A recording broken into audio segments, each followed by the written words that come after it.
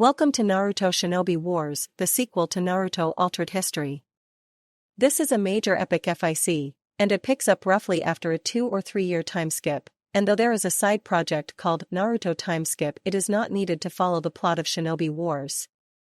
One thing I wish for you to keep in mind is that there is no arguing with me on how a particular character acts. Their personalities are at the root the same as in Altered History, but they are older and they live a different life than the rest of us. Which leads us to relationships between characters can and will be complicated at times, and you may, for some reason, find some to your distaste. Ninja deal in death, they are assassins, no matter how honorable, they are paid to kill. As such, they have more important things to worry about than people finding some happiness before they die. So if you're going to argue on this or yell about it, I say tough. Now, also, the FIC pretty much will ignore all of Shippuden. So read this without expecting anything, while Akatsuki is around, of course, plot-wise showing up. I believe that's pretty much everything, so, final thing included below are several lists, use them anytime you are lost, but note that the jutsu list is not complete. I can and will probably create more jutsu on the fly, but I'll, usually, leave a translation at the bottom of the chapter. A brief pairings list: Naruto and Ino, Sasuke and Sakura, Shino and Kikyo-chan, Anko and Kakashi, Jiraiya and Tsunade. Ranks: Jonin, Haruno, Sakura, Uchiha, Sasuke, Tenten, Hyuga, Neji, Rock Lee, Aburame, Shino, Chunin, Uzumaki, Naruto, Yamanaka, Ino, Hyuga, Hinata, Nara, Shikamaru, Akimichi, Choji, and Izuka, Kiba. Armor. Terms of interest: Manyoroi literally means face armor, a generic term for Tenzo's forehead protector. Dumaru, a type of cuirass, or body armor, that has no hinges and opens under the right arm that Yujito wears. Hidate, a type of thigh protector, which in canon, Sakura's split skirt, could be a type of. Hiteigen, Hiteigenmak, basically a menyoroi that covers only the forehead. Basically, it's the typical ninja forehead protector, though I believe we use the term hite. Sunniate, a type of shin protector. Anko, and the umbu style, were what would be closely related to Utsubo sunniate. Kote, basically an armored sleeve, which could be used to refer to the forearm protectors umbu wear. Somen, a full face mask that falls under the menyoroi category. So basically it would be the technical name for umbu, hunter nin, and root, na, face masks. Menpo, another type of menyoroi which covers the neck, lower half of the face and the nose. While made of cloth, Kakashi's face mask could probably be called this. Hotoku, a chest protector in the same fashion as the chest protector umbu wear. Random amusing thought: everything that we've seen ninja wearing in some form or fashion actually comes from samurai armor. So basically, we have ninja running around wearing bits and pieces of samurai armor. Talk about funny. Naruto Shinobi Wars Volume 1 Together Again. Prologue. There have been 3 great shinobi wars. The first great shinobi war began 60 years ago, after the man known as the Shodai Hokage drew the various ninja clans within Hai no Kuni together to form Konoha. The fledgling village struggled to keep from imploding from the infighting, while engaging in minor skirmishes, yet it was ironically enough Ta no Kuni that would soon forge Konoha into a true hidden village. Ta no Kuni sought more land and invaded Hai no Kuni. The daimyo, persuaded by the Shodai to use his village, retaliated. Konoha quickly proved their worth by decimating the attacking forces. Ta no Kuni retreated and Hai no Kuni ordered that no retaliatory invasion should occur. However, this seemingly isolated skirmish soon provided the catalyst for the first great shinobi war. Seeking revenge, Ta no Kuni's daimyo turned to their northern neighbors Kaminari no Kuni and hired their ninja for an assassination. Not on the Hai no Kuni daimyo, but instead upon the Shodai. It was this that began the first, true, war between ninja villages. With the death of their Hokage, Konoha suffered several devastating defeats and were cast into disarray. Then the Naidame, Shodai's brother, rallied them together and the tide soon began to turn. He established the Ninja Academy as a sort of quick boot camp to greatly increase the level of ninja at his disposal, while long-standing clan distrust was set aside. Finally, after years of fighting, the war came to an end as the Naidame Hokage did the impossible. Within the crumbling walls of Kumo's first village, he defeated the Naidame Raikage. It cost him his life, but Kaminari no Kuni quickly withdrew and surrendered in the face of the seemingly fanatically Konoha forces and the loss of Kumo's greatest ninja. Following this, Konoha soon faced a new challenge. The Shodai had chosen the Nidaime, yet the Nidaime had died before selecting his own successor. It fell then to the village council, and not the Hokage themselves, to select them. After much debate and internal strife, the council selected the Shodai and Nidaime student Sarutobi as the Sandaime. His only rival for the title quickly retreated into the shadows. Under the Sandaime Hokage, Konoha prospered and grew, gaining more strength thanks in part to the Sandaime, who revised the curriculum of the academy to produce better trained ninja, as well as to pool both education tools and as a major means of social cohesion. It was through this and other gradual changes within the village that slowly led Konoha closer to becoming the ideal that the original Hokages conceived of. Yet the peace would not last. The Second Great Shinobi War began 15 years after the Shodai's death.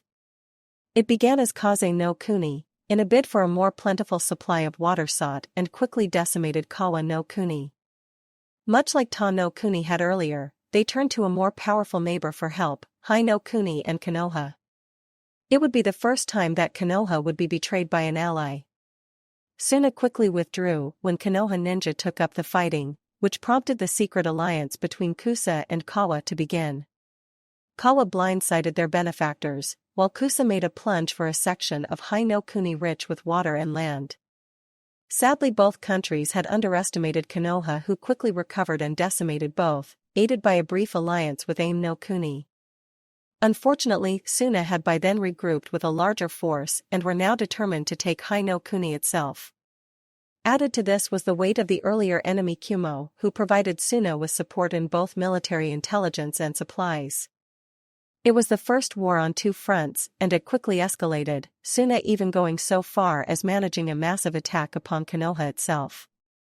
The war cost many lives, but through the acts of the Sannin, the Hokage, Hatake Sakumo, and numerous others, the war came to a close with Tsunade soundly defeated and Kumo nearly decimated once more. The peace that followed was dotted with brief skirmishes with the bordering minor countries, the most notable being Tsuchi no Kuni and Kusa. Still, peace was forged and alliances were made. The Third Great Shinobi War began nearly 20 years after the last, as Iwa grew dissatisfied with Konoha and the perceived arrogance of Hai no Kuni. Joining into a secret alliance with Kumo, Kusa, and a reluctant Tsunade, they launched a joint attack against the country. Konoha suffered devastating losses on all sides, its vaunted forces stretched to the breaking point as it fought a war on three sides. Then, as so often happens in war, others learned that no ally could be trusted. First to turn was Tsunade, who assaulted Iwa in mid-battle, openly declaring its allegiance to Kumo. Then Kumo turned upon Tsunade. Iwa, however, spared no attention to these betrayals and instead focused entirely on the destruction of their enemy Konoha. As the four major powers fought amongst themselves, it prompted an all-out war between every country on the continent. Konoha struggled through the war, losing many great heroes, even as others were quickly created. In the end, as the bloodlust of war left the other countries, as the defeated surrendered, Iwa pushed for total annihilation of Konoha. Konoha, who was beaten but unbowed, guided by the Sandaime, the now almost splintered Sannin, by the future Yondaime and Godaime, stood proudly against them. In the end, though a ceasefire was declared between Konoha and Iwa, Konoha emerged as the victor. It had taken on all comers, had defended its borders and its people, had fought losing odds, and emerged whole. Its damaged economy soon recovered, the village, though decimated, quickly repaired itself. The forces were quickly replenished and, having grown distrustful of other countries, went into isolation. Many of their losses, after all, were from allies who had sought aid and then turned on them. The Great Wall soon encircled Hai no Kuni's borders, alliances were shattered and a mutual ceasefire declared. The only countries that could claim semi-good relations with the isolated superpower were Yuzu no Kuni, Taki no Kuni and Aim no Kuni. Even still, they were on strenuous terms, and Konoha tolerated very little. Shortly following the cessation of hostilities, the Sandaime, adhering to the previous Hokage's wisdom, named his successor, prompting his own student Orochimaru to leave the village. The Sannin was soon pursued by Jiraiya, leaving behind only Tsunade, who was bitter and resentful of the abandonment. She would soon leave the village, in the company of her lover's niece, leaving the Yondaime Hokage a year later, to stand alone between Konoha and the Kyubi no Yoko. It has been noted by some that the Great Shinobi Wars seemed to follow the appointment of a new Hokage, as if there was some curse or tie to their rise that led to strife in the land.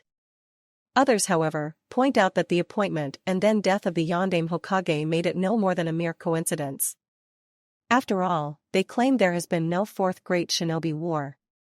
Those diehard to the theory say that it is possible that due to his short life and reign, and the subsequent reinstatement of the Sandaime, that the war merely skipped a Hokage. These people believe that the fourth Great Shinobi War is on the horizon, that it shall begin during the reign of the Godaime Hokage. Only one person knows the truth. It has already begun.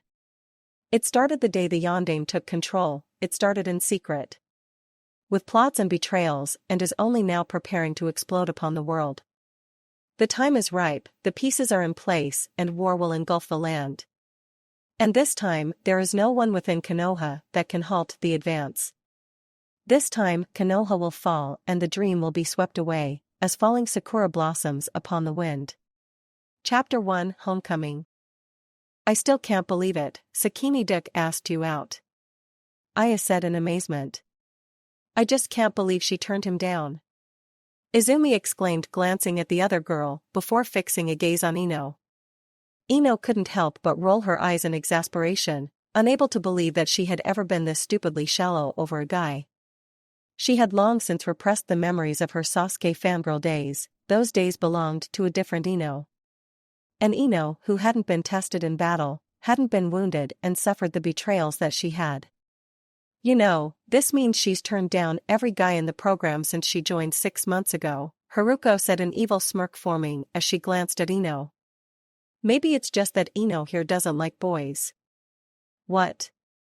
Ino shouted, glaring at the girl. How the hell can you think that? Well, to be honest, we've known you for a while and you've shown absolutely no interest in any guy. Haruko said calmly, glancing at the other two girls for agreement. Ino sighed, rubbing her temples as the other two nodded in agreement. Oh, Aya said brightly, plus, you do go to the Rizuba RU more than any other straight girl we know. I'm not listening to this, Ino muttered in exasperation. They had repeated this conversation many times over the last 6 months, and Ino was quite honestly tired of it. Her friends, however, weren't, and while they kept the talk going, Ino just walked in silent suffering. Was it her fault that all the guys that asked her out were idiots, or worse yet, thought they were the greatest things walking? Actually, what had they ever done to even make them think they were special? Of course, considering who she had grown up knowing, there probably weren't any guys that would be able to impress her. Having a teammate that can kill demon spiders and save a whole village sorta set the bar high in the impress me department. Thinking of him, of course, brought her around to mentally reviewing her calendar. Naruto was now a day late. His letter had claimed he'd be back yesterday, but he hadn't turned up. Ino had even staked out a spot near the gates to be the first one to see him, but no, her friend had never turned up. Growing angrier by the minute, she was almost to the corner of the block when the air was suddenly rent by the sound of a thunderclap. Carefully honed instincts kicked in and Ino spun, hand-seeking her kodachi. Her friends were equally armed and ready, any humor from earlier long gone. Then she heard a voice from overhead, a loud boisterous voice. I'm home. Who the hell is that? Aya asked, squinting as she and the others craned their necks to look up at him. Ino couldn't help the small grin as Naruto struck what he thought was a heroic and cool pose. Thanks for asking. Konoha's #1 prankster, hero, and the next Hokage. At this he jumped, flipped and landed neatly in front of them all, flashing a grin. Uzumaki Naruto. Ino couldn't help it. It was involuntary the way her eyes swept over him, picking out minor details. Orange pants with a black stripe down the leg, a black jacket with orange shoulders and stripes along the arms. His blonde hair looked as wild as ever and his tan was lighter, but his features sharper. Seeing those blue eyes, those whisker marks, that fox-like grin, it was like someone had knocked the wind out of her, while turning the heat up. Uzumaki Naruto. Naruto-kun. Ino couldn't look away, amazed at the changes she was seeing in her once runt of a teammate. Oh. Wow, Izumi said breathless from beside her. Naruto, the Naruto? Aya added. Where'd he come from? Naruto. Ino finally exclaimed before blinking again. Was that really him? At the sound of her voice, his grin turned into an outright smile. Ino-chan. He called back happily, moving toward her. Still in disbelief, Ino let her sword go and started toward the boy as well. What the hell had happened? He went away a runty brat, cute in his own way, and now he was well. Not a runty brat. Naruto met her halfway, and before she knew it, he had swept her up into a hug and Ino let out an involuntary squeal. For one complete minute, Yamanaka Ino felt like a girl and not an Umbu trainee. When Naruto set her back down, he held her close for a moment, then let her go. Ino stared up at him in amazement. She had known he was coming back, but still having him there was a bit overwhelming. Ahem, Izumi interjected Ino, are you going to introduce us? Flustered, Ino turned to face her three friends and noted their catty grins. She knew that look, it was the fresh meat look, and she really didn't like it being directed at Naruto. Then she felt his arm slinging around her shoulder and he stared at the girls. Oi, who are they? Izumi, Aya, and Haruko. Ino said, nodding at each girl respectively. Unsurprisingly, Ino was forced aside while the three girls tried to gain and keep Naruto's attention. Ino fumed for a minute before forcing her way back to Naruto's side. She grabbed his arm and yanked him away. The blonde stumbled, lost his balance, and went crashing into a light pole. Ino, however, was already pulling him further down the street away from her hussy friends. Ow, Ino-chan, that hurt, Naruto whined, rubbing at his head tenderly. Not as much as it will if you don't tell me why you're back a day late, Ino growled, her euphoria over seeing him fading to less than overwhelming levels. But, aren't you happy to see me at all? Of course I'm happy, Ino snapped, but I'm also pissed. I waited all day yesterday and you never turned up. I wasted my day. Oi, I wanted to surprise you. Ah, well, congratulations, I'm surprised. Ino drawled, glancing at him curiously. Also, what the hell was up with that entrance? I mean, I know you were loud back then, but that was just ridicules. Oi, how you enter is just as important as what you do. Naruto said, sounding as if he were quoting someone. Then, grinning, he put his hands behind his head. So, how you been? Fine, Ino lied, studying him intently. It was subtle, but she saw something in his mannerisms that wasn't quite Naruto, or at least not the Naruto she knew. Naruto-kun, what's your favorite kind of ramen? Eh? Naruto said, staring at her curiously. Well, miso ramen of course, but pork ramen is a close second. Oi, I found this new type, too, and it was totally awesome. Not as good as a chiraku shrimp ramen, but it's close. Plus there's this. Ino tuned him out, instead watching the way he talked and the way his eyes lit up. Whatever suspicions she had about Naruto, being a Umbu trainee taught you to be paranoid, disappeared. Nobody, no matter how perfect an actor, could fake the enthusiasm and sheer devotion Naruto displayed for ramen. So anyway, I tried the special fruit ramen they wanted me to. It was meh, but it was different, and hey, it was free ramen, so I had a couple dozen bowls. Seeing his expectant look, Ino blinked, realizing that she had missed a large part of his explanation. Now, of course, she could have apologized and suffered his glowers, or she could shift conversation. Ino, unsurprisingly, shifted the conversation. So have you seen the Hokage yet? Huh, masked pervert? Naruto asked, then shook his head. Nah, I wanted to check up on you and stuff. Maybe get some lunch. Ahu, Ino nodded, coming to a stop to glare at him. Go see the Hokage, we can eat later. But no buts, it's routine procedure, Ino said firmly, crossing her arms. Besides, I would rather eat dinner and catch up without having to worry about Umbu showing up to arrest your ass. Fine, fine, Naruto allowed, huffing in annoyance before fixing her with a stare of his own. By the way, glad to see you stopped eating just salads. As Ino tried to understand what he meant, Naruto disappeared in a shunshin. A moment later, she blushed as the conversations from when they were younger came to her. Still, embarrassed as she was by his statement, she was pleased that he had noticed, not that she would admit that to anyone. Ever. Hatake Kakashi, the Godame Hokage, had silently suffered the numerous tortures that his responsibilities inflicted upon him. The restructuring of Konoha, the political backstabbing, and the outright horror that was the paperwork. He had dealt with the weekly meetings which accomplished nothing, had dealt with the mind-numbing boredom of approving the new genin teams.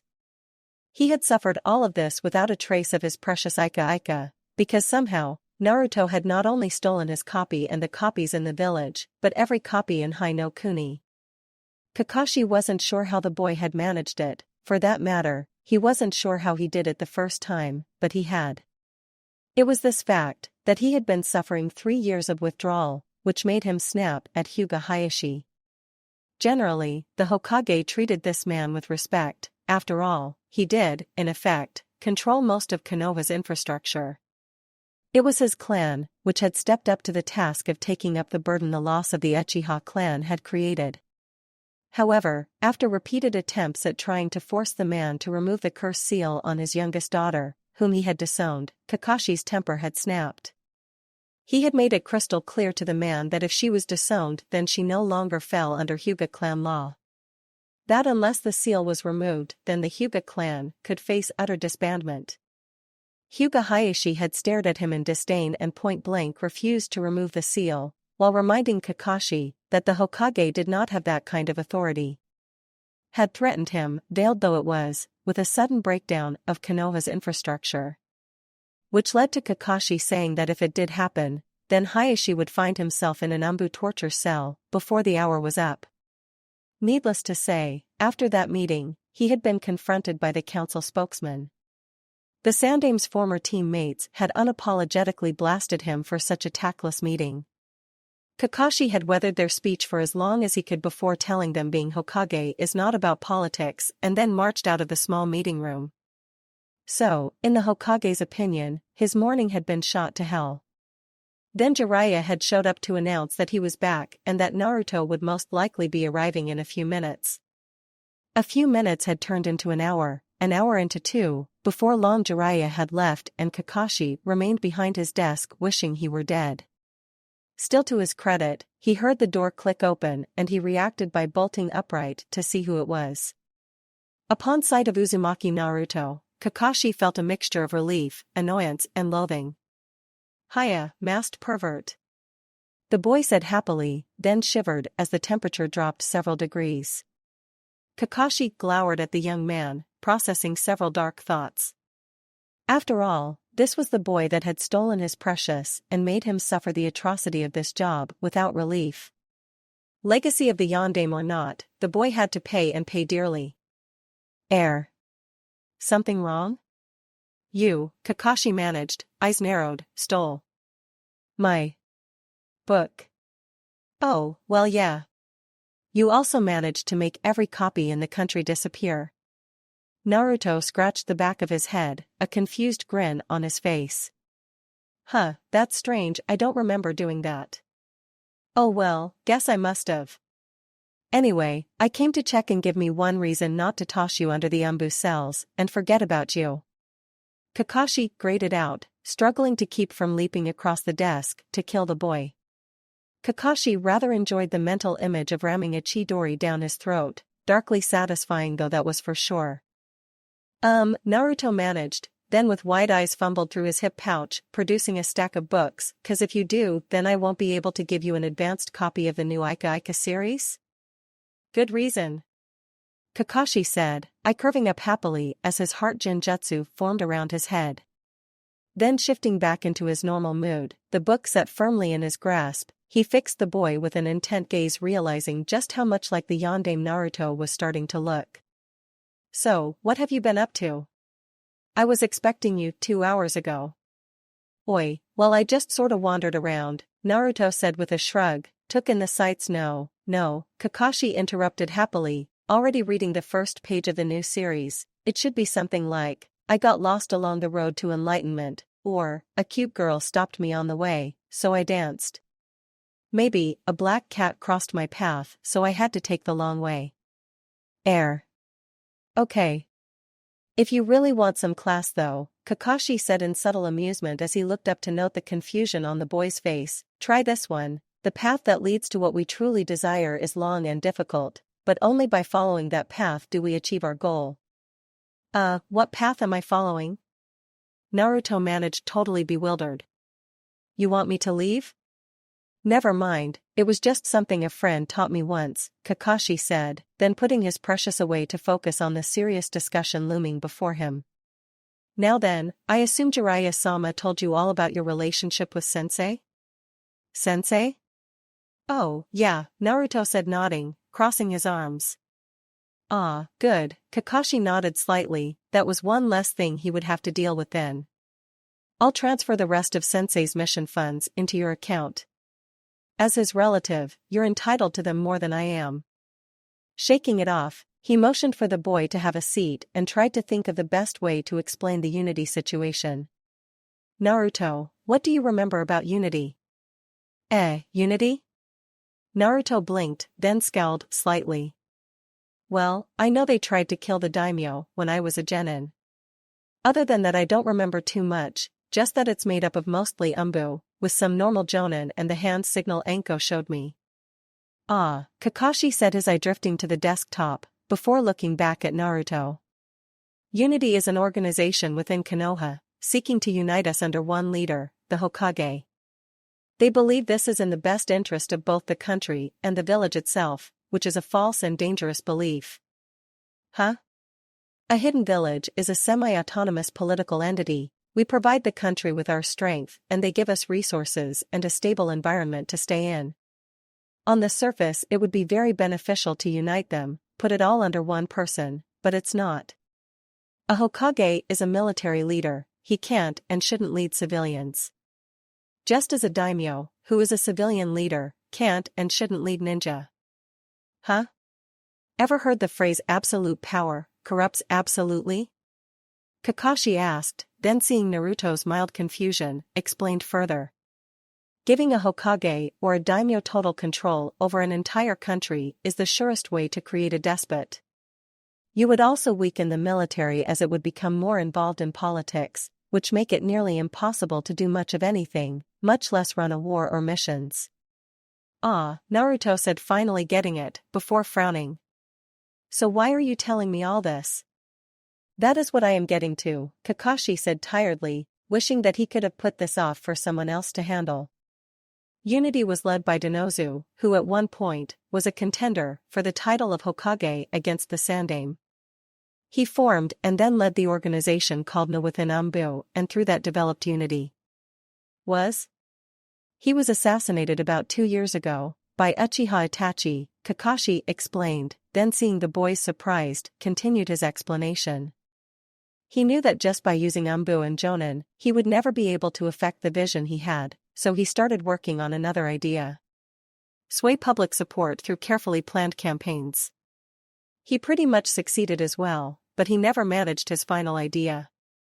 His successor, however, has been trying to do it. And his final idea? Using the relatives of former Hokages to give them official support, Kakashi said, locking eye with Naruto. Each one has public and some political support within Konoha. If he can get one to back Unity, they'll move openly. Unity would not hesitate to kill me, replace me with their chosen man and then sweep this village into chaos. Because the Hokage has the final authority in the polices of the village.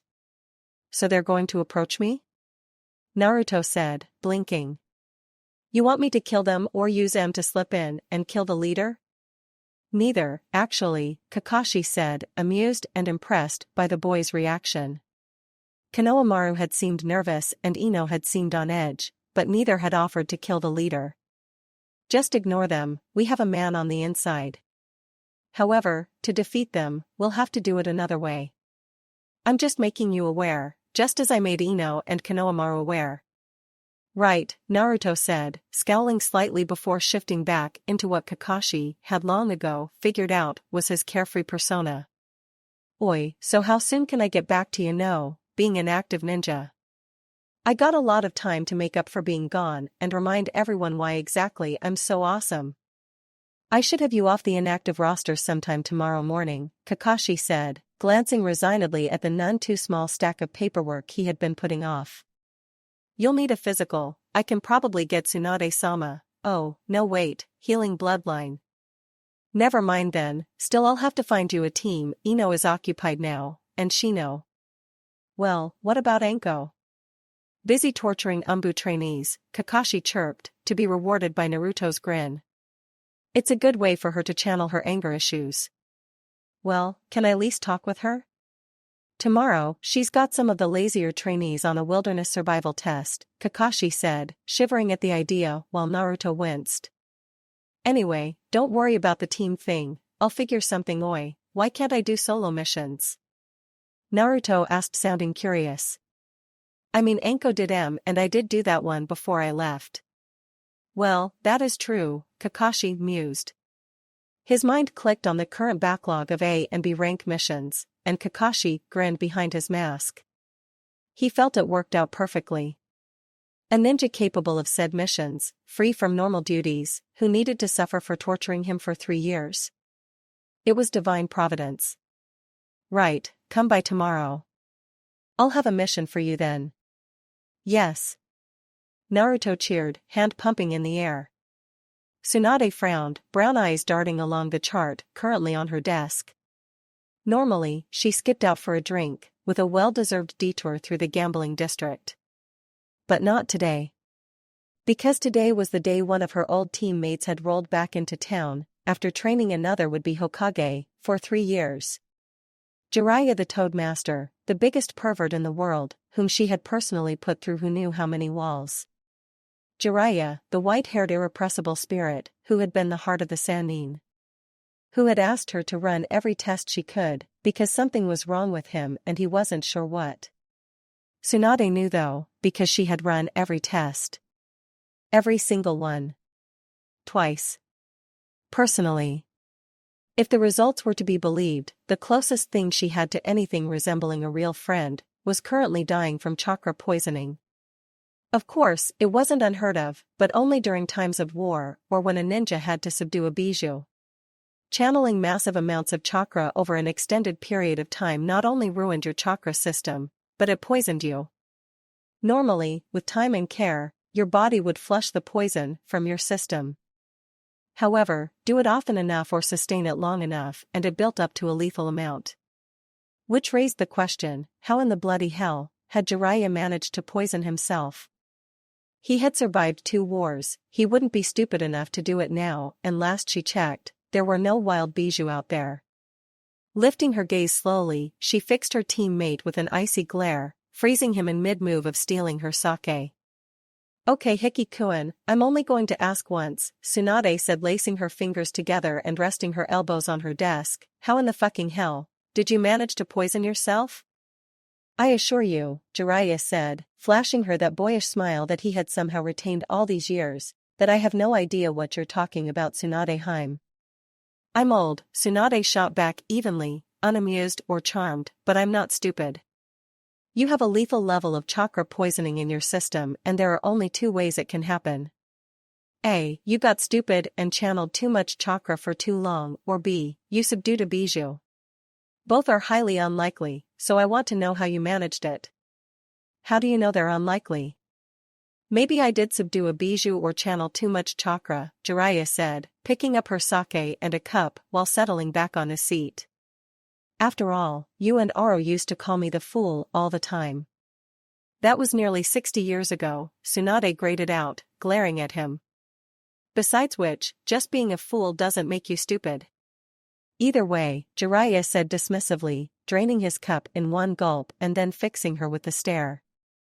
The stare he had used when the Sandaime gave them horrible missions, the stare he had used on Orochimaru at the funeral for Dan. The stare that told you that he was serious, not playing, and reminded you that he was dangerous. How long do I have? Sighing, Tsunade slumped into her chair, the leather creaking slightly. Staring at him for a moment, Tsunade mused about all the impossible missions that they should have never survived but had. All those encounters as genin where they should have bought it but hadn't. As Sannin, they had developed an ability to cheat death. Yet, now it appeared that ability had failed Jiraiya, who had never actually feared death or old age, making him the oddball of the team. If you stopped all chakra usage, Tsunade said after what felt like an eternity, 1 maybe 2 years. If you don't, then 6 months tops. Anything stronger than a bunshin will cut it to 3 at the least. Jiraiya nodded before looking down. He helped himself to another cup and after gulping it down, looked up. He was smiling, but it was heartbreaking, because it carried so many bittersweet feelings. It was fun. Jiraiya, I'm sorpfed, I'm dying. Big deal. At least, I won't have to die in the field, Jiraiya said, climbing laboriously to his feet and setting his sake down, left her sitting there. Tsunade stared after him for several minutes, then looked at the sake bottle. She had a very strong urge to take a very deep gulp of the liquid. To feel it warm her from the inside out, but Tsunade knew she wouldn't stop. She would drink that bottle, then another and another, she would drink until she drowned in sake. Because by all that was holy, she would die before she let the Shinigami have Jiraiya. She had lost Nawaki, Dan, and Sarutobi. She wasn't going to lose Jiraiya too, because without him, life was just too damn dull. So instead of taking up the bottle, she instead turned her mind and skills towards solving the unsolvable problem. Because lethal chakra poison was incurable, but Tsunade would change that. She was a Sannin, the best damn medic in the world, despite what her bitch of a former apprentice Sakura might believe. She would cheat death again, and whether Jiraiya or the Shinigami liked it or not, she was a selfish person and stubborn as hell. Yumino Ayam bit back her groan as she eased herself into a seat near the counter, looking around that deserted stand. Not too long ago, the place would have been packed, well maybe packed was a strong word. It would have had at least a few people in, but not lately. If things didn't pick up soon, she wouldn't be able to afford her babysitter, which meant Ayam would have to bring her kids to work. Her father might not mind, he might have hated Irika, but he loved his grandkids. Smiling wistfully as she remembered Irika, he really had been a very loving man. A great father too, despite his fears about doing a horrible job. Ayam, however, didn't let herself dwell long on her memories of the man. She had learned crying was best done in private. Aha, Ayam-chan? Blinking, the ramen waitress looked away from the wall she was staring at and focused instead on the unexpected sight of Uzumaki Naruto. He was just standing there, a smile plastered on his face, older, but still the same. He entered the stand completely, his smile not changing, but his eyes searching her face, curiously. Naruto-kun. Welcome back. Ayam said happily, getting to her feet to greet the boy. He responded awkwardly to her hug, but otherwise seemed happy as ever. As he settled himself into his seat at the counter, he seemed to realize something was missing and stared at her even more intently. Where's the old man? Oi, and Irika? I thought they would be here for sure. Ayam paused, before plastering a false smile on her face. Dad left a little early tonight, I can make you some ramen if you want though. Or, I think we still have some ramen left over from the dinner rush, I could heat that up.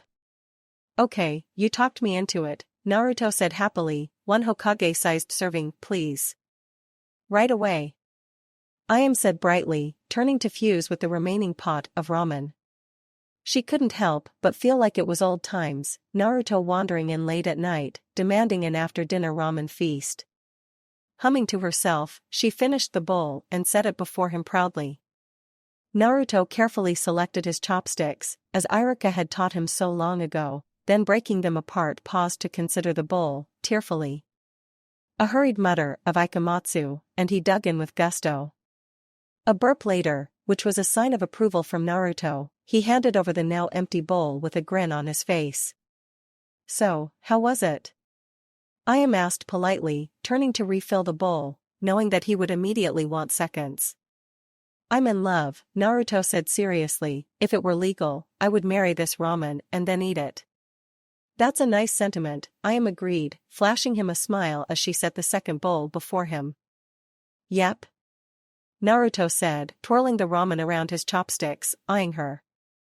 Oi, don't you have kids now or something? 'Cause, I know when I left you said something about twins. And Iruka explained a little. Oh, I am said, fussing with the drawer behind the counter where she kept so many pictures of her family. Akemi and Kuruo, see? Kuruo looks just like his dad. Akemi looks like you. Naruto said brightly, studying the picture she presented him with. Has Iruka introduced them to the joy that is ramen? And no, I am said, her pleasant mood fading as she realized that Naruto had no clue. That nobody had told him about Iruka, who had been the closest thing to a brother or father the boy had growing up. Seeing his confusion, she braced herself, feeling that she owed it to the boy to explain the situation. Still, she couldn't help but fumble for words, which made Naruto's confusion turn into concern. Iruka, I am said slowly, seeing his interest, isn't oi, don't tell me he dumped you, Naruto growled out angrily. No, he would never do that. I am said defensively and reassuringly. Then gathering her resolve, continued, Iruka, died. A year ago, it was a mission, the last one he needed for his Jonin promotion. What? Naruto asked, a stunned look on his face. Gulping, I am nodded, forcing herself to lay out the whole story as she knew it. See, you get paid more the higher your rank. Well, with 2 kids, we needed more money. So he decided to go for the promotion to Jonin, and he was doing so good, he just needed that last mission. Which was the first mission for Lee and Ino, to start working toward Jonin. Right, Naruto said, gesturing slightly for her to continue. I don't know much, the mission was to Katabami gold mine in the river country. It was just supposed to involve a gang, but it turned out to involve a missing nin, I am explained, dredging up all the old details that Ino had shared, forcing herself not to cry. He was from Mist, I think, a legendary swordsman, the 7 swordsmen of the Mist, Naruto said blandly, scowling at the countertop. They've all went missing nin or dead. How do you know? During my training, we went to Mist, Naruto said, sighing heavily. I am Chan, I think I should go. Of course, I am agreed, sad that she had to be the one to tell him about Iruka. The teacher had been so hopeful about seeing Naruto and what he would eventually become. They had been thick as thieves too. It had to be hard on Naruto to know he had lost someone like that. She watched quietly as he put his money on the counter and left. Shaking her head, I am quietly cleared away the half-empty ramen bowl and collected the money. It was halfway through counting it that she realized that Naruto had overpaid. By a lot. Looking up at the entrance, where the curtains were waving, I am smiled. Muscles coiled, Kodachi held poised for a kesajiri, ears straining for the soft noise of her target. There. A soft whistling sound as the blade disturbed the still air. A moment to reset, take a breath, and start over. Yamanaka Ino had, after repeated pestering, managed to convince her father not to fix the leak expressly for this purpose. It was a slow leak, too. A single drop that she was attempting to slice in half blindfolded. It honed her skills and sense beyond any other training, and she could now wing a fly without looking. Another slice. Wow. You're great, Ino-chan. Naruto's voice suddenly piped up and Ino couldn't help her yelp and jerk. Spinning and ripping the blindfold off, she glared at the boy. How the hell had he snuck up on her? Honestly, Ino was one of the best ninja in the village, the top of her umbu class, and he had just strolled up behind her without warning. How'd you get in here? Huh? Well, your dad opened the door, I told him I was here to see you, and he pointed me back here. Naruto explained, blinking in confusion. Ugh, never mind, Ino grumbled, sheathing her sword and crossing over to his side. So, ready to go eat? Well, how about we just talk instead? Naruto offered, much to Ino's surprise. That was unusual, they normally only talked when they were eating, so this was unexpected. Not that she was going to complain, of course, after all, she would need a shower to actually go anywhere and eat. Fine, lead the way, Ino conceded, following the boy back out of the store and into the streets. Weaving through the crowd, Ino studied him without letting on that she was doing so. So where have you been? Training? Naruto offered, glancing at her off guard. Yeah, but I meant, where'd you go? What did you do? Who'd you meet? How come you're wearing that outfit? Ino said, fishing for information. He smiled at her, hands behind his head once more. Oi, the jacket? It was a gift from this princess in Snow Country. Me and Sanin went there looking for some map and got caught up in some sort of civil war, Naruto explained happily. See, the princess's uncle had hired these missing ninja to kill her father. So she hired us to kill her uncle and stop the whole mess. So you got involved in a civil war? Ino asked, curiously, knowing that by the laws of Konoha, that was the last thing any ninja was supposed to do. Yeah, learned a few neat training tricks too. Ice walking is a lot more difficult than water or tree, and I know at least one snow jutsu. Naruto, snow, and ice jutsu are a bloodline. You couldn't learn them. Ino said, blinking at the smugness on his face. Only the Hayaton stuff is the bloodline.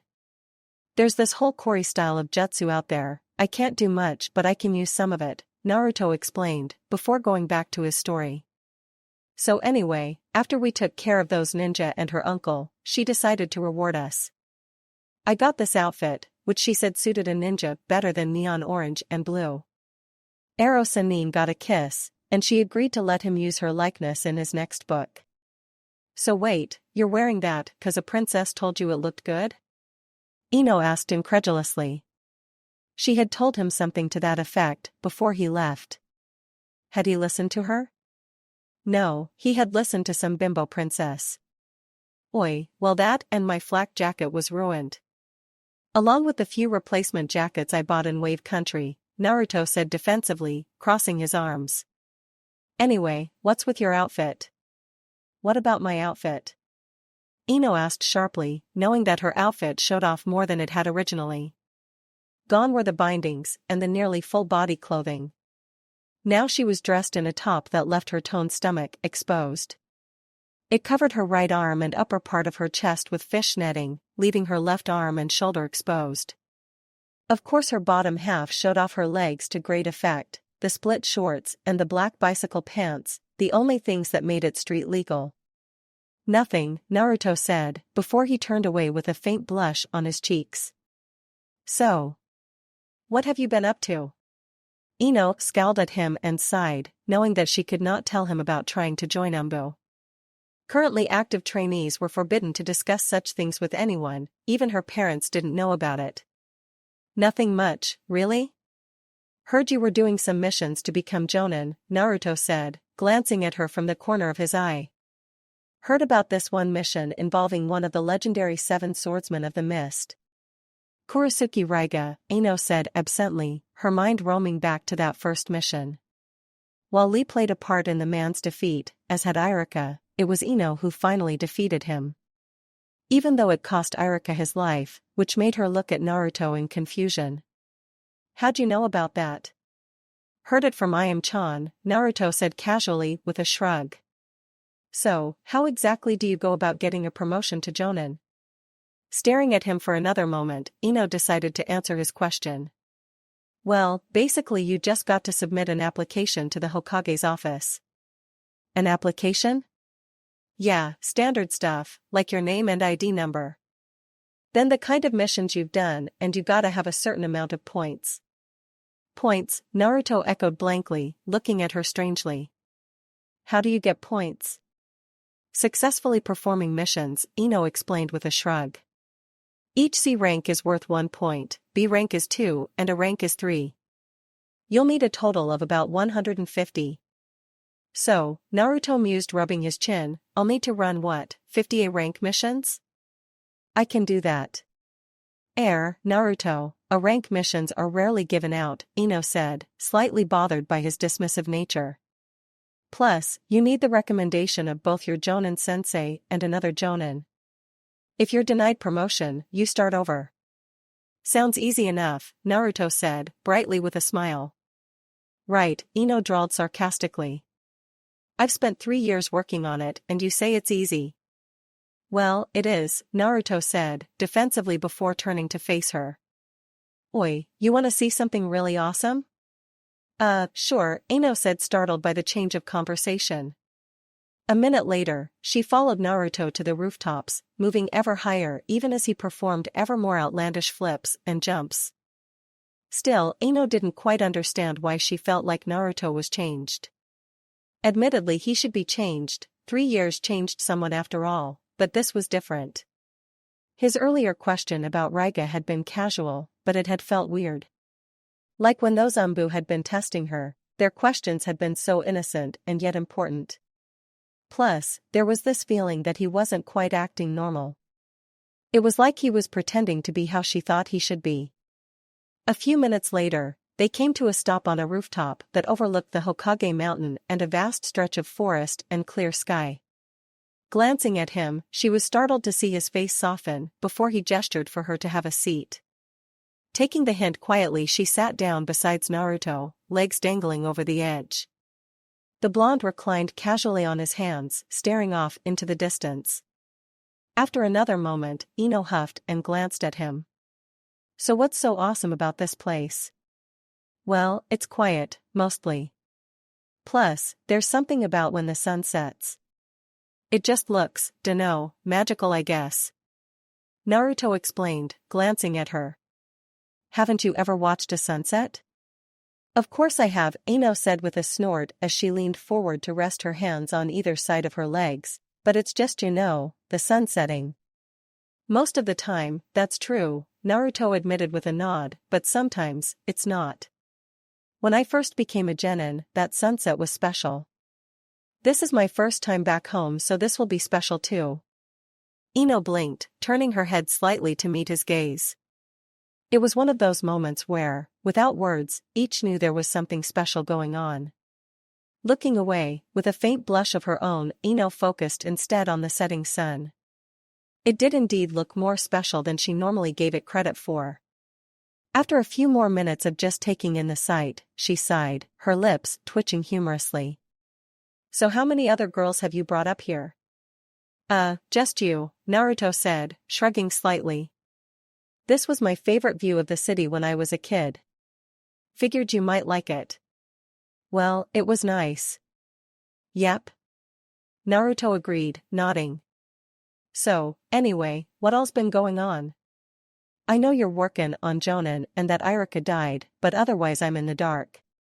I mean, what's Shino doing? Well, Shino died on a mission too a while back. Anko's been busy with some secret training Umbu trainees, Naruto said, not batting eye at the news of Shino's death. Kakashi told me. Right, Ino said slowly, eyeing him even more strangely before continuing, let's see, Niji made Jonin and he's busy running the military police. Tenten made it a year later and is one of the detectives. Lee managed Jonin too, he's got his own genin team. Whoa, Naruto said, eyes wide. What about Kiba and them? Well, Kiba's a chunin and working for the military police.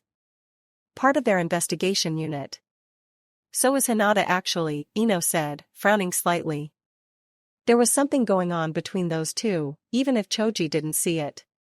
Then again, Choji had always been a tad too trusting. Oi, what about the others? Well, Shika and Chuji are both working at the academy, Ino said, trying to put off the last two, knowing Naruto would probably blow up. They took over after Irika, well Yeah, Naruto said, looking away before sighing. So what about Sasuke and Sakura? It's a long story, Ino said, trying to delay the telling. Listen, I'm sorry about Irika. I know you two were close. Thanks, Naruto said, looking away before turning back to her. What exactly happened out there anyway? I just got a few details from Iam. Ino hesitated for a moment, studying his gaze, then looked away and started talking. It was about a year and a half after you left. Some miners from the Katabami gold mine in River Country turned up seeking help. They didn't tell us much, just that there was an insane ninja killing them, which naturally made it a rank. Right, Naruto said softly. Why were you picked though? Once you let the Hokage know you're aiming for Jonin, you start getting that kind of mission, Ino explained casually. She took a breath and continued with her story. Anyway, we set out to investigate and it was a very typical mission. Lee knew the area pretty well, so we didn't have to worry about walking into traps. After we ate lunch at a curry shop, which serves insanely spicy curry that Lee swears by, we went ahead to the mine. The miners were terrified beyond description and refused our help point blank. Glancing at him, she paused until she held his gaze. We finally learned the name of the ninja Kurisuke Raiga, but it wasn't until later that we learned he was a missing nin from Mist and one of the legendary swordsmen. We were just beginning to debate how best to settle the matter with Raiga when he showed up and everything went to hell. The fight was chaos. Lee was blindsided by lightning and Irika was stunned. I was left going blade to blade against the guy. You fought another legendary swordsman from Mist? Naruto said, then whistled, nudging her with his shoulder. So go on, what happened next? I got my ass kicked, Ino said bluntly with disgust. I wasn't used to fighting two swords at once, and they weren't like any swords I had ever seen before either. Anyway, Irika got back in the fight and we fought him off together. The overall thought was to get me back in close, and while Irika distracted him, I'd go for the kill. Only it didn't work out, did it? Naruto said, scowling as he looked at the dark streets below them. Well, it did work out okay for a while. Especially when Lee managed to get back in the fight. For a minute it seemed like we were going to win.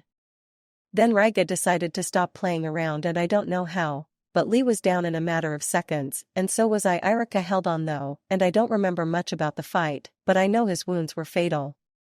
He took a giant shuriken for me once, Naruto said absently, his gaze distant. When Mizuki stole a forbidden scroll and tried to kill me, Irika dodged into the path of the giant shuriken. He was always watching out for me. I don't think I should keep, Ino started to say, startled at Naruto's revelation, before he grabbed her forearm to stop her protest. Staring into those eyes, feeling more than seeing his need to know, she relented. It was all a blur after I recovered enough to rejoin the fight. I used every trick I knew at the time and I still just barely came out on top. Lee hadn't joined me though. He had tried to tend to Irika, but he was dead, Naruto finished tonelessly, chin tucked against his chest. There was a moment of silence and Ino wasn't sure what to say, or if she should even say anything. After all, she hadn't known just how much Irika had meant to Naruto. If he hadn't kept fighting, bought us me the time to recover, none of us would have come back, Ino offered, reaching over to briefly hold his hand. Heh, that's just the kind of guy he was. Would give you the shirt off his back if you needed it, Naruto said absently, then looked at her, whatever emotions he had felt hidden away. So, what about Sakura and Sasuke? Like I said, long story. I have all night. Okay, Ino relented, gathering her thoughts on how to explain what had happened, the betrayal and the hurt they had inflicted on the village and those that had cared about them. Sakura and Sasuke, they were the two most gifted ninja within Konoha, the first to reach Jonin. The Ka-Oni and the Benihime are best and brightest. Sakura had spent years training with my aunt Tsunade. She was the second best medical ninja in Konoha, and had even managed to surpass Kurenai in Genjutsu. She had a technique so deadly that it was practically a kinjutsu. Wow, Naruto said, leaning back on his hands. Yeah, and Sasuke was even more impressive. He spent years training with the Hokage, along with nearly every other jonin in the village. He knew an ungodly number of ninjutsu and genjutsu. He was a demon in battle who completed every mission successfully. Ka-Oni was only fitting because of his mastery over fire jutsu. Oi, why are you speaking in the past tense? Because, Ino said. Feeling the weight of his eyes, she sensed that he knew more than she had told him so far. They decided to abandon the village. They betrayed everyone, hurt everyone that cared about them. Sasuke, nobody knows why, except that it had to be for revenge. He was obsessed with killing his brother Itachi. That's the only reason we can figure he would abandon the village for Hokage. What about Sakura? Naruto growled, his voice tight. She left to follow Sasuke. Sakura, her entire world was built around him. He's the cornerstone that holds her together, and she's utterly loyal to him and only him. She betrayed me, my aunt, Konoha, everyone, to follow him on his quest for revenge. Ino explained bitterly and was startled when she felt Naruto put a comforting arm around her shoulders. It was surprisingly soothing, and Ino felt her anger fade for the moment and concentrated on telling how the event had come to pass. Konoha wasn't going to let another Uchiha go rogue. The Hokage sent the best he had after him: Kiba, Miji, Hinata, Shikamaru, Sakura, and me. Our orders were either to subdue or kill Sasuke. So you guys hunted him down? We tried, but he was being helped by these guys from this new village called Hokage, Ino said, leaning slightly toward Naruto, not minding the arm still around her shoulders. Never heard of them, Naruto admitted, finally removing his arm and stretching. Of course not, hence why I said it was a new hidden village. Ino explained darkly. I was one of the first to run a reconnaissance mission when it formed, just barely got out. It's where I got my nickname of Hitokiri. Hitokiri? You? Naruto asked incredulously, turning to stare at her. Yes, Ino said with a flare of annoyance. I'm known as the Hitokiri of Konoha. I'm undefeated in 20 Kenjutsu matches, and I'm almost Jonin. Okay, Naruto offered with a roll of his hand, clearly unimpressed. So, go on. Shooting him one more, dark glare that he couldn't see, but that she knew he felt, Ino continued. The only chance we had of catching up to Sasuke was to leave a man behind to face whomever tried to stop us. I ended up fighting a huge freak, who had this weird transformation ability and was strong as hell. I still won, of course, but when I finally caught up to Shikamaru and Sakura, Ino paused, her feelings of betrayal and anger boiling up once more. She could still feel the rain on her face, the pain in her body, the despair as she saw the fluttering scratched pink headband of her best friend pinned to a tree.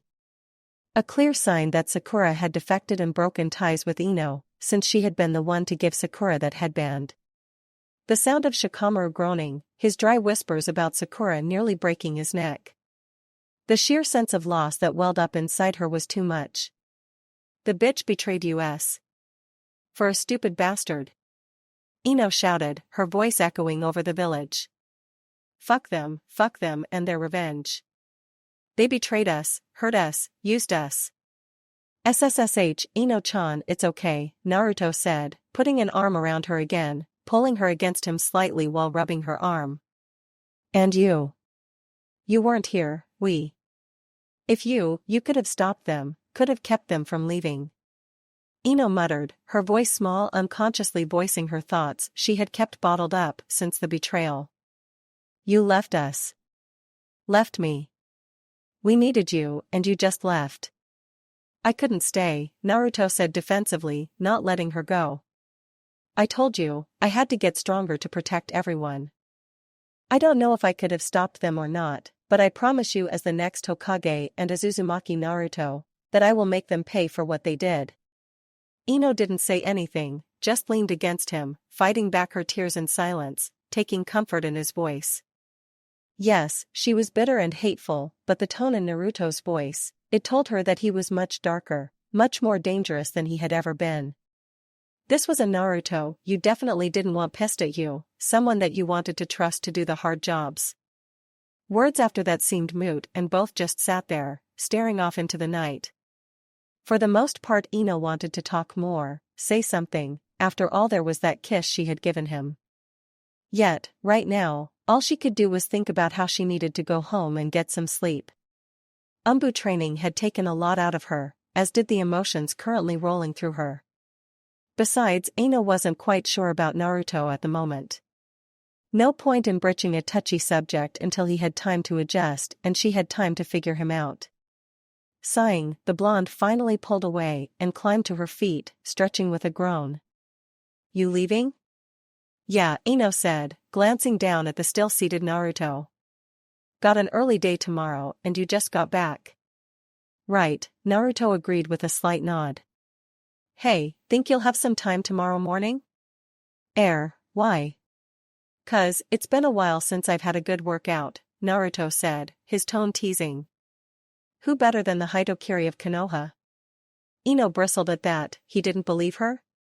Fine, she had no problem kicking his ass. I'll see you in the old training field. Great. Naruto said happily. Good night, Ino-chan. Good night, Ino said, scowling at Naruto before leaving him to his thoughts. It was a warm night, pleasant really. He could just hear the sounds of the village, and he basked in the knowledge that he was home. After 3 years, it felt good to be back, though things had changed more than he had expected. Irika dead. He couldn't quite wrap his mind around the concept, or shut out the memories of the man laughing or smiling. It was Irika, after all, that had introduced him to the joys of ramen, who was the first to show any interest in him as a person.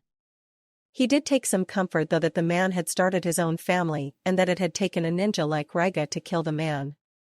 It spoke volumes about his skill, even though he had never seemed that talented when teaching class. Not that it made up for Irika's death, Naruto was definitely going to miss him. Still, no point in crying over it. Irika had been a ninja, it was expected that someday he might not make it back. Jiraiya had made it a point to hammer that home, to make him understand that Naruto would most likely lose people close to him on a regular basis. It was easy too, his game of pretend that he had started so long ago, worked perfectly. Everything he had done, everything he had seen, it all meant nothing. As long as he kept pretending. Shaking his head, he instead focused on the situation before him. Sakura and Sasuke had abandoned the village, had betrayed everyone. He didn't know why nor did he really care, all that mattered was that he decided quite simply that he would bring both to answer for it. As the future Hokage, he was honor-bound to face them.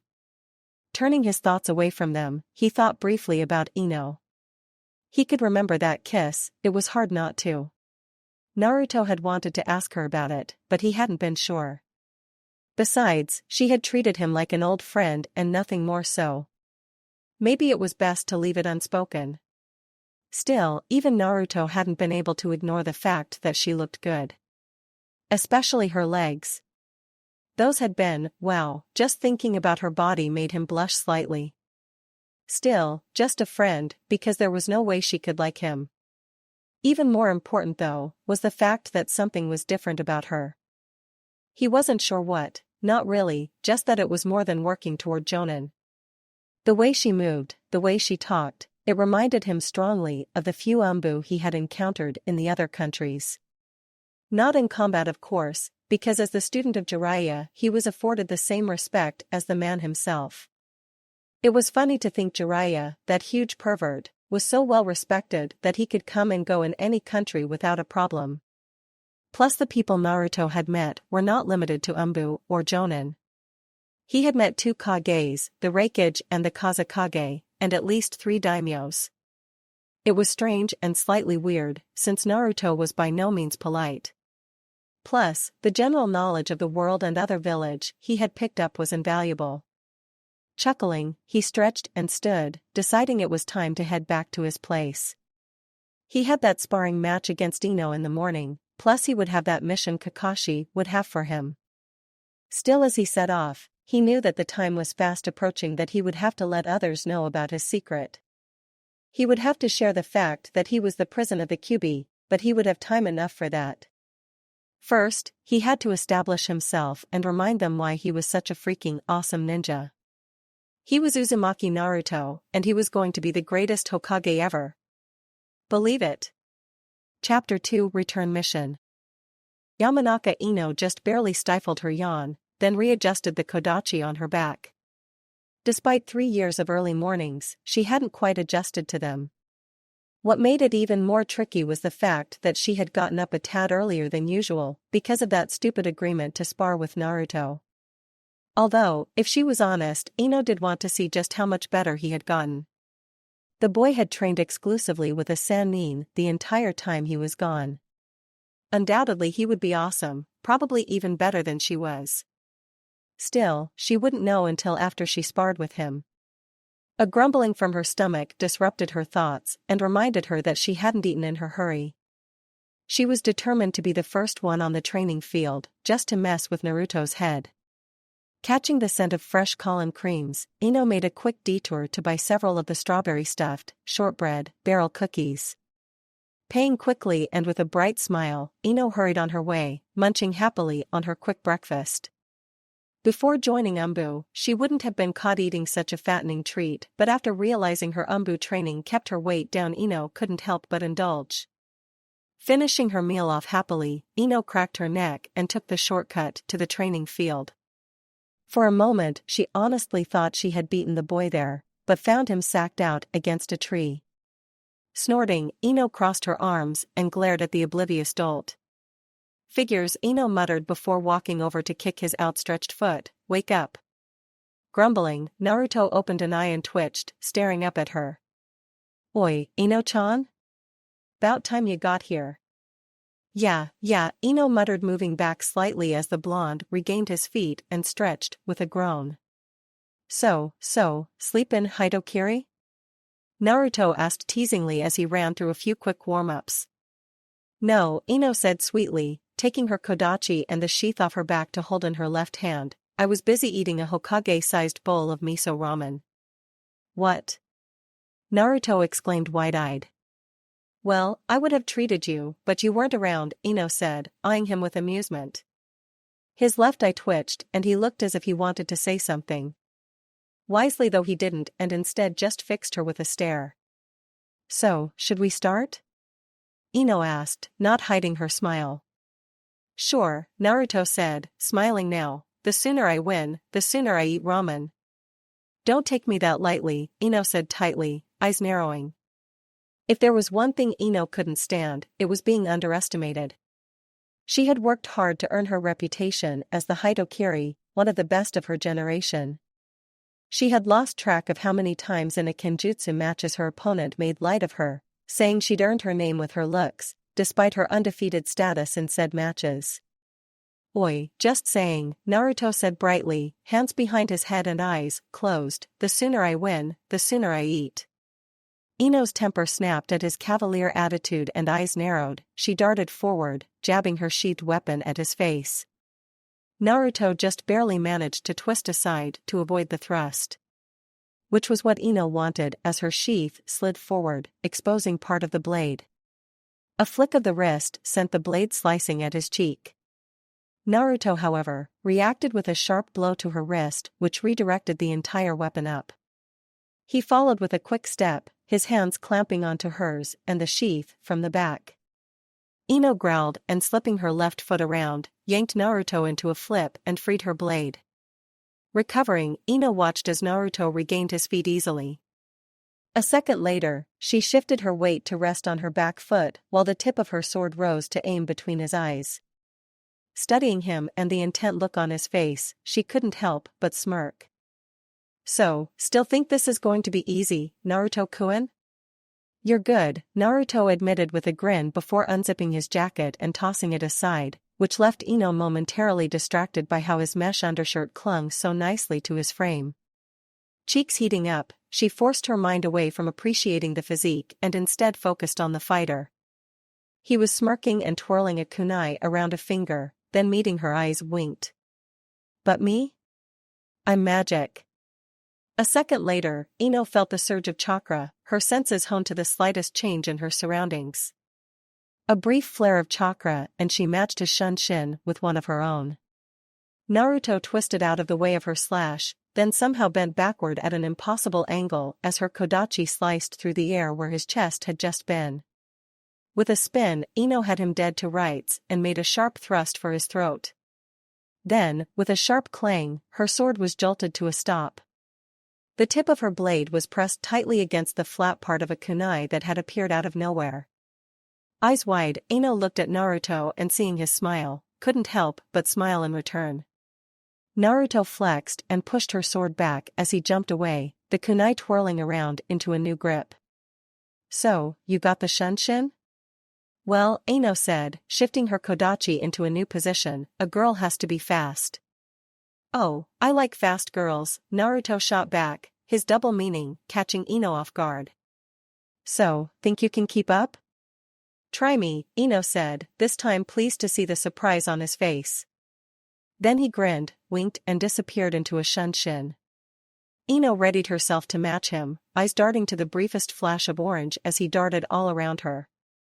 It took her a minute, but suddenly Ino realized that she wasn't seeing the real Naruto in those flashes. He was doing multiple shunshins and in such a manner that he was creating an afterimage.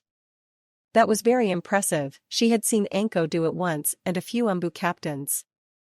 Still, she knew how to disrupt the trick, and channeling the chakra along her blade she jumped, disappearing with her own shunshin. A moment later, she was high overhead and slashing her blade through the air, aiming for the clearing below her. Dance of the Midnight Tornado.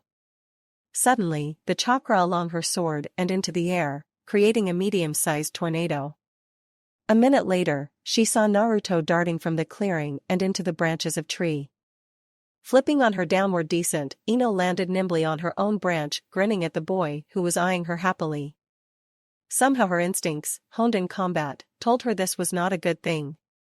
Naruto exuding happiness in this situation, her sixth sense told her, was not conducive to her health. What are you smiling about? I get to use my jutsu, Naruto said happily before forming a Taurus seal, and Ino's eyes went wide before she shoe-shined out of the line of attack. She appeared a second later, sword blade against Naruto's neck and an arm draped around his shoulder. How about you don't and say you did? Ino asked sweetly, aware that he was in no position to object. That was when Ino realized her mistake and moved just in time to avoid the exploding clone, which also took out the tree they had been in. Landing, she twisted around to find Naruto charging her, hand cocked back. Was it her, or was the air around his hand distorting itself and... Why did she hear rushing wind? Eyes wide, sensing there was more to this punch than a simple fist, Ino moved to the side just in time to have the first connect with the tree behind her.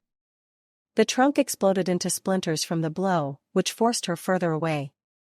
Coming around, Kodachi held parallel before her face, allowing only her eyes to peek over the blade. She eyed Naruto carefully. What was that? That? Naruto asked, turning toward her, scratching the back of his head. Ihei, I put a little too much wind chakra into it. But I call it Taikiatsu Jinkatsu. And it does what exactly? Ino asked, eyes watching for when he lowered his guard. Basically using my wind chakra, I form a mini cyclone of wind around a fist. There's also a Nibi Taikiatsu Jinkatsu version, Naruto said, flashing her a grin.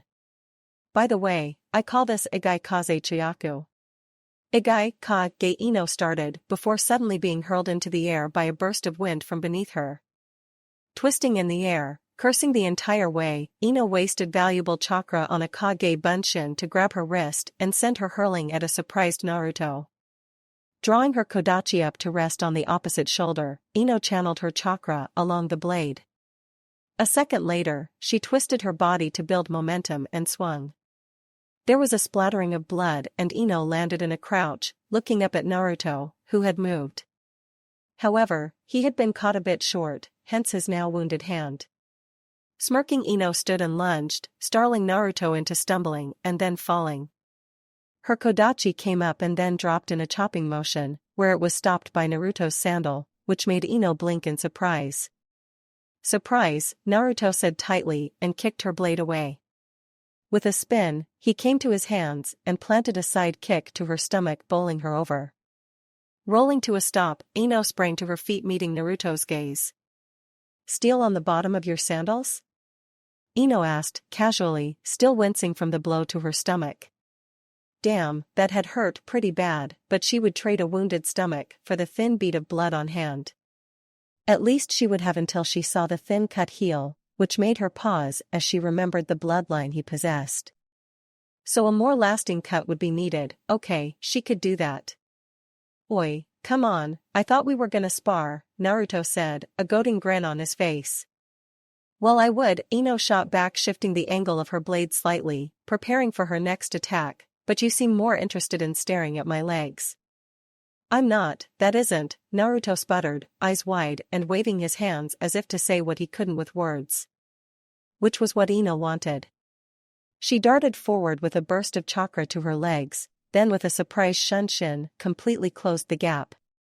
Her sword was arching overhead in a basic downward chop, eyes locked with his startled gaze. Her plan was to stop at the last second, to scare the boy and show her true skill. Then her entire arm jarred from impact, and for a horrible moment she thought she had killed him. She realized that without looking away from her face, his hands had arced up and not only caught but halted her descending blade between his open palms at the very last second. Ino stared at him with wide eyes, unable to process the sheer skill that required. Plus, he was staring at her with impossibly intent eyes that made her feel weak and special. With a jerk, Naruto twisted Ino's kodachi to one side, pivoted on a foot and planted a kick onto her stomach. Ino exhaled sharply, her grasp on the sword slackening a fraction of an inch, which allowed the momentum to yank the sword from her grasp. A moment later, Naruto had grabbed one of her wrists and pulled it across her stomach, doing the same with her other arm in the opposite direction. Surprised though she was, Ino tried to break free, but Naruto took care of that as he pushed her back sharply against the trunk of a nearby tree. For a moment she struggled, angry and refusing to admit defeat, before her body started reporting certain sensations.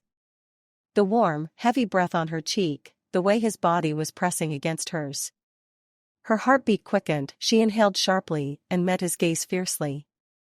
There was a moment of silence as the two stared at each other, faces inches away, bodies pressed against each other. So, Naruto managed. So, Ino agreed, breathless. Both teens tilted their heads, instincts guiding them toward the first, irrevocable kiss. Naruto, there you are.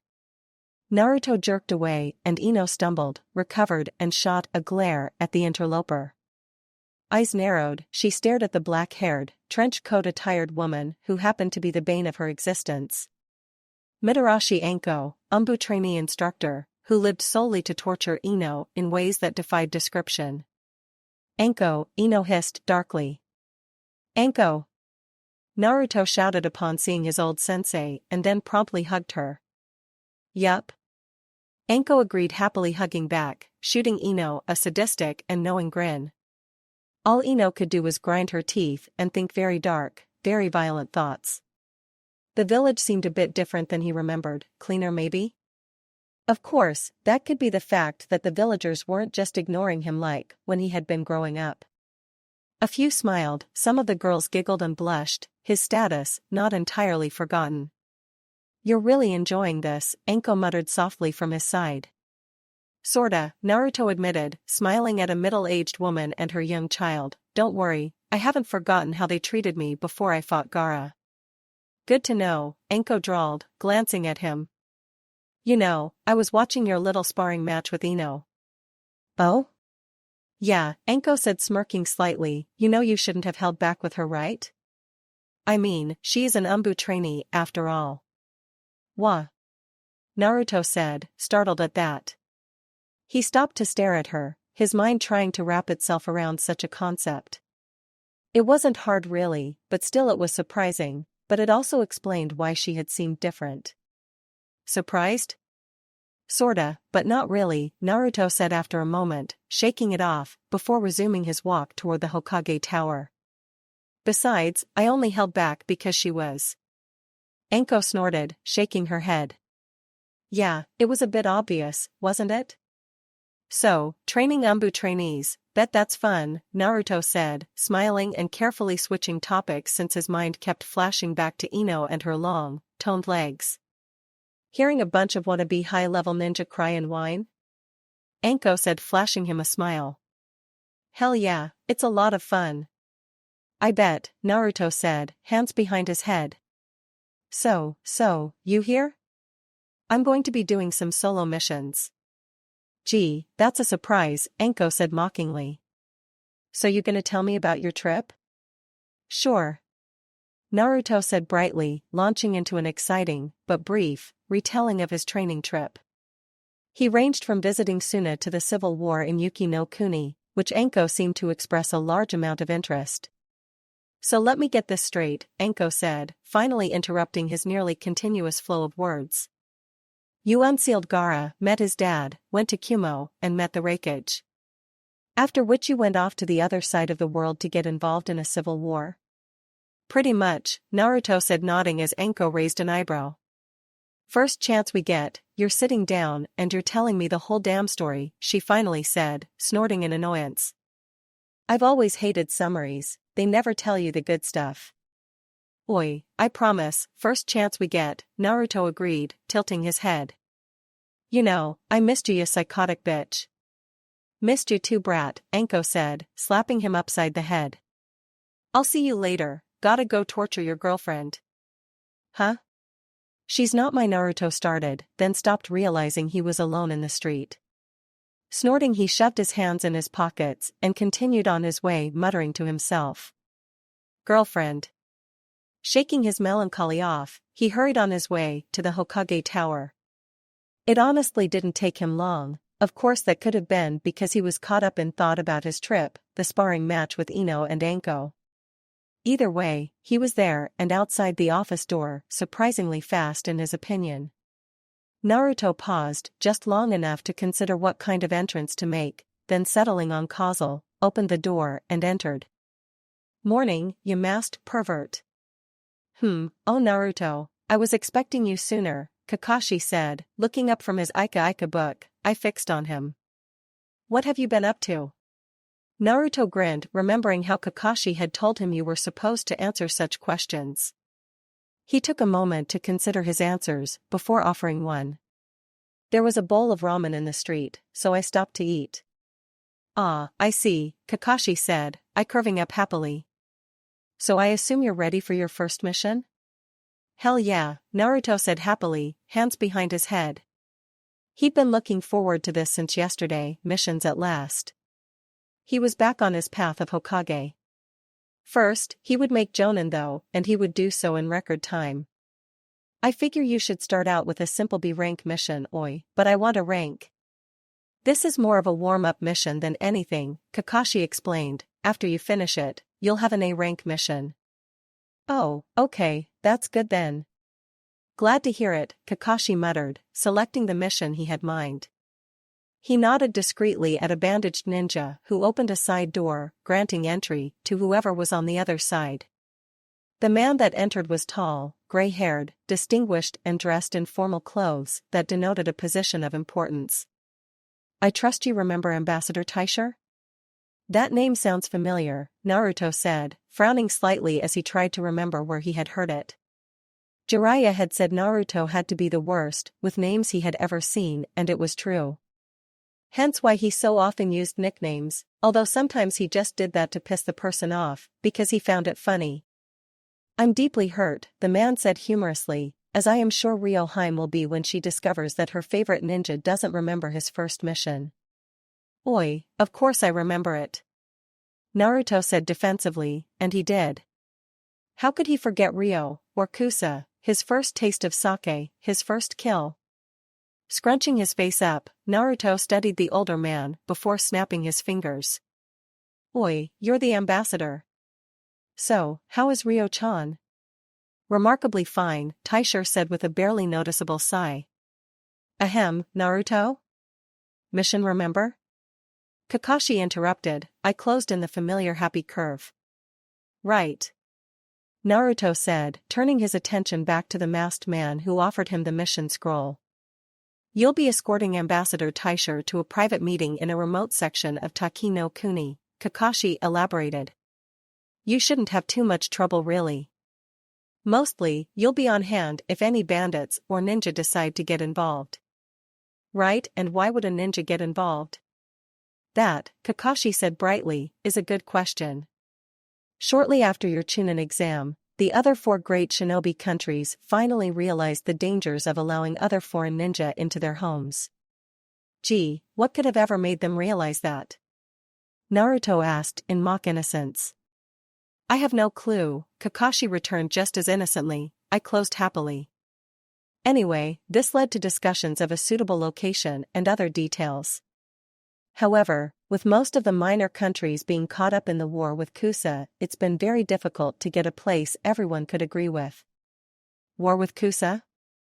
AIM was involved in the assassination of the former Kusa daimyo, and it was not alone, several other countries had direct involvement.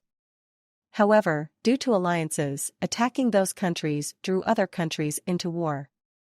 Kusa has conquered AIM, Tori, and Numa. However, that leaves Tsuma, Kuma, and Kiba. So, Taisher said, taking over the explanation, we've been stuck looking for a neutral place to hold the meeting to finalize the details.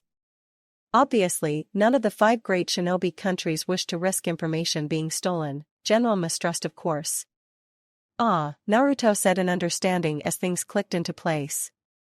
So the reason the meeting is in Taki is cause it's not just neutral, but where the new exams are gonna be held. You've gotten sharper, Kakashi said, eyeing the boy intently. You'll act as escort to Ambassador Taisher so he can finalize the details with the ambassadors of the other 4 great shinobi countries. The real danger comes from the fact that while the ninja escorting the other ambassadors probably won't act, they are ninja, and hence we have no clue what they'll really do. Right. Naruto said, pocketing the scroll before grinning. Asu, Jonin, here I come. Sitting from where she was at, Mitarashi Anko had a clear view of the training course.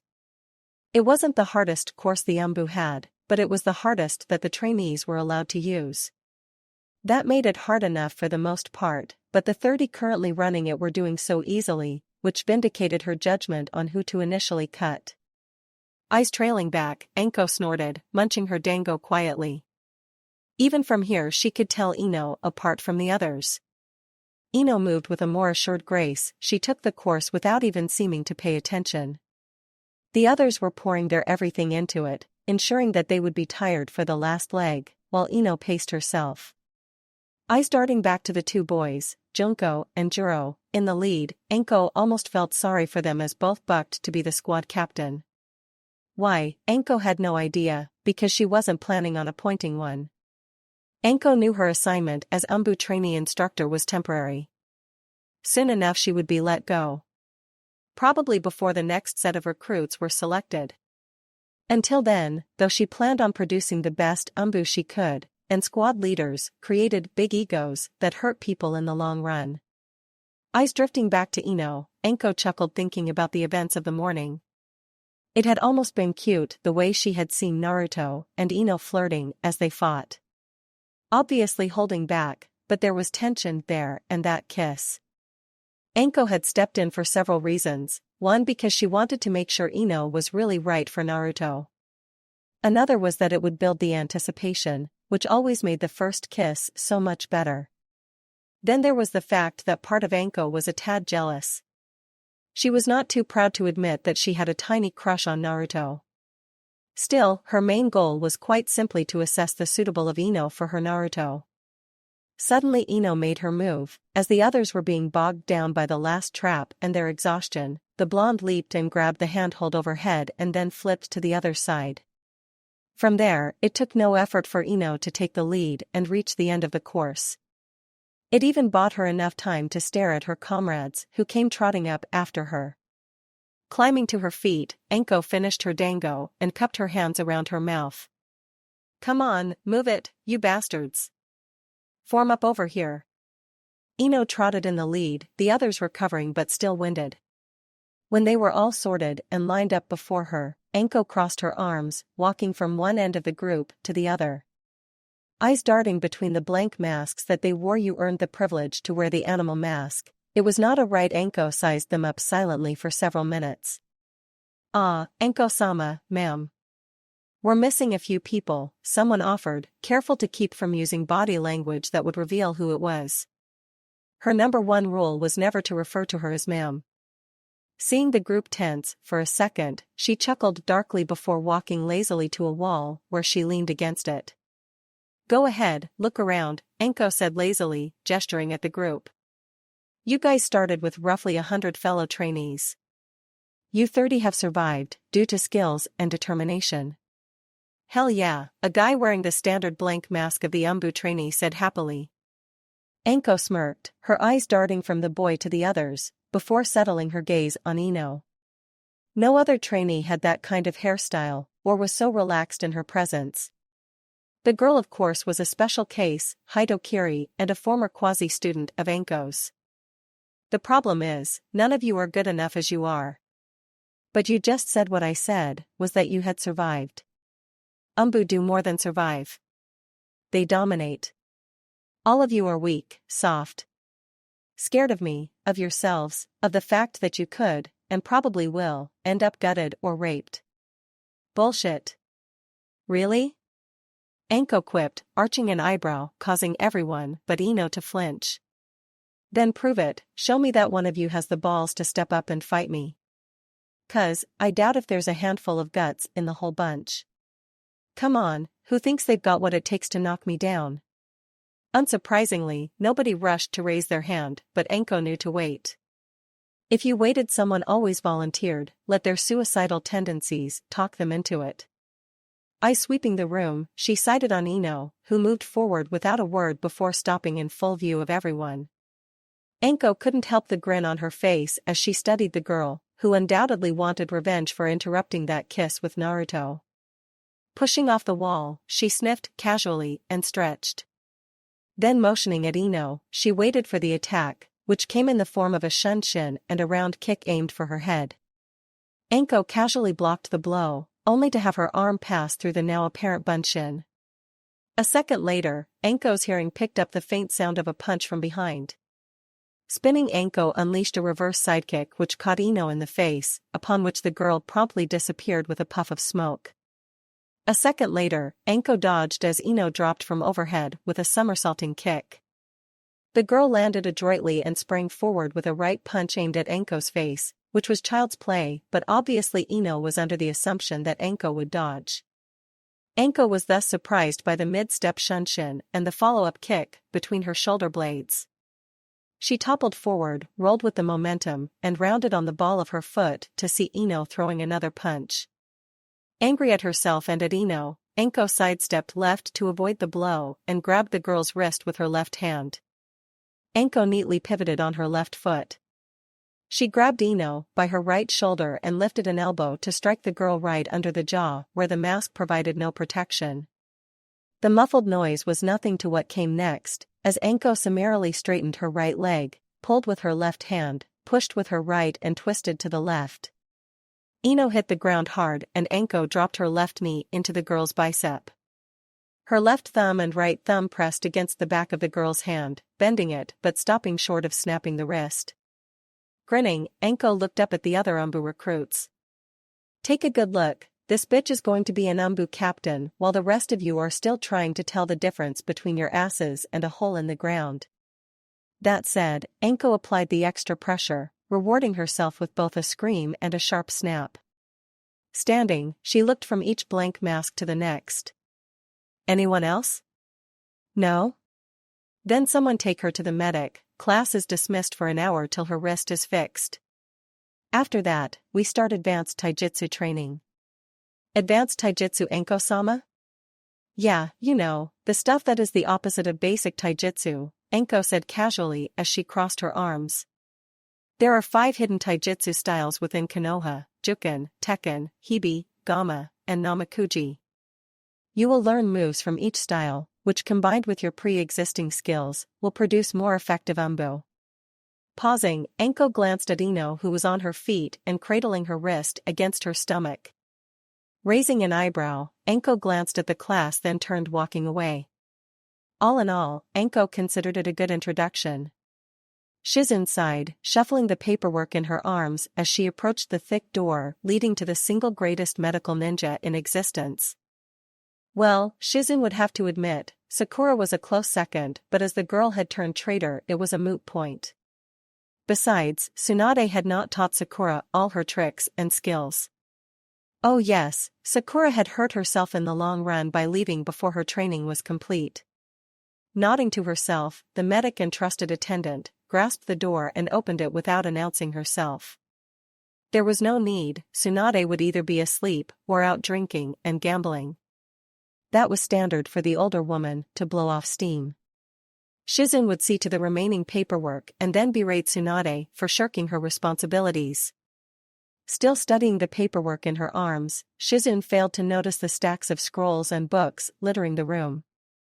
Failed to notice that the out basket Tsunade used was filled and that her desk was stacked with numerous medical folders.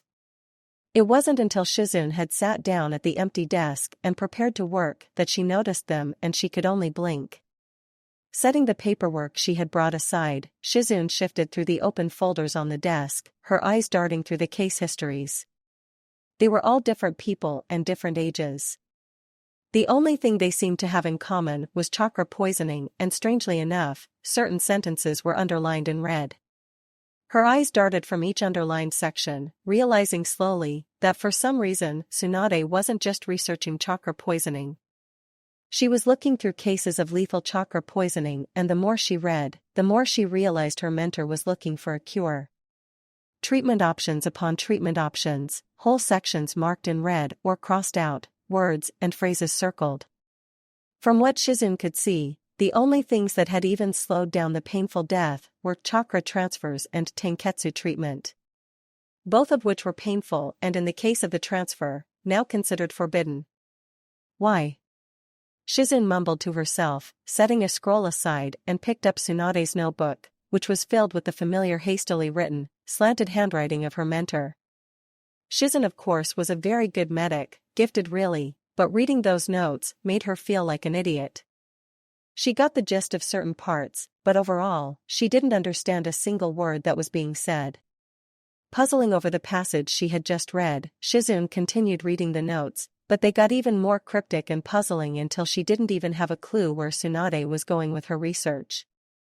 What exactly did she mean by ubiquitous chakra agents or chakra conduit constructs? It made no sense. There was even a reference to something involving a chakra hemoperfusion. Tsunade-sama, I brought the book. Is you Shizune-san? Looking up startled, Shizune found Nara Shikaku standing the doorway, puzzled. Then she noticed the thick book he was carrying, and her mind raced toward the obvious conclusion. Shikaku-san, did Tsunade-sama request that you let her use your clan's medical research? Yeah, the man said, entering the room, eyes sweeping the contents of the desk before setting it carefully on a stack of folders. Normally we'd refuse, but this is Tsunade-sama. If she needs it, then we'll let her have it. Did she say why she needed it? Nope, she requested that we hand it over to help with her research, the Nara explained, hands in his pockets. Do you know what she's looking for? Of course. Shizune said, then seeing his blank look smiled nervously, which only made him sigh and scratch the back of his head. Man, as Shikamaru says, this is so troublesome, Shikaku sighed. Just make sure she returns the book when she's finished, okay? I will, Shizune promised, meaning it. The Nara book was a treasure trove of medical and herbal knowledge unmatched in any other country. Whatever Tsunade was looking for would probably be locked away in the incomprehensible records of the book. Shaking her head, Shizune sighed and turned her attention back to the paperwork she had brought in and decided to finish it. She'd talk with Kiyoshi about what she had found. Together, maybe they could puzzle things out and find out why Tsunade was looking at such an impossible thing to cure. Still, it couldn't be all bad. Tsunade had completed her work for yesterday. Smiling to herself and the small pig that trundled into the room, Shizune felt all was right in the world. The massive Great Wall that surrounded the border of Hai no Kuni loomed before them like a specter, imposing and impenetrable. Naruto could remember the first time he had seen them. They were just as impressive now as they had been then. He could see the lookout post's darting structure and the numerous samurai on patrol. Beyond those gates would be the land of Tai no Kuni, and this mission would be well underway. His first mission, alone, since coming back from his training trip. Glancing at the ambassador, he wondered briefly if things would really go as smoothly as expected. Naruto hoped they did. This was a good thing for all involved, plus the less fighting he would have to do the more time he had to do missions. Turning his attention back to the wall and the gates, he fished in his pocket and produced the required papers. A few minutes later, he handed them over to a bored-looking guard, who glanced at them for a moment. Then checking the seal, he handed the documents back and turned, motioning for the gates to open. The gesture made Naruto wonder about the casualness of this compared to the last time he had went through a checkpoint. It's due to this being the gate to Taki no Kuni, Taisha explained, following Naruto past the other samurai, through the arch and to the other side. After all, they are the closet thing Hai no Kuni has to an ally.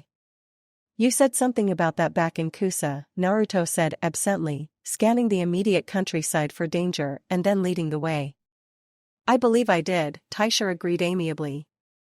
After that conversation died and Naruto was left to take in his surroundings.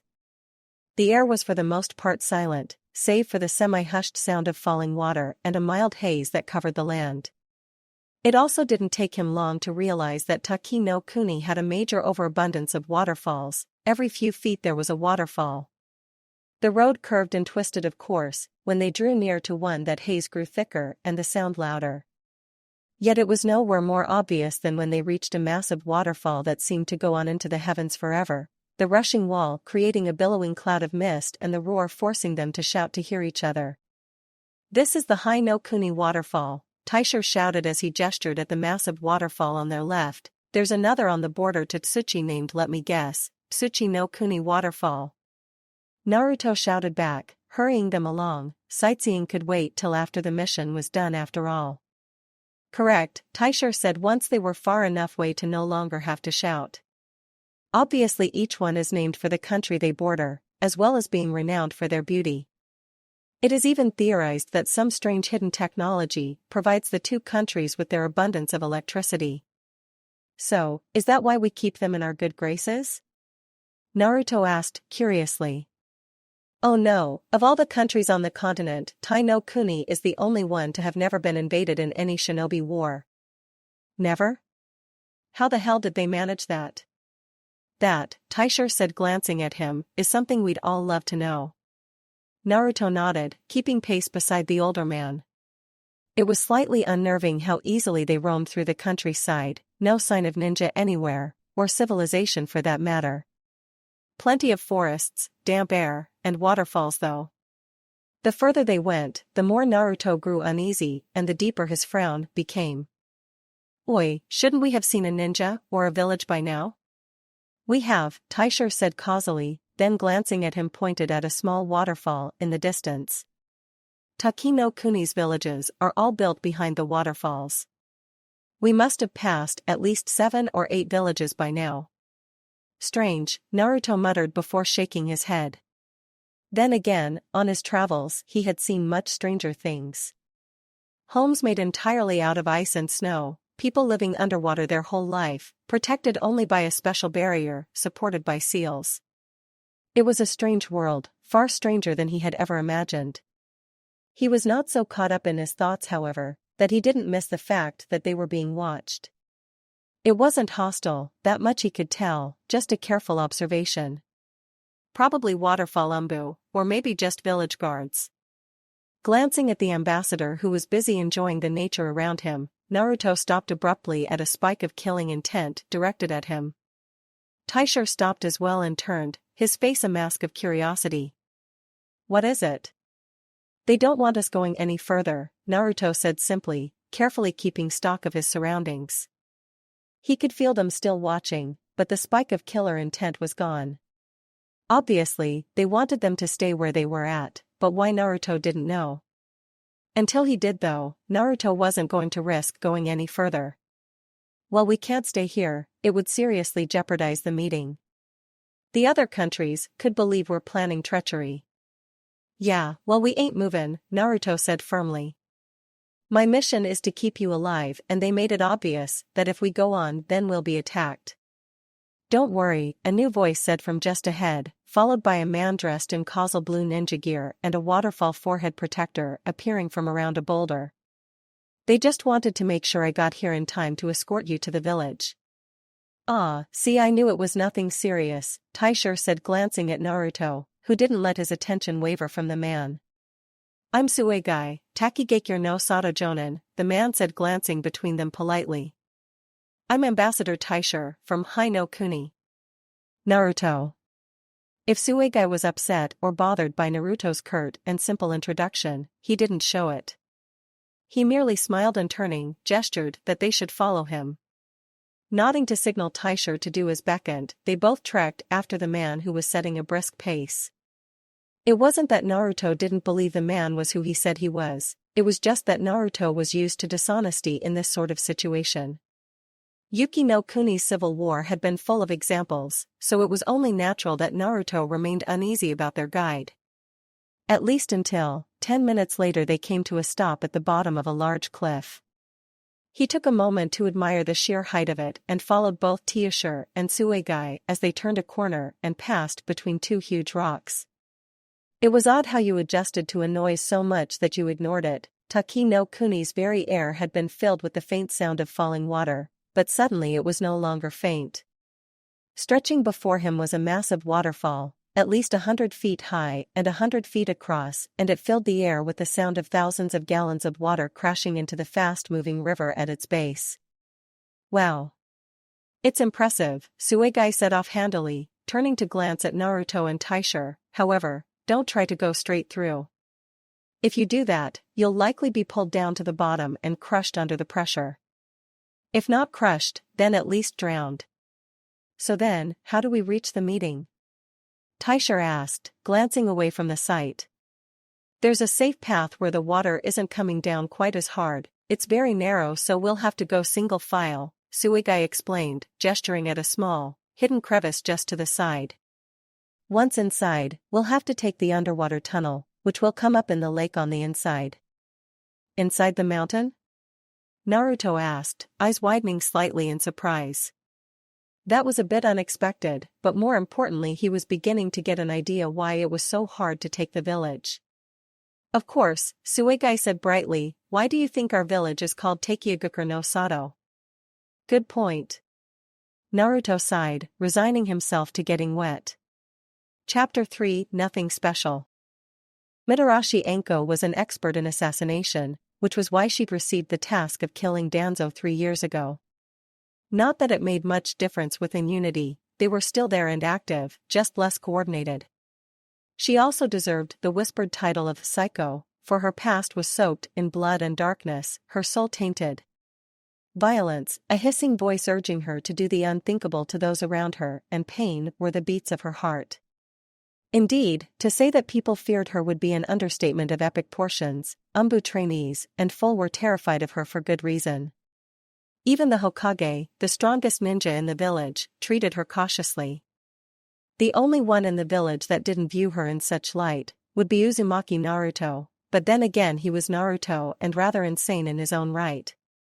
Anyway, the main point was that when she found something disturbing it was, well, disturbing. There was no doubt either that she had found something very disturbing. Anko had been hunting for Jiraiya, the Sannin that had trained Naruto for the last 3 years, all day. She'd even sent the Umbu trainees on the mission to locate the man. They had scoured every onsen in the village, even the small pleasure district, but the man had avoided detection completely. Well, he was a Sannin, only to be expected, but that wasn't the disturbing part. No, the disturbing part came after she found the man sitting calmly on the wall of the village staring at the skyline.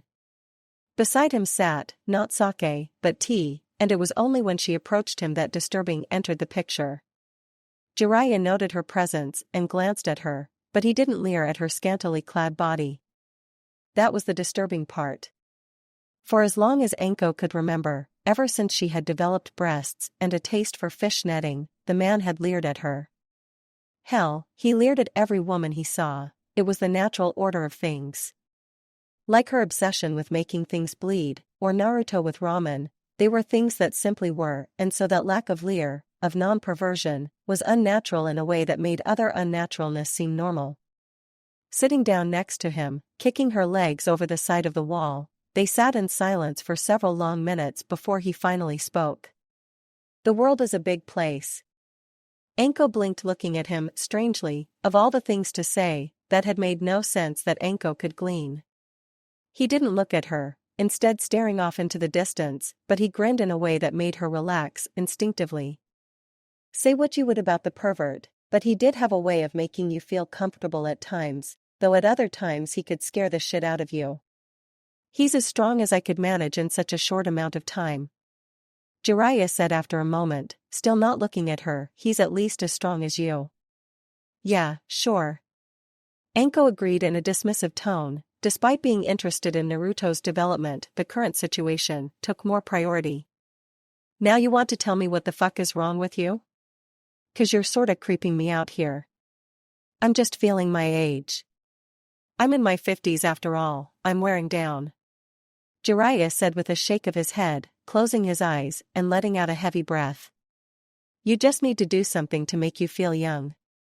Anko said with frown, taken back by seeing such a powerful ninja weary with age. Even the Sandaime had never gotten to this point. Tsunade certainly never seemed to act like that. The buxom woman still acted as if she were in her 20s, to match her image. Well, Jiraiya said slowly, before opening his eyes and grinning at her suggestively, they do say sex with someone younger can act as a fountain of youth. I'm not getting on my back, just so you can feel young. Anko shot back, and at his mocked hurt look, shook her head in exasperation. Apparently, he'd just been trying to set her up for that, as if such a pickup line would actually work. Anko paused, mind drifting toward how to adapt it for her own use, but then cast it aside as impractical. You're so cold, you should open up more. Jiraiya said with a sigh and leer, and hey, if you don't want to get on your back, there's always dog. Finish that sentence and I will kill you. Anko promised curtly, interrupting the man, though secretly amused. He affected a hurt look but wisely chose to leave his sentence unfinished, which made Anko grin. It was so nice to have the natural order of the universe restored. Her sense of forbidding doom eased up at that and she leaned back on her hands. So about Naruto, you said you made him as strong as me? Yeah, close enough anyway. Like you, on his best day he can just manage to touch my level. Jiraiya said, looking away from her sourly. There were issues that made things tricky though. Anko managed, getting the hint. Issues most likely meant Kyuubi, but what exactly the demon could do to complicate the training while sealed escaped her. Still, to be at her level or close to it even, was no small feat considering that it would have taken her even longer to get him to that level. Anko, just so you know, he's a good kid, but he's got darkness inside him. If you're not careful, then it's going to eat him alive. What do you mean? He's a sociopath. Jiraiya said before hesitating. Even with it trying to encourage and influence him, he's resisted giving in completely, but still, mild or not, he's a sociopath. No, Anko breathed, leaning forward as if struck in the stomach. Naruto a sociopath, her antisocial and violent tendencies had found a new home. The Jonin couldn't bring herself to take comfort in the knowledge of his somewhat untainted soul. Even a little darkness was too much. She tried to argue that it was only because of the Kyuubi, but she could not manage that. No, even with the Kyuubi it had to be because of her influence on him.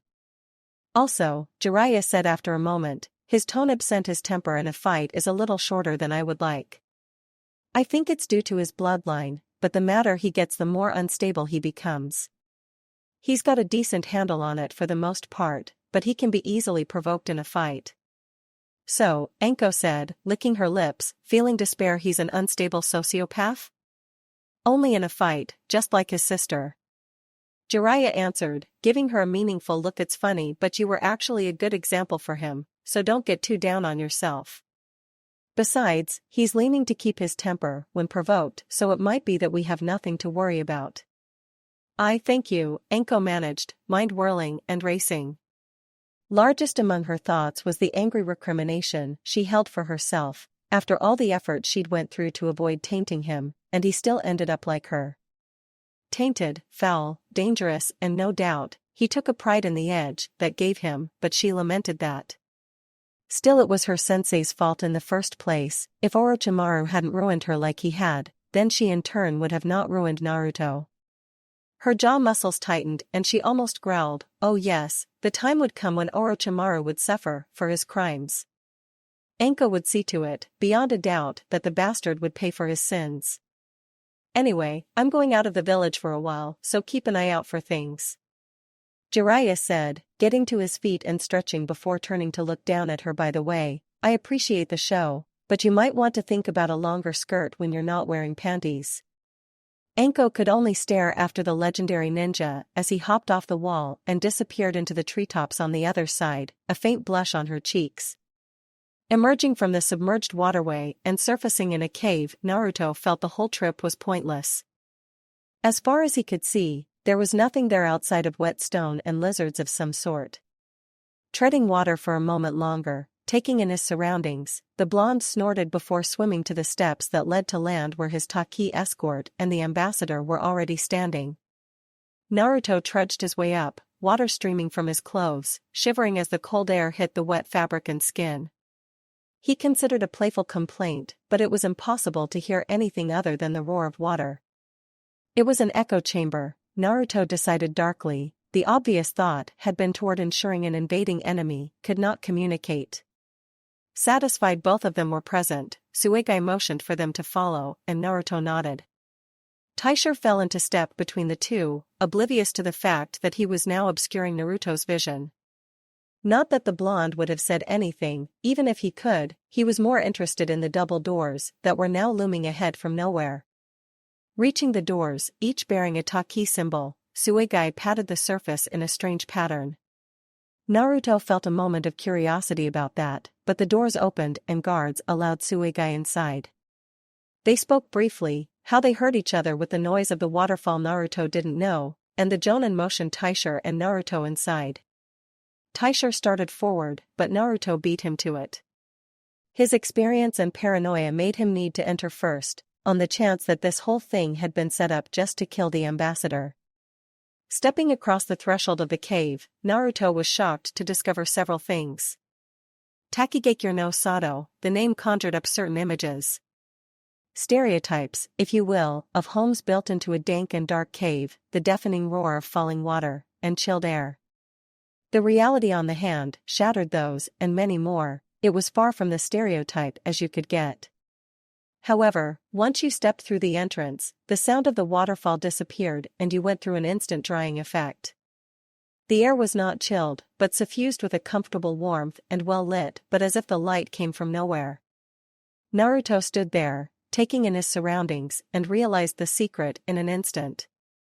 Seals. While no master like Jiraiya, Naruto knew more than enough to figure that out. The complexity of such sealing staggered his mind. He tried to picture the complex lines and patterns. The chakra requirements, balancing the elements so precisely, but it seemed beyond his scope and he shook his head, turning his attention toward the village itself. Taki village sat inside an enormous cavern and at its heart resided a massive tree that seemed to glow. Around it, and through it, ran a river splitting the village into smaller groupings of pleasantly looking homes. Travel between neighborhoods seemed to be done by using bridges, another sign that the builders were thinking in defensive terms. "Welcome to Taki no Sato," Tsuade said brightly, moving to stand next to Naruto. "Now just follow me and be careful not to fall off the bridges. The water has a nasty effect of create paralysis."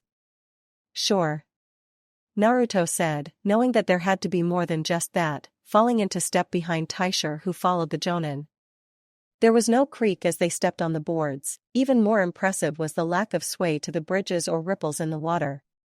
Naruto kept his attention bouncing, mostly because he found it boring now that they were actually inside the village. The neighborhoods were cheerful and happy, the business districts busy. It wasn't until they reached the centermost section that they found the most interesting thing in the village.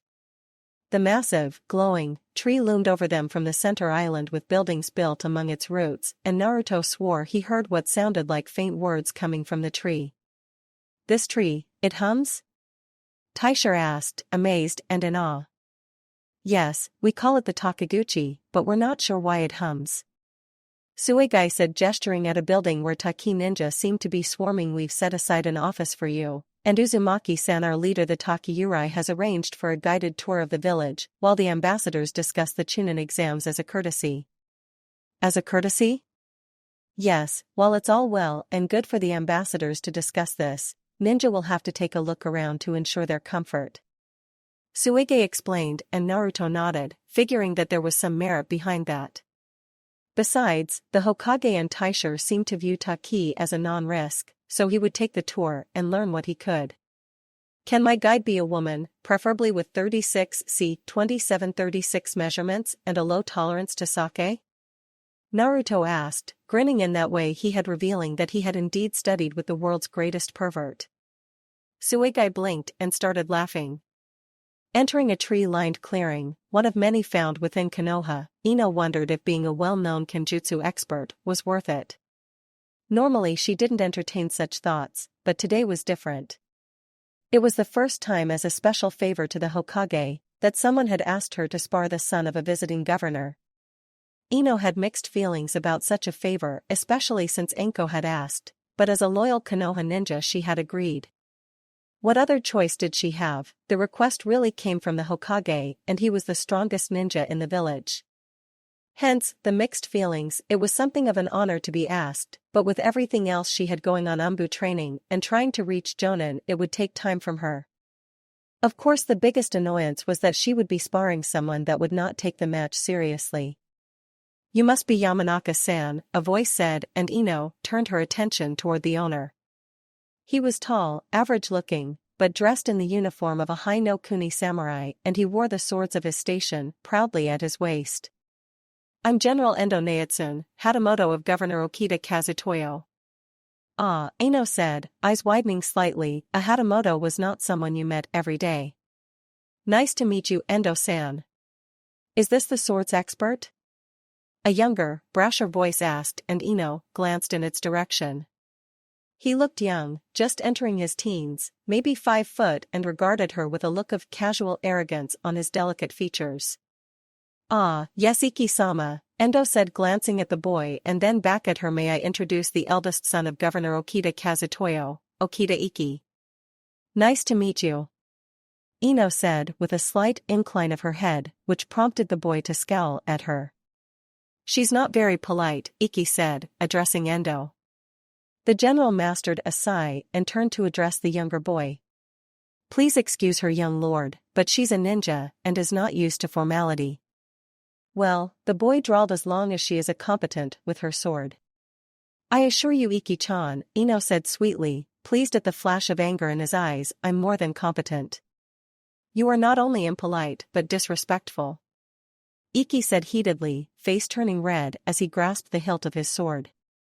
I am the son of a high-no-kuni governor and I demand respect as such. You can't demand respect, Ino countered, it's earned. Now then, Endo-san, what kind of sparring mat? This is not a sparring match. Endo interrupted, a tad reluctantly. Iki-sama wishes to properly test his skill in a first-blood confrontation. Are you serious? Ino asked, startled, glancing at the boy and then back at the general. How many fights has he had? This will be the first real test for him. The man admitted, then at her incredulous look added, however, he has been whining all of his sparring matches within the castle. I don't know. Ino muttered, glancing at the boy. Are you sure you want to do this? I'm undefeated, maybe you should consider starting with someone closer to your level. I asked for this, Iki said firmly. Once I defeat you, I can face my father as a true samurai. Oh boy, Ino sighed, reaching up to grasp the hilt of her own sword. If you're sure, then attack whenever you're ready. Why? Because you're the challenger, Endo said with some amusement. The challenger always attacks first. Fine. Iki said, and then pulling his sword, charged across the clearing and revealed everything Ino needed to know. He had some skill, his steps were firm and even, his posture was decent, and he kept both hands on his katana. He swept it back and overhead, while his knees bent for a jump, which came a second later. Ino sidestepped, parrying his blade aside, then gave a half-hearted swipe at his exposed back. The boy recovered deftly enough and managed to move away and turn so that he blocked her attack.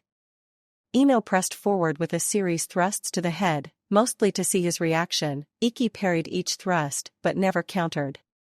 He was trying to play it safe, not a bad strategy in his position. Kodachi coming around, after the latest thrust, she attempted to bait him by creating an opening to her midsection. Surprisingly, he didn't fall for it and instead retreated, settling into a solid beginner's defensive stance, eyes not wavering from her as she paused to consider him. "So, are you giving up?" Ino finally asked, twirling her kodachi to rest in the crook of her arm and other hand on her hip. At his look, she grinned. "Well, you retreated, didn't you? That means you're giving up." "I am not giving up," Iki shouted, charging once more, sword sweeping to the left for a horizontal slash. Ino stepped back to avoid the slash, then tilted her head to dodge a thrust at her head. Ducking, she went under the thrust-turned slash at her head, then pushing off with the ball of her foot, moved away, forcing him to chase her. Better, Ino decided after dodging another slash, glad that he did know how to attack. It was just that he either wasn't used to counter-attacking or didn't like to, which Ino could sort of relate to, but either way it would prove a deadly flaw. She'd discuss it after the match, give him a tip, and it would help let her right wrist recover a little more. Stupid Anko. Dodging away from a now panting Iki, she twirled her blade back into a proper position. Iki didn't seem willing to let her go back on the offensive, but had to duck beneath a slash and dodge a thrust for his midsection. Back on the defensive, his eyes grew bright with panic as Ino pressed her attacks forward, but careful to stay roughly near his level. Breaking off, she twirled her sword and charged back in, startling the off-balance child, bringing her right hand up sharply. Iki reacted on instinct, attempting to block the blow, but instead struck only air as Ino pivoted around. Her kodachi, held in her left hand, lightly grazed his cheek as she passed, and coming to a stop, she turned to grin at him. "That's match." "Huh? But I'm not," he paused, then seeing Ino touch her cheek with a grin, he did so. Discovering the barest hint of blood, he blinked, staring at her, and then at Endo, who clapped. "Truly an excellent match, Iki-sama," the general beamed before addressing Ino. "Your skill is well earned as well, Yamanaka-san. Perhaps someday we'll have a chance to have our own match." "I look forward to it," Ino said with a smile as she cleaned her blade and sheathed her blade. Done, she turned her attention toward a disgruntled Iki who looked as if he was ready to chew nails. "You're not bad, but you should learn to counter-attack. Remember, when an opponent attacks, he is always slightly vulnerable." "Excellent advice," Endo said with a bright smile, walking over to pat Iki on the shoulder. "You should thank her for such a good match." "Why?" the boy asked, sounding annoyed. "It wasn't like I could actually fight her. I had to hold back too much." Ino blinked, as Endo made a motion that said stop talking. "I mean, she's a girl and I can't fight a girl at full strength." "If I did, excuse me," Ino said slowly, anger boiling. "Are you saying that I won because you held back?" "Exactly. And you held back because I'm a girl." "Of course." "If you think it'll be different," Ino offered, drawing her kodachi and holding it loosely at her side, "let's go again. Come at me with everything you have." Iki-sama, the boy, however, ignored the warning of the more experienced man and stepped away and forward. Ino watched as he adopted his ready stance, left foot back, sword up near his cheek on the right, edge up and the tip pointed at her, then grinned. So he was going to us that stance. Well, so much the better. The attack choices were limited. It'd either be a thrust toward her chest or face, or a slantwise stroke to her right. "Come on," Ino taunted, and he lunged with a battle cry, sword steady, hips and shoulders shifting for his strike. It would be a thrust as the blade started toward her, without a hint of hesitation. Her kodachi flashed out with a casual grace, followed by Iki's sword snapping in half, and with a startled cry he dropped the shattered weapon. Ino moved without a hint of motion, one hand shooting forward to grasp the over-collar of his kimono, while her kodachi's tip came to an abrupt halt against his forehead. "Now then, little boy," Ino said in the tone normally associated with the battlefield. "I am Yamanaka Ino, Hitokiri of Konoha. You have as much hope of ever reaching my level as a snake does of flying." A beat, those terrified wide eyes staring up at her as a bead of blood trailed down between his eyebrows, before slipping down the side of his nose. Ino withdrew her sword and stepped back, not breaking eye contact with him. With a causal disdain, she flicked her right wrist out while pulling the back of the hilt to the left, clearing her blade of blood. Nodding at a despondent Endo, she sheathed her weapon and, turning on her heel, walked away mind focusing on two things. 1. Buying ice for her now throbbing wrist, and 2. Killing Anko slowly with a great deal of pain. It was the nature of ninja, the ones that lived long enough, to develop a certain amount of paranoia. This paranoia took various forms, some going to the extreme, but it was an unavoidable part of life. The most common and mildest form of paranoia was that of stashing weapons away in various places for the off chance she would need to fight there. This actually became second nature to all experienced ninja, which was why an enemy was rarely foolhardy enough to allow his target the home field advantage. For a ninja like Jiraiya, one of the famous Sannin, nearly all the world was his home. He, unlike the others, traveled off into other countries and so had things stashed everywhere. However, the worst place to try to fight Jiraiya would be in Hai no Kuni, where he had stashed more weapons and porn than any human rationally should be able to. Jiraiya also had one other, unique, form of paranoia. He liked to create secret spots, private places where he could retreat and not be located. Being a sealing master came in handy, and indeed, so far the only person that had ever found one of his secret spots had been an even greater sealing master, the Yondaime. Orochimaru had found it annoying that he'd never been able to locate one, and Tsunade had just been pissed off. Of course, in her case, the only reason she ever wanted to find him was he'd pissed her off in the first place. Jiraiya's favorite spot was a small house in the forest a few miles away from Konoha, isolated. It had been here that he'd penned his first Ika book, from here, he'd mourned the Yondaime, and from here he had ranted against Dan and Tsunade. So now, at the end of his life, it was to this secret house that he returned to update a document that no other Sannin had ever created. His last will and testament. Settling into the chair and the battered table, he let out a weary sigh. He hadn't been lying to Anko earlier, he was feeling all of his 53 years and even more. After all, how many people had to train and almost raise two men like Naruto and Minato? Shaking it off, he resolutely began forming seals, wincing as he felt his body tremble in pain. How many days or weeks this would take off, he wondered as he applied the summoning seal to the table and with a pulse of chakra summoned a folder. His hand trembled, and pulling it against his chest, clutched it tightly until it stopped. Letting out a breath, he opened the folder and selected a pen from his hip pouch, turning his attention toward the task. The first order of business would be marking out the Yondaime and replacing him with Naruto. After all, what did Jiraiya need with his savings when he died? The royalties from the infamous Ika series would go to the Konoha orphanage. This left only one person, the last person he could actually claim to be close to, and that would be Tsunade. The chair creaked as he leaned back, the pen bouncing between his fingers, his thoughts drifting. What could he leave her? Would she want anything he did leave her? Their relationship was complicated in a way that made Anko's small crush on Naruto seem simple. He and Tsunade were siblings, enemies, best friends, lovers that had never shared a kiss. Yeah, things between him and Tsunade were complicated.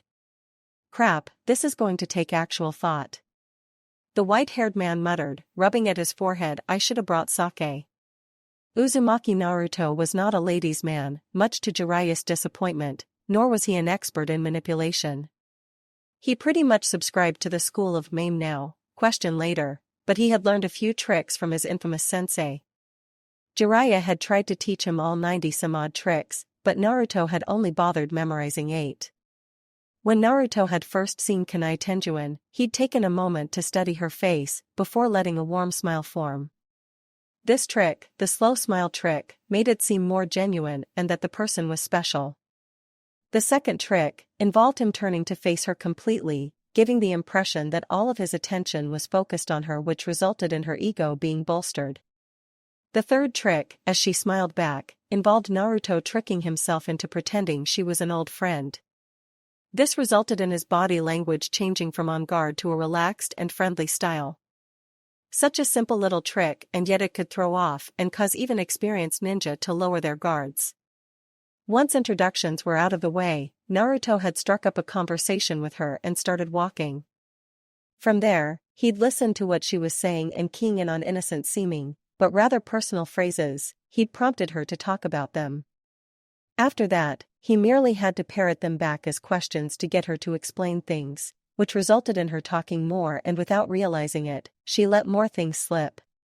For example, she was a year older than him and had just taken the Jonin exams. So Naruto had asked about that and now knew a lot about how the village worked. Taki had a Jonin council, which controlled most things, while the Taki leader had a moderate amount of authority. There were no civilians within the village, though very few people were active and the total number of ninja rather small. Noticing the details of a few active ninja and small number of ninja, Naruto had asked about her. This had resulted in her launching into a rather energetic story about her past, and that was the last trick.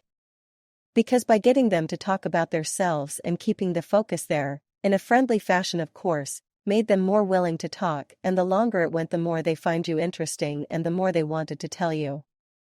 So after that, I had to buy him sake for a year. Kanai said with a laugh, finishing her story about upsetting the village leader. Naruto laughed as well, but was distracted by the Kage Bunshin he had secretly sent out, telling him that there was a total of 10 seals surrounding the cavern walls. This was a fatal flaw in his earlier methods, because it allowed the conversation to lag and made his friend turn the conversation toward him. So enough about me, you haven't told me anything about yourself. Tenjuin said brightly, and Naruto managed to hide his surprise at the change in topic quick enough to do Anko proud. Well, not much to tell. Naruto answered, trying to seek something that could turn this conversation away from him. He was not skilled enough to keep sidestepping such questions for long. Not much to tell? Tenjuin asked, with a hint of disbelief. You beat that Tsunade Jinchuriki 3 years ago, didn't you? You've trained with a Sannin and the infamous Mitarashi Anko. There's got to be a lot to tell. Sounds like you know a lot already. Naruto said, barely managing to keep the paranoia and suspicion out of his tone. She had just revealed that they knew more about him than they should. Also, the term Jinchuriki made him even more paranoid, his private worry about being found out as one. Naruto did take some comfort in the fact that she hadn't used the more derogatory word eta like they did in Mizu. Oh no, not at all. That's all fairly common knowledge, especially your fight against the Jinchuriki. She explained brightly, it's hard to keep a low profile after fighting something like that. Ah, Naruto said, turning to look at her. What can I say? I went around and trained, that's about it honestly. Look, Tenjuin said after a moment, a hint of annoyance in her now lower tone, I know you got me to tell you more than I normally would. Most likely, the spies that are watching us know it and I'm going to get yelled at. So just give me something so that I can make them think that I deserve my rank and not be listed as a security risk. Let me guess, you've only got one more chance to prove yourself or something like that? Naruto asked in a curt whisper, careful to keep an eye on the surroundings. So are you going to tell me something or not? She hissed, a note of anger in her tone. What's in it for me? Naruto asked automatically, deciding that if she wanted to play it that way, then he would drop his pretenses. You need more? I've told you a lot already, you know. That's your problem, Naruto returned. Bastard. Tenjuin muttered, glaring at him. Fine, what do you want? Answer one question honestly, Naruto offered, thinking that she was lucky he wasn't half as perverted as Ero Sannin. Seeing her nod in agreement, he considered what to ask her. He could ask about how they had managed to remain uninvaded, but knew there was no way she would tell him that. Feeling her expectant look, he stared at her before deciding on what he would ask. I've noticed a series of seals on the cavern walls, spaced out so that they correspond to one island each. So you want to know what they do? Exactly. I'm not that swift at seals, Naruto lied expertly. I know they do something, but not sure what. They're just heating seals. They take ambient chakra and convert it into heat. Ah, Naruto managed, slipping behind his acceptance mask, knowing that there was more to them than just absorbing and heating. He also now knew either she didn't know or that she was lying through her teeth. I see. I wasn't sure, but that would explain things. I'm so glad. Tenjuin muttered. So what did you want to know, Tenj-chan? Naruto asked, smiling at her scowl. Just like that? Tenjin asked, somewhat taken aback, as if she expected more of a fight. Naruto though had made an agreement, and besides, this way she'd take whatever he told her with a grain of salt. Sure, only fair. Naruto agreed, putting his hands into his pockets. I mean, you've told me a lot. I'm an open book, ask away. Okay, what's your real rank? I mean, our records say chunin. That's right. I'm still only a chunin. You're kidding. After 3 years, and you're still a chunin? So is that it? Naruto asked, stung by her comment, though he hid it. No. Okay, how'd you manage to survive the fight against the Tsunade Jinchuriki? Naruto fell silent for a moment, mulling over if he should answer that question or not. Well, Mizu, Suna, and Kumo already knew, or at least they knew the public story. So, why shouldn't he tell her the same old lie? I have an advanced bloodline called Tenkichiu, which allows for complete regeneration from any wound and ensures that afterwards I'm just that much harder to kill. Really? Tenjin asked, startled. Yes, Naruto confirmed, keeping the scowl of his face. Oh yes, up to a point it held true, but apparently there was a cap on the toughing up aspect of the ability. That had been a shock to discover, but Ero-Sanin hadn't been too surprised. After all, no matter how powerful the Kyuubi was, its power was hamstringed by a powerful seal. So there would have to be a limit at some point, though the limit left Naruto much harder to kill than should be possible. He'd had a few enemies discover that problem, of course when they did find out they didn't have long to ponder it. Hopefully it would let him kill a few guys in black and red cloaks and one snake bastard, but he wouldn't count on it. Signature move? Rasengan, Naruto offered, fighting to keep the smirk off his face. Oh, it was his signature move. As far as he wanted everyone to know, there was another move he wouldn't let out for all the ramen in the world. Well, maybe all the ramen and a nude Ino on the side, but that was unlikely to happen anytime soon. Is it true that you've killed Momochi Zabuza? Well yeah, but that was 3 years ago. Naruto answered with a roll of his eyes, before adding in an aside, oh, and I'm going to be the greatest Hokage ever. And you said there was nothing to tell. Tenjin managed, sounding more than a little taken back from the knowledge. So I lied, Naruto offered with a boyish grin that he had learned from Jiraiya Spank Me.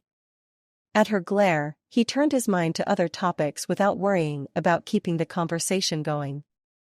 Namely, it was the heating seals that occupied his mind. After all, there had to be a bigger reason for them, plus why was only about 10% of the population allowed to be active ninja? It made no sense, but he'd figure it out. Plains of Sagahara, Kuma no Kuni. The plains were nearly silent, the only noise that of frustrated animals and the sound of shovels digging. The very countryside seemed to be holding its breath, while it sweated under the heat of the rising sun. This was Sagahara, the largest plain in Kuma no Kuni, the impending site of the latest skirmish against Kusa no Kuni. General Iza shifted idly in his saddle, shading his eyes as she surveyed the field. The Hokage had yet to respond, but there should not be a large need for them in this battle. Still, Iza would have preferred a few ninja on hand. Kusa no Kuni had been expanding rapidly lately, and it was a little worrying how they'd managed to crush 3 of their opponents so swiftly. The plains should work to our advantage, he murmured absently. He reviewed his battle plans. His moderate cavalry unit would sweep down into the plains and trample the unprepared enemy. It had been foolish of Daimyo Hitori to send troops still weary from fighting against Tori no Kuni, whatever experience they had suffered due to fatigue. The sound of hooves disturbed his reflective moment, and turning, he watched a younger samurai approach on horseback. New to the unit, his armor gleamed in the sun. As he got closer, Iza noted the smooth features of a man just entering adulthood. The young man reined in smoothly and saluted with fist to chest. Iza-sama, I have a report from our scouts. Ah, the general managed, scratching his whiskered chin before sighing. What do they have to say? Kusa's forces are stationary just on the other side of the river. They've erected a few crude wooden barricades just on the banks. The messenger reported before shifting in his saddle. Captain Okutan has reported that his battalion can sweep around them. but it will be difficult. Did you report to Okuten-san first? The general asked, casually, but inside his anger began to build at such a disregard for chain of command. No, Izie-sama, he was there with me when I received the scout's report. I see, Izie murmured, making a mental note to keep an eye out for the captain and watch for treachery.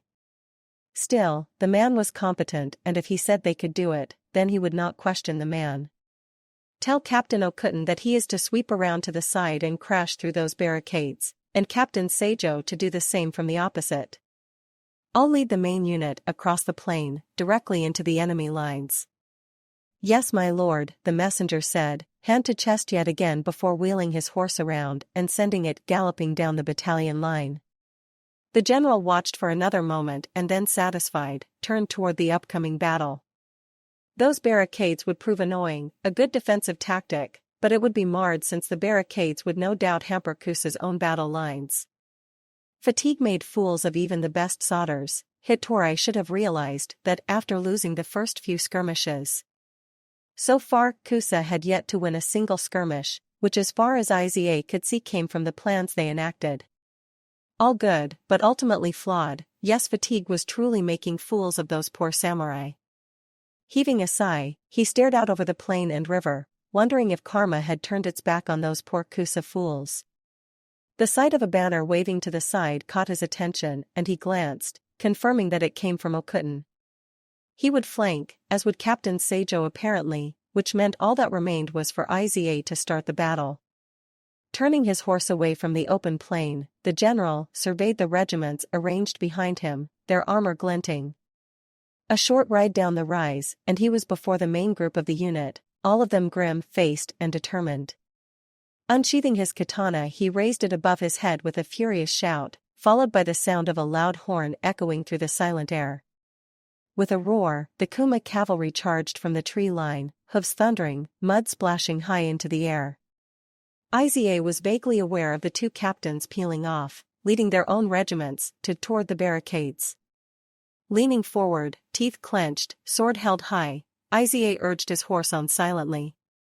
He would be the first to cross the river and would see these Kusa fools scatter like the chaff that they were.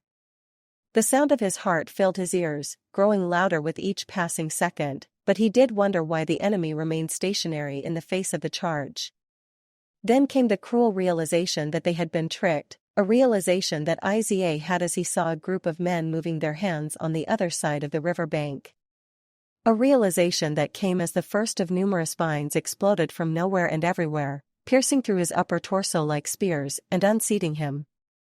The order to attack from the enemy meant little as Izie passed into death with a gurgling noise, lying prone on ground in a mixture of blood and mud. The Hokage couldn't help but sigh as he shuffled the papers on his desk once more, lamenting allowing Anko to talk him into things. When Governor Okita Kazutoyo had approached him about arranging a match for his son Iki, Kakashi had been unsure of who to assign. So he had conferred with Anko. Tenju had been busy, who had selected Yamanaka Ino. Why, Anko wouldn't explain. Glancing at the deranged woman absently, he found her leaning against the wall, eating her dango and staring raptly at the door. Awaiting Ino, no doubt, the girl had done the job perfectly. According to Okita, Iki had become something of a bully with the younger siblings and female samurai, so someone had needed to take him down a peg or three. Turning back to his paperwork, Kakashi wondered why, if Ino had done such an excellent job, he felt something bad on the horizon. Signing yet another sheet of paper, to approve more money to the academy, he mused that the feeling came from Anko being involved. He came out of his thoughts at the sound of the door opening, and looking up, he started to say something, when he found Ino hesitating just inside the doorway. Sensing something amiss, he motioned her to enter silently, while setting his pen aside. The blonde seemed unwilling to talk, and he glanced at Anko, who was grinning viciously while twirling a dango stick between her fingers. His stomach rolled as he realized she had done something, and knew instinctively that this would go worse than he had thought. Considering how best to approach such a feat, he shifted in his seat and Anko decided to beat him to the punch. Slinking low behind his desk, the strongest ninja in the village began whispering prayers that his office would survive the fallout. So you cut a high no Kuni's governor's son. Anko said, her tone cold and sharp. Yes, but Ino started before Anko interrupted her. You not only cut him, but you humiliated him by snapping his sword in half? Yes, but you humiliated him, cut him and then scared him bad enough to wet his pants.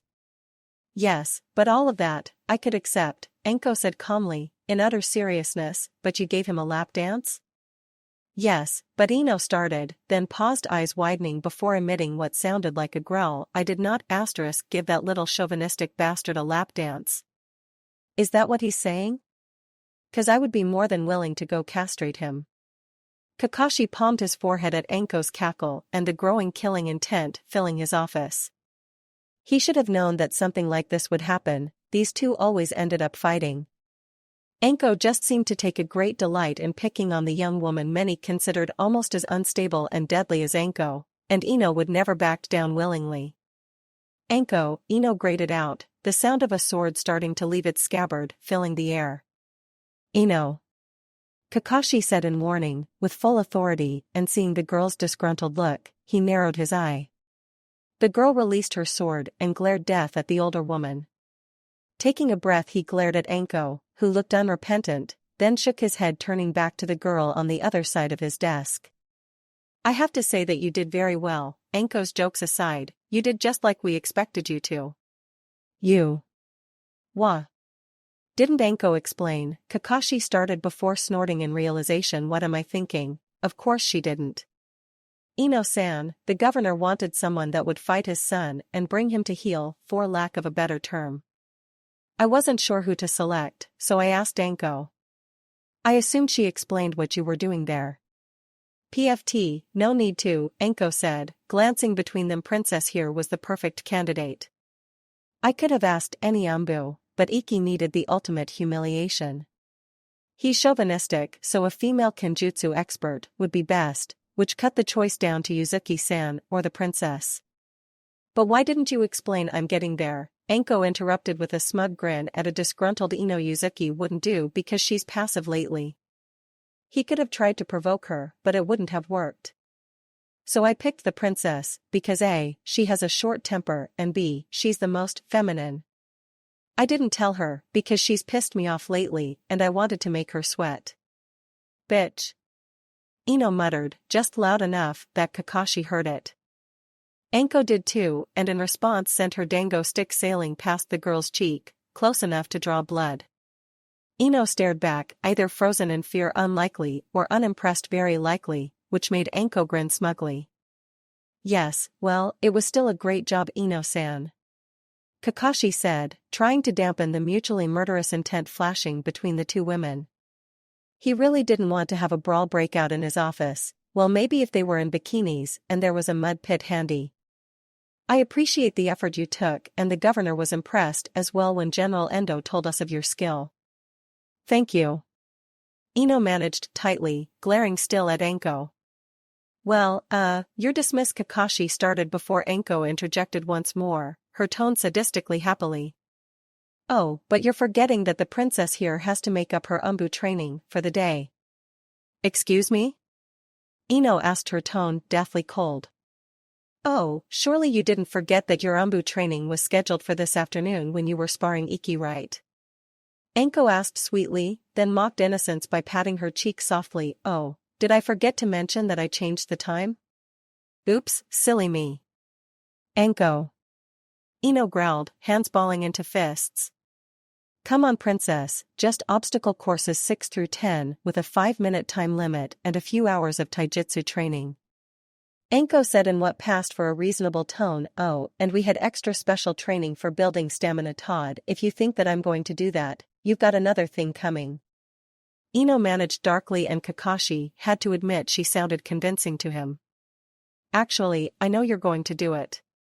Otherwise, you're out of the trainee program. Promotion to Jonin is automatically denied for 2 years, Anko said, then added with extra vindictiveness, and a certain young man determined to be Hokage will find out about your lack of dedication. The look on Ino's face told Kakashi that they had waded into dangerous waters, and he cleared his throat, bringing the two women's quickly approaching mutual attempt at slaughtering each other to a halt. Seeing he had their attention, he addressed them both as only he could, ensuring that his heart genjutsu was at full strength. Would you two ladies mind taking this, who has the biggest tits contest, somewhere other than my office? Unless you'd like to wait around for me to build a mud pit. Fine. Ino grated out, before addressing Anko, I'll be waiting at the training field. Good. Anko returned, then when the younger girl left in a bottled fury she turned to Kakashi with a smirk, who has the biggest tits contest. What? I couldn't say pissing contest, Kakashi shot back with a wry chuckle, I had to come up with something. Well, I win hands down then. Mine are much bigger than hers. Yes, the Hokage agreed, eyeing said anatomy, but hers are perkier. I can't believe you said that, Anko managed, in mock offense when I tell Naruto he's going to be furious. Huh. He's a 16-year-old male, he's noticed every pair of that's come in 5 feet of him. He can't hold it against me, Kakashi countered, then paused in mock thoughtfulness, leaving the opening for Anko to say what he expected. You really are a pervert. Part of my charm, Kakashi returned absently, turning back to his paperwork, and Anko, please remember I would prefer it if you two refrained from killing each other. Spoil sport, Anko called out, before she closed the door behind her. Kakashi sat there for another moment, then got up and fished on the top bookshelf, before finding the special Hokage strength's sake. He was going to need it for when the damage report came in from Ino and Anko's little tussle that would be happening soon enough. Sitting back down at his desk, the masked man almost pitied Naruto, until he remembered spending the last 3 years without his precious. Naruto deserved those crazy bitches. Takaguchi, the great tree and source of the Mizu no Juriai, seemed to hum silently in the stillness of the village. Those few that actually visited Taki always asked how it managed the humming noise, and always they were told it just did. The truth was, Takaguchi was a living tree, like those found in the ancient legends and myths. Standing amidst the massive roots, touching the rough bark of the gigantic and old tree, the Takiyurai of Taki no Sato found it ironic that with all the ninja in his village one Chunin could have outwitted them all. The Jonin Council was outraged, claiming things like breach of trust and betrayal of honor. Shibuki, however, well, he found it amusing, and at least it had been a Konoha ninja that discovered their secrets. Or at least one of them, the Mizu no Juriai remained unknown to any other than a few select leaders of the village. The Mizu no Juriai came from the main root of the massive Taki tree, and prolonged life. In comparison, the fact that the chakra absorption seal had been discovered wasn't devastating. All that did was take the ambient chakra all ninja emitted and stored it away, using the combined power to provide lights and power the other seals throughout the village. The Takaguchi of course consumed a small portion, but that could never lead to the discovery of the Mizu no Juriai. Uzumaki Naruto, the man muttered with a wry grin, feeling sorry for the kunoichi they had assigned to be his guide. Who would have guessed that the boy could put a trained jonin into such a state of trust and comfort that she would reveal the seal, troop numbers, training methods, and other petty details that Konoha most likely already had. I'll have to keep an eye out for him. Patting the bark fondly, he began humming along with the tree. Chapter 4 Development. If there was one thing Hitaki Kakashi hated about being Hokage, it was the paperwork. It never ended, even if he believed he had signed every single piece of paper for the day, there would always be more tomorrow morning. Kage Bunshin did not help either, he had spent who knew how much time the first few months in office, bewildered by random pieces of information. Nor could he assign a ninja to be his clerk so that they could use his seal to sign for him. He quickly learned that unless he was aware of everything he was asked to sign, the politicians took advantage of the situation. So, needless to say, when his assistant knocked on the door and announced that Naruto was on his way, he was happy. "Yo," Naruto said, suddenly entering the office, the door banging open and then shut behind him. Naruto, the Hokage, returned pleasantly, amused to see so much of Anko and Jiraiya in the boy's personality. The boy smiled and moving forward, plopped into a chair and stretched. "I trust the mission went well? Was there any doubt?" Naruto returned and unzipping his jacket, he produced a scroll, which he promptly tossed at Kakashi. "Oi, Taisher asked me to give you that." Supposed to be all the details that were agreed to. Ah, so how was the meeting? Boring as hell, Naruto answered, rolling his eyes. So, when do I get my next mission? After lunch, Kakashi said, setting the scroll aside for the moment, about an hour after. Ah, but come on. Naruto whined. 1 hour, the Hokage said firmly, before closing his eye in his trademark happy curve, but I promise it'll be an A-rank mission. Hell yeah. Naruto shouted. So, go do whatever, get lunch, be back here an hour later and you'll have your Missy. Kakashi paused, realizing that he was talking to an empty room and sighed. Part of him found it annoying that Naruto was so casual in his conversation with him, another part felt it was a good thing. After all, Naruto should be casual with him, look who he had interacted with growing up. Hell, according to Jiraiya, Naruto had met both the Raikage and the Kazekage. There was also the daimyo of Mizu no Kuni, the Yuki no Kuni daimyo, wherever that was, and the leaders of few other countries.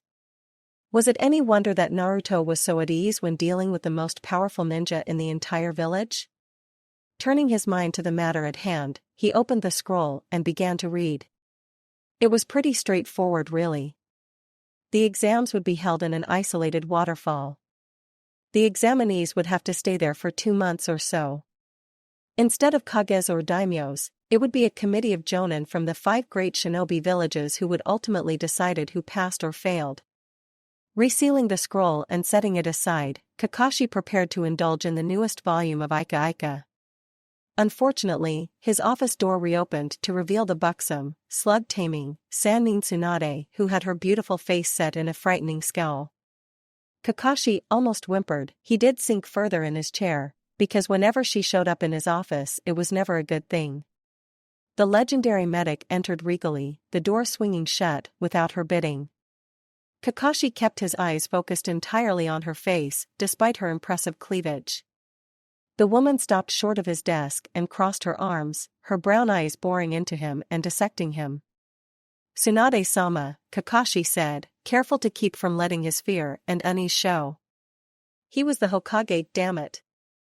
Hokage-san, Tsunade said, tone clipped, making it clear that for the moment she was going to treat him as an equal. I need you to assign a mission for me. What kind of mission? The masked Hokage asked, pulling scroll and scribe together to note the details. It's a rank and it'll need to be done immediately. Okay, Kakashi agreed, jotting it all down. What exactly do you need done? I need them to travel 3 miles east of the capital. There's a secret location that the Sannin used to hide information during the Second Great War, Tsunade explained, handing over a map before continuing, I need all the scrolls stored there.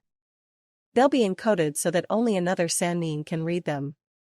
I cannot stress how important it is that they do not touch anything else or attempt to read any of those scrolls. Right, Kakashi agreed, already mentally creating a list. Rock Lee was a given and Yamanaka Ino, since she only needed another 5 missions for Jonin status. He could send Naruto, but that could create problems. Besides, Naruto wasn't suited for this sort of mission. That meant Inuzuka Kiba, who was the best tracker in Konoha. I'll pay triple the normal fee if they can get the mission done in a day, Tsunade added, jolting Kakashi out of his thoughts. Triple? The Hokage repeated and stared at her, stunned. What was in those scrolls that she would willingly pay triple, especially when he was more than willing to assign this mission for free? Why? This is a personal matter, Tsunade said, eyes narrowing dangerously. Understand, Kakashi? Hi, Kakashi nodded, picking up the dangerous undercurrent in her voice. Gulping, he watched her turn and walk out and breathed just a little easier. There was no telling what she would do in that mood. She had been the same way yesterday when she demanded access to all the medical scrolls in the vault. She would find whatever she was looking for, and that scared him far more than it should. Alright, just so we're clear, no S-rank jutsu, Anko said, stretching as she led Naruto into the clearing. He'd turned up on her doorstep half an hour ago, asking if she'd like some dango and to spar. Anko, of course, had agreed, hangover or not. And no summoning? Naruto asked, grinning at her, an almost excited air around him. Exactly, Anko confirmed with a nod, curious to see how Naruto had developed during his training trip. Naruto's development was important to her, and despite Jiraiya's assurance, she really wanted to see how he stacked up for herself. So, any other rules? Naruto asked, moving away from her so that they were on opposite sides of the clearing. Nope, Anko said with a grin, producing a kunai, basically other than that we're free to try and kick the shit out of each other. We always try that, Naruto said smiling as he produced a kunai in each hand. So you want to start us off, Psycho? Sure, Anko said, darting forward, weaving side to side before ducking under Naruto's kunai. Pivoting around, coat billowing behind her, she came up behind the boy, a hand on his left shoulder, her weapon against his ribs. Surprise. Surprise yourself, Naruto said from behind her, and a second later she felt a kunai press against her own back. Glancing over her shoulder, Anko raised an eyebrow at Naruto, who was standing there. She turned and looked back at the Naruto she had at her mercy. Raising an eyebrow, she considered the situation, then grinned, so Naruto really had gotten better. Okay, so now to get out of this situation. A shunshin, combined with a kawarimi, and she was across the clearing, with Naruto charging after her. Grinning, Anko shed her coat and threw it into the boy's face, followed by several shuriken. Naruto pivoted with a spin around the coat and, deflecting her shuriken, charged her with a burst of speed. They met with a sharp clang as kunai clashed, each grinning maniacally. Then they were racing away in a series of rapid shunshins and dizzying leaps from ground to tree, to branch and back to ground. Anko felt a strong sense of pride as they separated, both breathing heavier. Naruto had matched her so far. He wasn't disappointing her, that was for sure. Naruto's moves were fluid, and he was using his knowledge of her style to his advantage. Plus his speed had increased so that it was closer to her own, and his reflexes matched her own, making it clear that they were even. It was time to kick it up a notch. Ready to get serious, Runt? Anko asked brightly, itching to see just how good he really was. I've always been ready, ya psycho, Naruto countered, just as brightly, but you know, being an old woman and all, I figured you needed time to warm up. Old woman?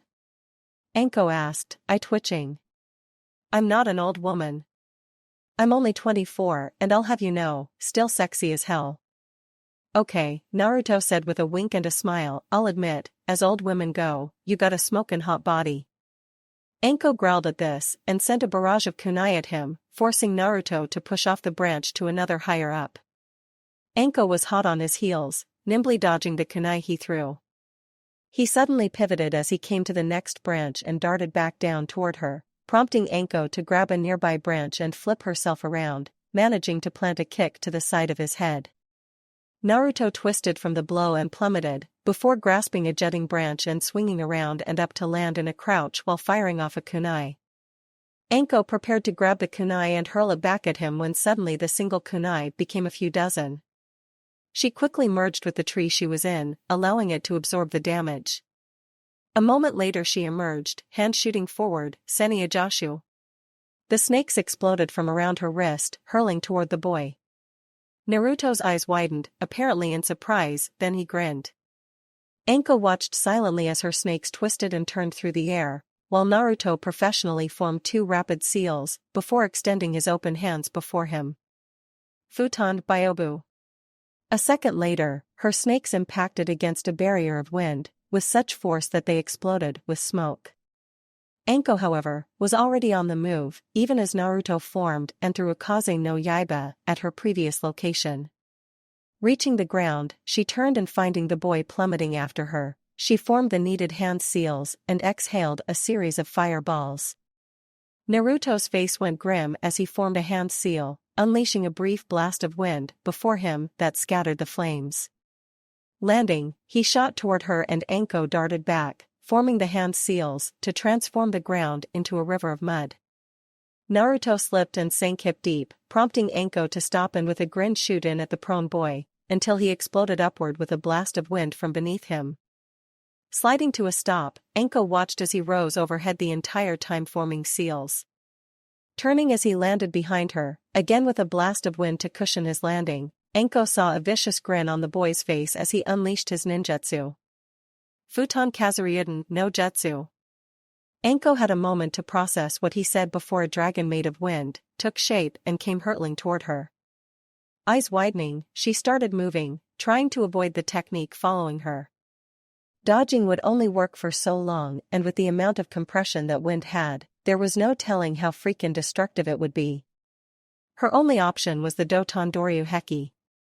Forming the needed hand seals, Anko spewed a line of mud on the ground that transformed rapidly into a large wall of earth.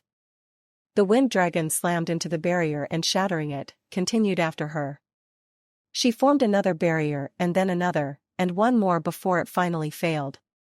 Coming to a halt as the dragon dissipated, she went on the offensive once again. Suinjayanto Nenten Hibi no Jutsu. Anko shouted, forming the hand seals before the earth rumbled and exploded as two giant snakes shot after the now airborne Naruto. The boy looked unsure about the development, but he quickly countered with a wind jutsu that decapitated both snakes and sliced a few trees in half. Anko, however, was already on to her second attack, Suitun Taihuden. Having generated the needed water in her mouth, she spat it as a stream at a still airborne Naruto, catching him in the chest. The boy made a muffled sound as he crashed into a tree. Anko cut the jutsu short, watching as he fell in a heap against the branches, before smacking into the ground. Naruto's deception didn't fool her though, and she dodged a Kaze no Yaiba from the left, even as the Naruto she had attacked disappeared in a puff of smoke. Countering with her own Kaze no Yaiba, Anko couldn't help but grin as she forced the boy to use another blast of wind to protect himself. They were still about even, all things considered. It sent a thrill through her.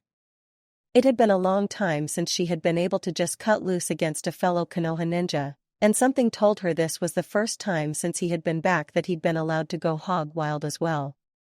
Naruto reached up, unzipping his jacket, and Anko smirked, deciding to kick things up yet another notch and see just how close to her own level he had gotten. And Karyu Shunshin, which left after images behind her, carried her forward, and surprisingly enough, Naruto met her halfway with his own Karyu Shunshin. Anko came in low, shifting her weight as she drove a punch at his stomach, only to have him grab her wrist and shove it down while jumping over her. Going with the momentum, Anko rolled forward and, pivoting, shot at the still off-balance boy. She caught him with a sidekick to the stomach, then a knee to the face that flipped him backward. Naruto tried to kick her as he flipped, and Anko dodged back, then shot forward. This time Naruto was ready and neatly avoided her blow. He disappeared in the fashion of the Hibi style and reappeared, slamming a rapid punch elbow combo into Anko's body. Reeling away, Anko saw Naruto pouncing on her. She dropped back out of instinct, bringing her feet to catch the boy in his stomach, and with her momentum, sent him flying. Rolling to her feet, she spun in time to find Naruto charging her once more. Advancing on him, she was momentarily caught off guard as his jacket was suddenly tossed at her face. Smirking at having her own trick thrown back at her, Anko grabbed the garment and tossed it away, only to receive a double-footed drop kick to the face. Flipping backward in a spray of blood, Anko managed to recover in a low crouch and kicked one leg out even as she skidded back. Coming to a stop, she felt her nose and mouth and confirmed that Naruto had made her bleed. Playtime was over. Anko shot forward with a Karyu Shunshin, dodging a hail of shuriken, and on reaching Naruto, rose sharply. He tried to backpedal, but Anko moved quicker, catching him with a right round kick followed by a left to his jaw. Naruto staggered and cried out, as Anko dropped her stance to deliver several powerful punches to the ribs. Naruto went down but recovered, and Anko blocked a round kick to the stomach. She ducked a round kick to her head and swept his legs. It hit on his shoulder, but somehow, he managed to spin in place and then leap away, landing in a half-crouch. Anko blinked at the unusual recovery, then began a series of rapid blocks as Naruto shot forward in an Adobensudo Shunshin. Things continued in this pattern for several long minutes before they separated, both battered and winded. Landing adroitly, Anko found herself glowering at the blonde opposite her. Her earlier elation that he had been matching her move for move was now gone. This boy was a serious opponent and Anko wasn't entirely sure she liked that concept. Naruto, however, was spending less time thinking and more time attacking. As proven when he threw a kunai, which Anko deflected, only to discover another traveling directly behind it. Cursing, she ducked that weapon and threw her own, forcing Naruto to dodge. Only hers had an exploding tag attached and pelted him with chunks of earth as when it went off. Uendoken no Jutsu. Naruto suddenly shouted, hands flying through the needed seals. Anko had a moment of realization and barely managed to dodge, avoiding serious injury. Landing, she shot out her hand yet again and a torrent of snakes slithered through the air toward him. Naruto tried to move, but this time the snakes latched onto his legs, before he could counter. Yanking her arm, Anko pulled him around and slammed him against a tree. Naruto hit with a sickening crunch, but recovered and hurled a spear made of wind at her. Releasing him, Anko weaved her way back and on halting, formed a hand seal to capture him in a genjutsu. The boy froze solid, eyes widening and blushing, as the illusion flooded his senses. Anko had chosen the most humiliating thing she could think of. Then a Naruto Kage Bunshin appeared from nowhere, slapping him on the back to shove chakra into his system before darting away. Snarling in frustration, Anko hurled a kunai, dispersing the damn thing. However, in doing so, her attention wavered from Naruto who snarling charged her, hand sweeping back. By the time Anko realized her mistake and how quickly he would be upon her, Naruto held a spiraling ball of churka in his hand. He reached her between heartbeats, eyes blazing in righteous fury as he drove that hand forward Rasengan. Realizing the danger she was now in, Anko swore, eyes widening. Still, she was a feared Tokubetsu Jonin and she countered in the only way she could that would not get her killed. She caught the wrist of the hand holding the Rasengan, halting it inches from impact. You caught the Rasengan? Naruto asked, in mild surprise, looking up at her. Yeah, Anko grinned thinly, tightening her grip on the wrist. I might not be able to freaking use it, but I sure as hell can hold your wrist. Well damn, Naruto said, smiling thinly as well, first time this has happened. How about this? Anko asked, suddenly yanking his arm down so the jutsu connected with the ground. Then leaping away, she nailed his shoulder with a kunai, leaving it useless for the moment. Things from that point grew more vicious, and 3 hours and several jutsu later, they were both walking wounded. Anko's shirt was shredded in places, and Naruto's almost non-existent. He sported bruises and a shoulder she'd repeatedly wounded, while Anko bled from shallow cuts and other assorted wounds. Separating after a particularly brutal exchange, Anko gasped for air and wondered when the last time was she had a real fight with someone so close to her own level. Oi, I think this is it, Naruto said, between deep breaths. I gotta get lunch, then see the masked perv about my mission. Okay, Anko agreed, preparing herself for the final clash between them. Let's see what you got, runt. You asked for it, you psychotic bitch. Naruto countered. Wiping a trail of blood from the corner of his mouth, he shot forward, a kunai appearing in his still usable hand. Anko met him, albeit with a limp, because of the kunai he'd stabbed in her thigh. Metal blades scrapped as kunai clashed violently between them. Eyes narrowing in the violent exchange, Naruto did something unexpected and swept her legs. Anko fell back and slightly to the side, Naruto following to pin her. The Jonin reacted quickly, however, and grabbed the shoulder of his shirt, tearing it. Her shoulders hit the ground and she brought her knees up hard, flipping him over and onto his back, knocking the air out of him.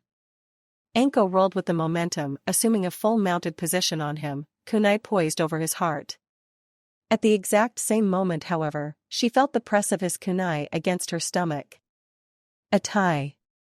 You've gotten better, Anko said, breathing heavily, pride filling her along with the excitement that usually followed such an enjoyable fight. All things considered, Naruto was her equal, or at least, close to it. If this had been a life-or-death battle, Anko felt certain she could have killed him several times. Hee, thanks, Naruto said, breathing just as heavily. You're still awesome though. You're still a little raw, but experience will fix that, Anko admitted, grinning down at him, happy that he had asked for the match. Good to know, Naruto said, then after a moment blushed.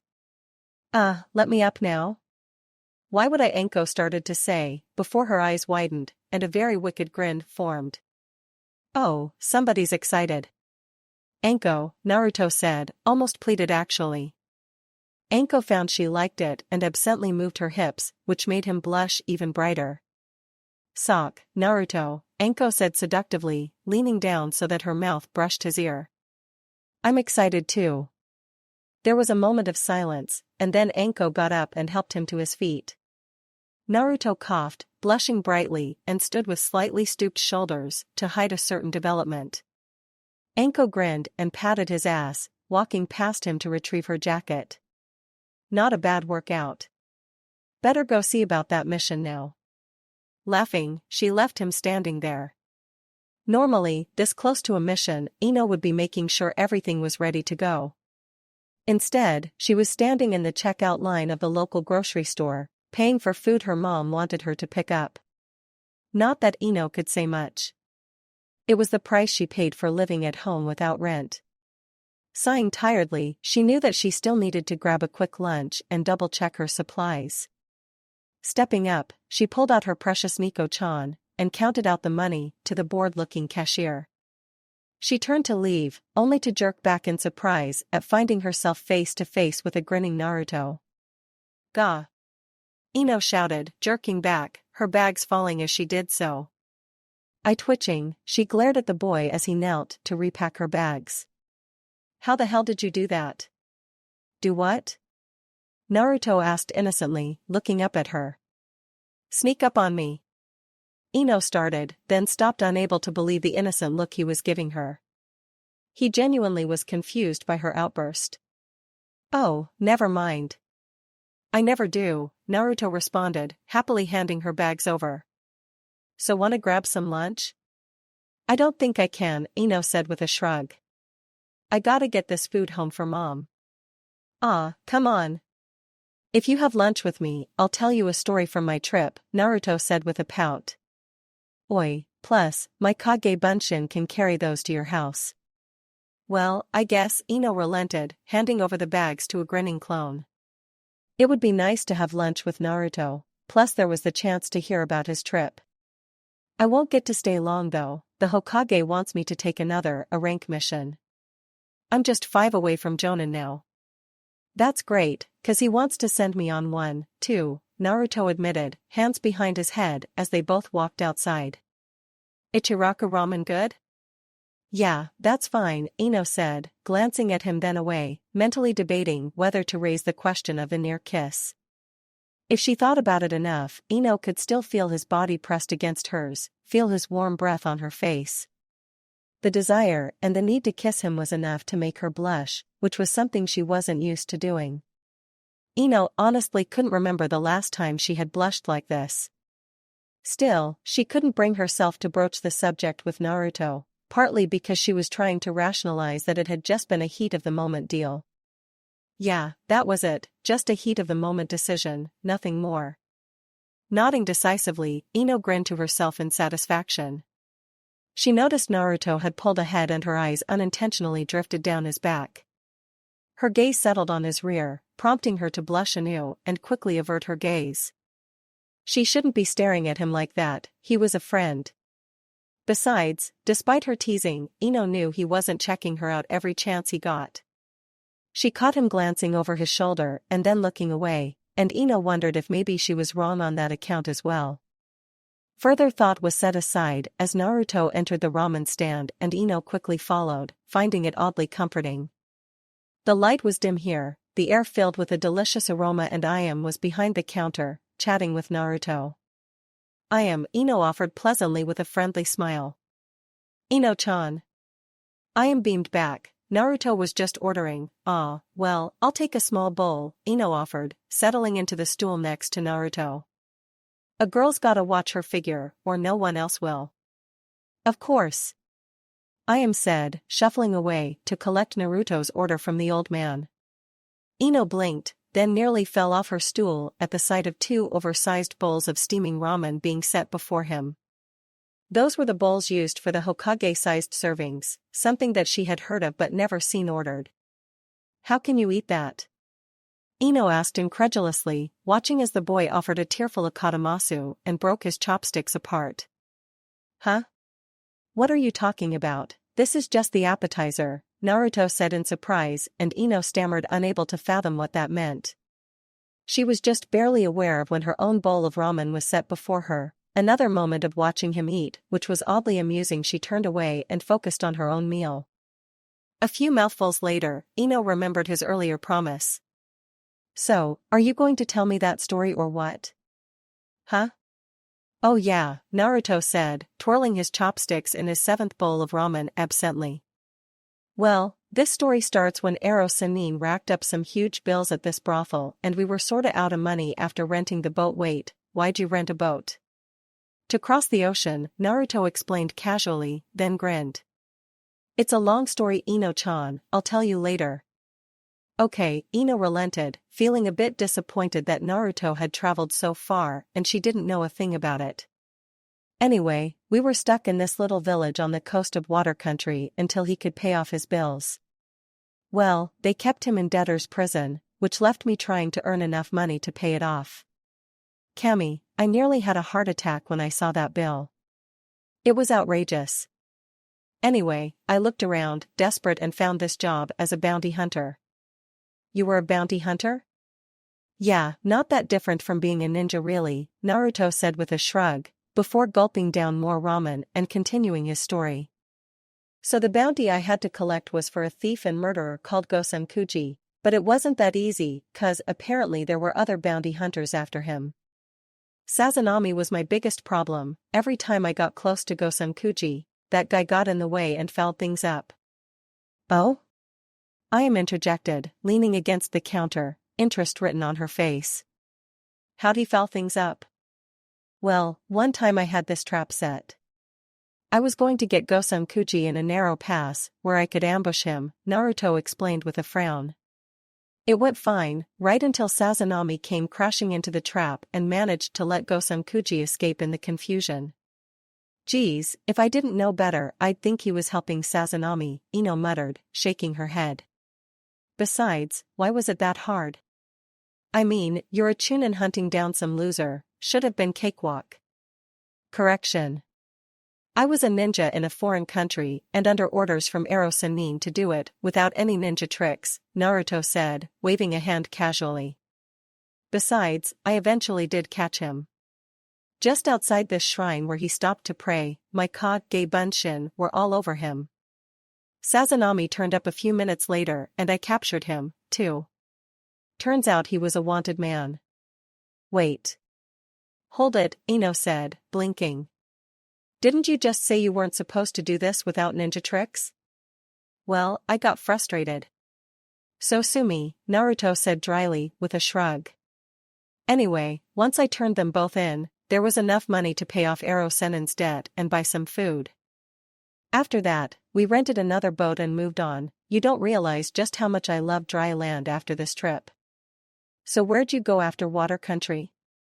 South, Naruto answered evasively, then sensing her glare, sighed. Fine. We went to this island. It was deserted and had nothing but ruins. The only impressive thing was that just beyond it was a large whirlpool. Does the island have a name? Yuzu no Kuni, Naruto said after a moment, his eyes dropping to the counter. It was the first place the Kyuubi destroyed and it where the Yondaime visited 10 months prior to October 10th. You went. Ino managed, eyes widening as the implications sank in about what he had just told her. He had went back to the land of his ancestors only to find an empty island. Reaching out, she touched his hand, offering him a smile when he glanced at her, then turned back to eating her ramen. She couldn't even imagine how he felt after discovering something like that. So after that, Naruto continued in a slightly more upbeat tone, we went north to Kaze no Kuni and I met the daimyo and the Kazekage. Man, are they big fans of Ika Ika. Anyway, I got to see Gaara again, the psycho? Ino exclaimed, dropping her chopsticks and staring at her companion in surprise. He, yeah, it was interesting, Naruto said, smiling brightly. He said something like, "As long as there are people to kill, I will not cease to exist. I will gamble my life, my existence against you again. My sand screams for your blood and I'll be the one kill you." Or something like that. So he promised to kill you? Ino asked blankly, staring at him unable to buy it. Gaara was one of the most dangerous and bloodthirsty people she had ever met. "And you're not worried?" "Nah," Naruto said, his eyes closing in that mischievous fashion of his. "After being on the same team as you, Gaara's a pussy." "Baka!" Ino shouted, echoed by Iam, then bashed him upside the head. "What kind of thing is that say to a girl?" "Ow, hey, I was giving you a compliment," Naruto shouted, rubbing his head. "Damn it, why'd you have to become a violent psycho? As if Anko wasn't bad enough." "Hey!" Ino shouted, outraged even more at even being compared to the older woman, and bashed him upside the head again. The young woman before him did not look the part of ninja, a pleasant face and bobbed black hair. Dressed in a midnight blue kimono, eyes dancing with an innocence that most people in the village couldn't maintain. Yet, Shizune was a ninja, a medical ninja, though she had taken life, but very rarely. Shizune had grown up caring for her mentor and the lover of her uncle, who had been her mission for so many years. Now, Shizune was in his office talking to him, along with Kiyoshi, about Tsunade's research. It appeared that Tsunade, like so many other genius medical ninja, was looking for a cure to fatal chakra poisoning. It was a fool's quest, according to both Kiyoshi and Shizune, who also felt that it wouldn't hurt Tsunade to keep looking. After all, Shizune explained, tactfully, with her this focused, things have never run smoother. Kakashi reclined in his chair, eyes closed, and thought about what he knew. He had seen this pattern before, first with Rin and her ill-fated experiments, then Orochimaru, and finally, Sakura. Always, they started with the best of intentions, noble goals, that quickly became obsessions, that perverted their original purpose. Without fail, it never ended as they expected. Now, it seemed that Tsunade was determined to follow that path. She was obsessed and she was pouring through all medical information in Konoha, including the forbidden ones. To cure fatal chakra poisoning. Why that? Why not something with a great impact on the population? What made chakra poisoning so important and consuming that a medical genius like Tsunade, one of the legendary Sannin, would become obsessed with it? It was something personal he knew, but beyond that, he was as clueless as the others, and he had to agree with Shizune. "Alright, we'll let her keep working on this for the moment," Kakashi finally said, opening his eye to stare at the two. "I want you both to keep an eye on her though. If she starts acting like either Orochimaru or Sakura, let me know immediately. Otherwise, just watch her and see if you can figure out why she's so interested in this." "Of course Hokage-sama," Kiyoshi said, bowing and gesturing politely for Shizune to lead the way, left his office. A grinning Naruto entered a few moments later and flopped casually into a chair before his desk. So, got my mission?" As a matter of fact, Kakashi said, pausing for dramatic effect, "Nope. Haven't even looked." "What?" Naruto shouted, leaping to his feet. "Relax, I was kidding," Kakashi said, motioning the boy to calm down. "I just haven't made up my mind on which mission to give you. We have several backlogged after all." "Oh," Naruto deflated and sat back down in annoyance. Chuckling to himself, Kakashi turned back to the missions he had considered earlier. Each would be a good use of Naruto's skills, but it might be better to give him another simple mission. Nothing quite as easy as the last one. He really didn't want to hear bitching about his easy missions. He got enough of that from Kiba, and occasionally Anko when she went on one. Assassination, it was then. Selecting the scroll, he held it up between his fingers, eye curving up happily.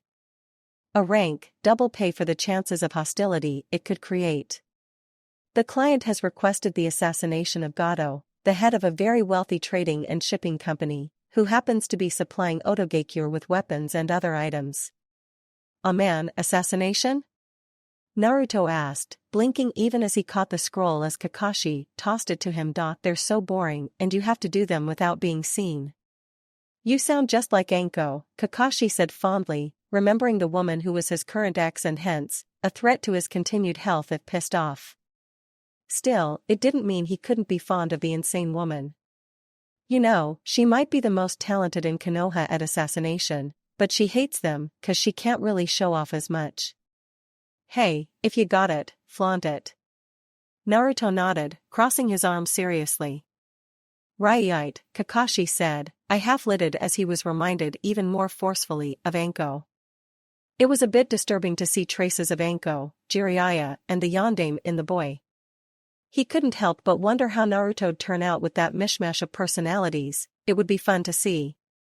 Either way, it was time to return to the briefing. Gato will have a few Ronin samurai and thugs as his bodyguards. He's got a low opinion on ninja, despite having a sizable account with the hidden sound. His current offices are in a village called Rodonisu within the borders of Oto no Kuni, but there's very rarely any ninja in that area, so you should be good to go. Just make sure to keep your connection to Konoha low profile. Check, kill the bastard, but don't let anyone know that Konoha is in on it. Exactly. Now, you better get going. I'll have your next mission ready by the time you get back. Great! Naruto exclaimed, springing to his feet and bolting from the office. Kakashi sat there for a moment, then sighing, turned back to his precious book with a giggle. Ino had to admit that visiting her great-aunt's old hideout was a trip. Well, more correctly, she wasn't visiting so much as raiding. Ino, Kiba, and Lee were raiding the secret lair for the scrolls they contained. The map had been helpful in finding the entrance, which was hidden by a strong genjutsu supported by an ungodly complex sealing system. Thankfully, the map had information on how to reveal the entrance, leaving them with the problem of opening the entrance to solve for themselves. The door was just slightly wide enough for two people to walk side by side, but it was solid granite and seemed welded into place. Yosh, if I were allowed to unleash the full power of my youth, it would undoubtedly open. Lee finally exclaimed before glancing at her with a frown. However, I fear that doing so would damage what we are here to retrieve. Same with us, Kiba said after a talking with his giant dog, Akamaru. We could break through it with Jinju Kombi Hench Sotoro, but we'd probably do more harm than good. Ino nodded, resigned to opening the door herself. Stretching her arms, she took a breath then let it out slowly. She had honestly hoped that she wouldn't have to do this. After Sakura had betrayed them all, Ino had begged her aunt to teach her something so that she could fight the other girl if they met again. Tsunade had reluctantly obliged, and Ino had quickly learned her chakra control was not good enough to match either Tsunade or Sakura's. It was, however, good enough for brief bursts of impressive strength. Walking forward, Ino placed her hands against the door and slid her left foot back into a deep front stance. Rooted now and braced, Ino channeled the chakra through her arms, boosting her strength. Her muscles strained and her shoulders popped from the exertion, but slowly, the door opened with a loud screech of rock against rock. Pausing to pant, Ino stepped back, pleased to see that she had managed to open it enough so that they could slip through easily. It did mean that Akamaru would have to wait outside for them. Okay, let's go, Ino said, popping her neck. She took the offered scroll bag from Kiba and led the way into the chamber. Lee, of course, provided the glow stick light and Ino felt herself whimper. She was once more in a dark cave and would be traveling through tunnels. She had a flashback to the Kumo-iki, but mastering herself, led the way over the wooden walkway that lay before them.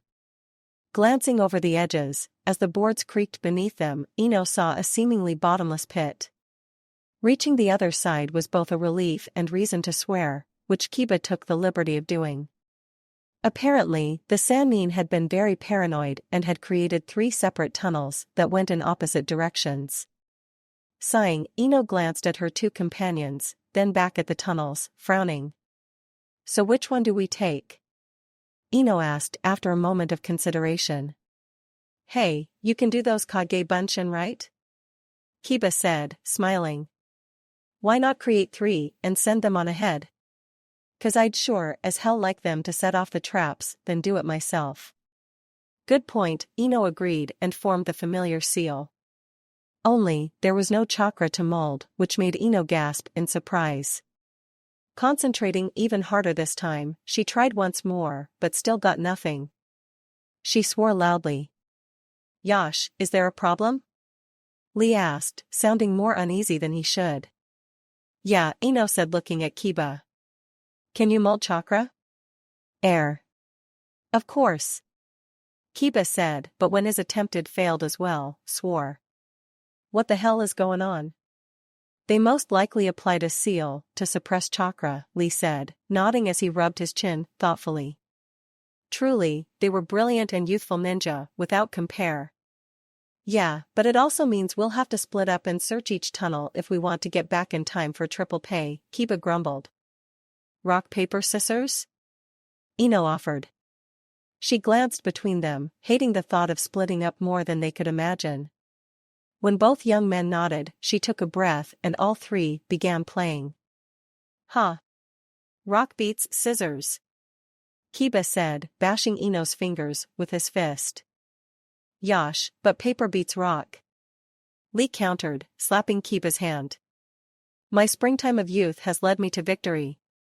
Yeah, just pick a tunnel," Kiba said.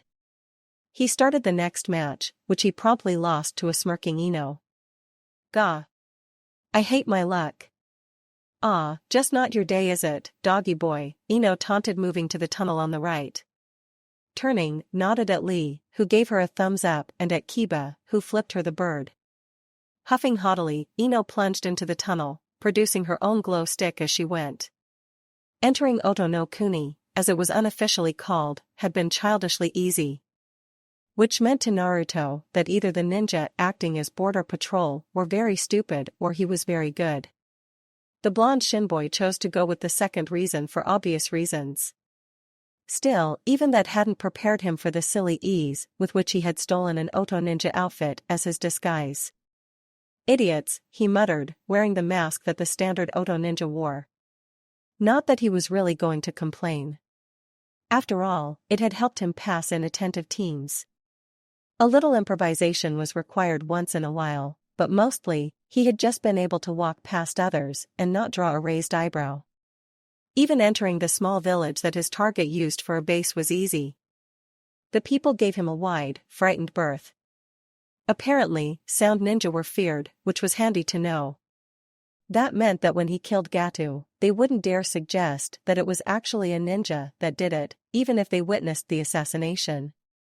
Of course, before that, Naruto had to figure out how exactly he was going to achieve his goal. Which explained why he was roaming the streets, muttering and adjusting his mask every so often. He had little information on Gato's security, other than that the target used simple thugs and Ronin samurai, when information was the difference between success and failure. Not that Naruto was worried, because every security system had a flaw.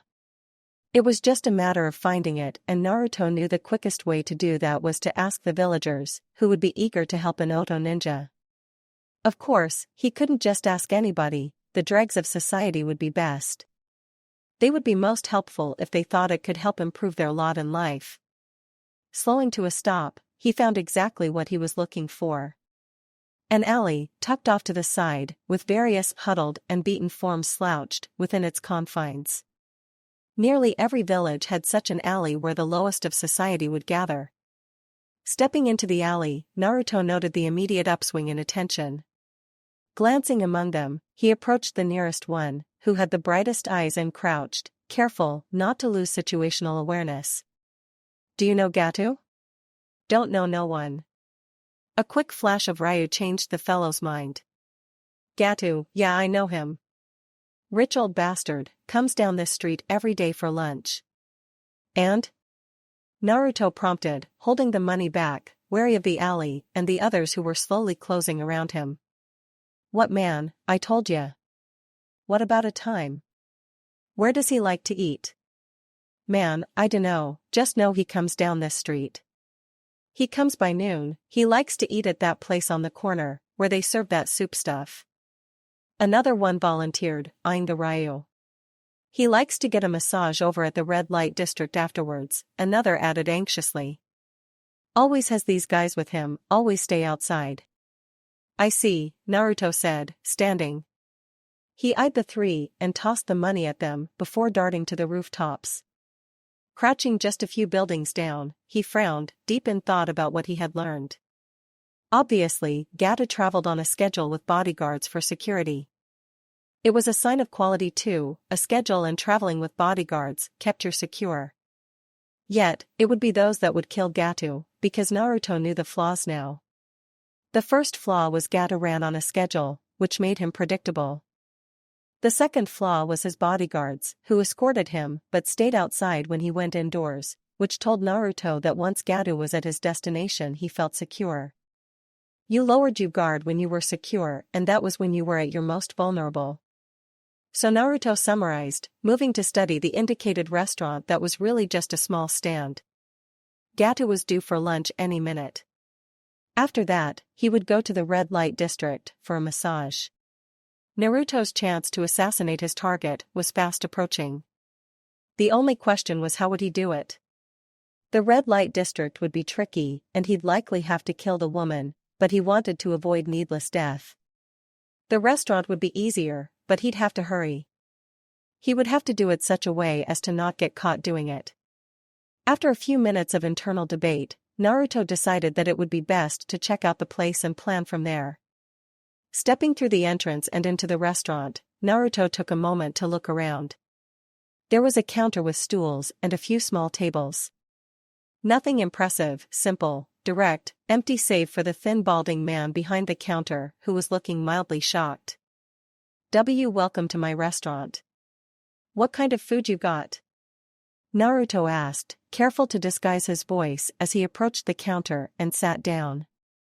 The man seemed nervous. He actually didn't say anything for a few seconds, then began rubbing the back of his head. We serve Shandong broth, the man said. Can I get you a bowl? Make that too and some of your best jasmine tea, a new voice said. The cook wilted slightly, looking past Naruto to the entrance. Turning, Naruto eyed the short, white-haired man dressed in a suit and wearing sunglasses. It'll be my treat, too. After all, the Hokage is my best customer. Oh, of course, Geor-sama, the cook stammered before hurrying to fix the required meals. Thanks, Naruto grunted, turning back to the counter, keeping track of the man without showing any signs of it. I'm not used to seeing just a single Oto ninja. Normally, you guys travel in groups, right? Gato said, easing onto a stool next to Naruto, twisting slightly to look at him. I was scouting, Naruto lied, mind racing on how best to kill his target now that they were so close. Crap, he hadn't counted on cutting it this close. Still, he was a master of improvisation. We had reports of a really strong Konoha ninja in the area. Aha, Gato said, taking a sip of his tea. The old man paused, then let out a satisfied sigh. Jasmine tea is so cleansing, good for the soul. Naruto nodded mutely, staring at his own tea, knowing that he had to drink it but not reveal his face. He hadn't counted on that when he stole this outfit. Picking the cup up, he hesitated for a split second, then glanced at Gato, wondering how Kakashi managed this on a daily basis. Gathering his nerves, he moved quickly, yanking his mask down and slamming the tea down, quickly as he could. That was impressive, I've never seen someone drink tea that quickly, Gato said, toasting him slightly.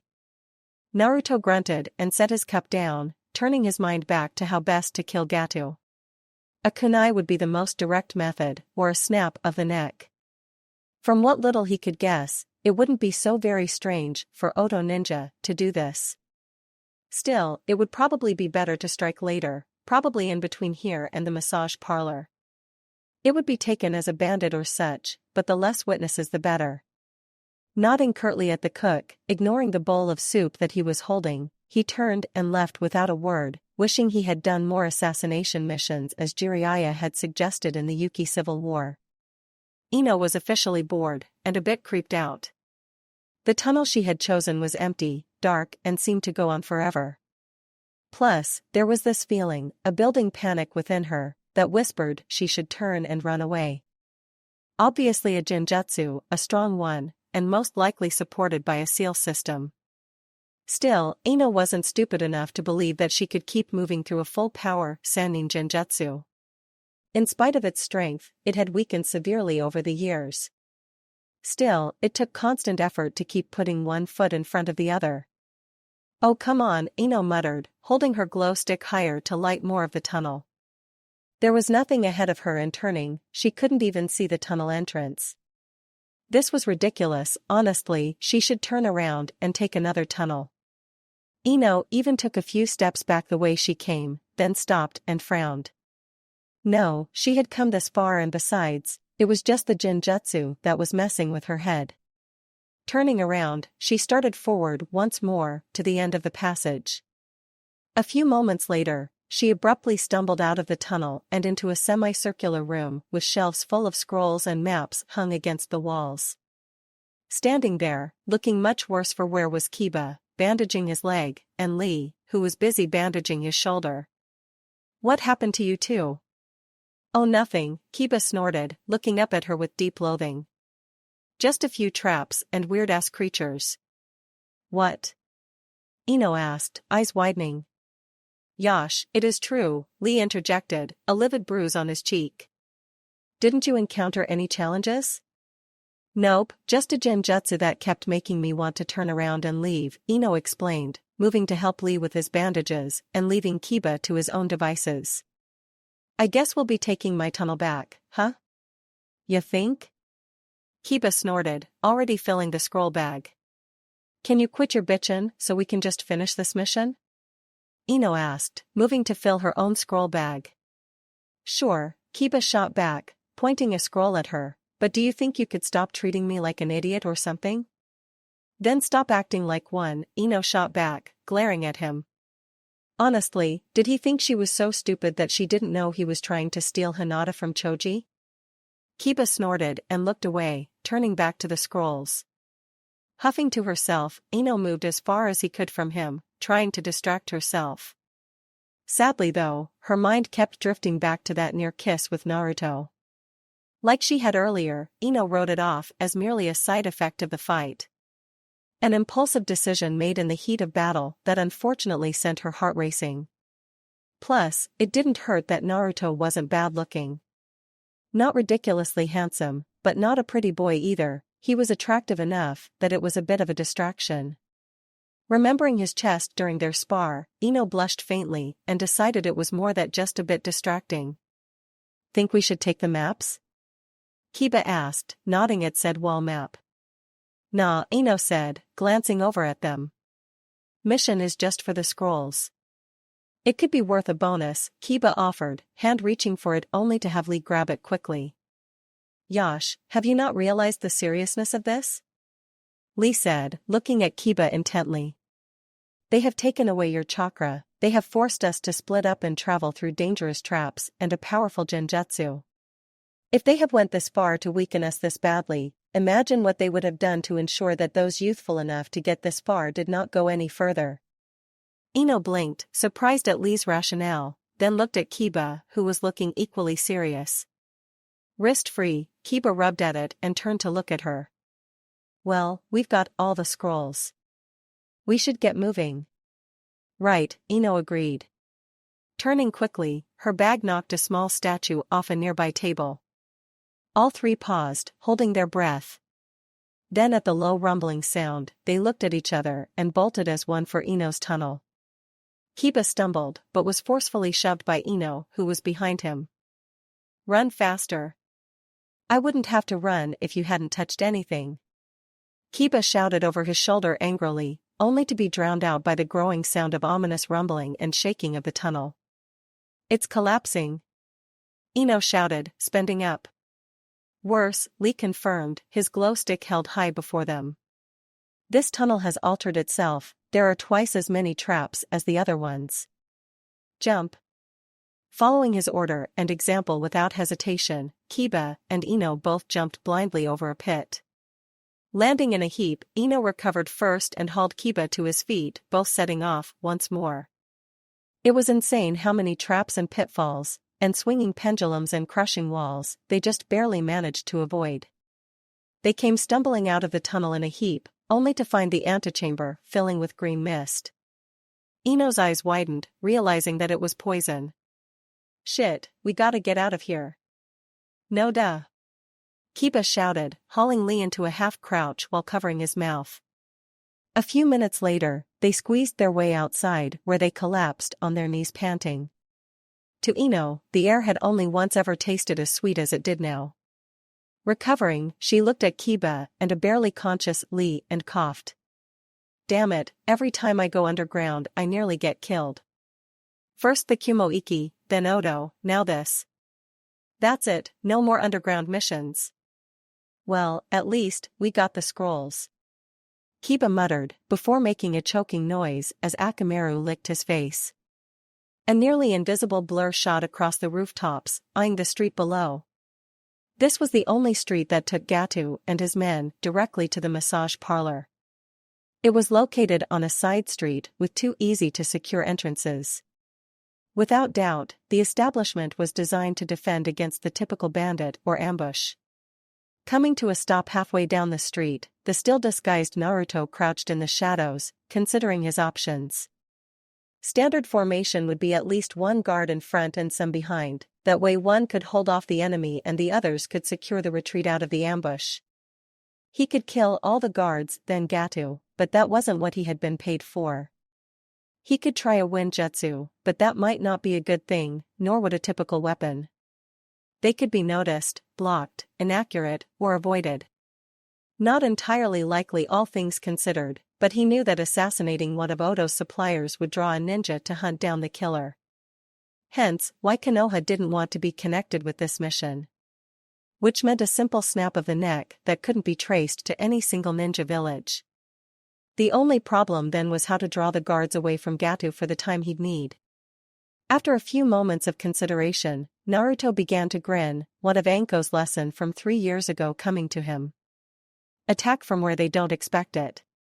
An ambush would be expected in this situation, but a rescuer would not be. So, Naruto would stage an ambush, arrive to help drive it off, and when he was close enough, snap Gato's neck. Obviously, any ninja that turned up to check the murder out would realize the ploy, but they would still be unable to link it to any particular ninja village. Creating a half-dozen Kage Bunshin, he motioned for them to crouch and laid out the plan.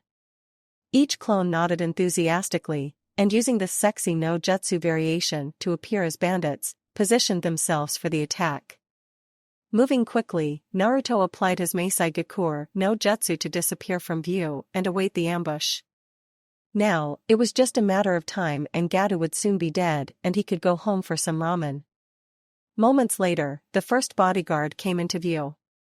He was followed by Gato and another guard, and Naruto blinked. Only 2 bodyguards? They had gotten far too lax. If it wasn't him today, it would someone else in soon. Either way, this only helped Naruto's plan, as proven when his dozen or so bandit Kage Bunshin charged into the alley from ahead and from behind to cut off retreat. The bodyguards, Ronin samurai apparently, leapt into action, but it quickly became apparent that they wouldn't be able to last long. A second later, when one of the bandits rushed past them weapon drawn, headed for a defenseless Gato, Naruto leapt into action. He crashed to the ground, a kunai destroying the clone, even as he spun to attack another from the other direction. Where'd you come from?" Gato shouted in surprise, but Naruto ignored him for the moment, acting the role of ninja. A break in the fighting, as the samurai redoubled their efforts, allowed him to speak with Gato. "I was leaving the village when I noticed these men," Naruto explained calmly, despite the noise around them. "Tell your samurai to withdraw and I'll escort you out of this ambush." "All right," Gato nodded, moving to shout at the rear guard. It was a simple matter then for Naruto to slip behind the man, grasp the chin and head as he had been taught, and twist sharply. There was a muffled series of cracks as vertebrae gave way, ending Gato's life.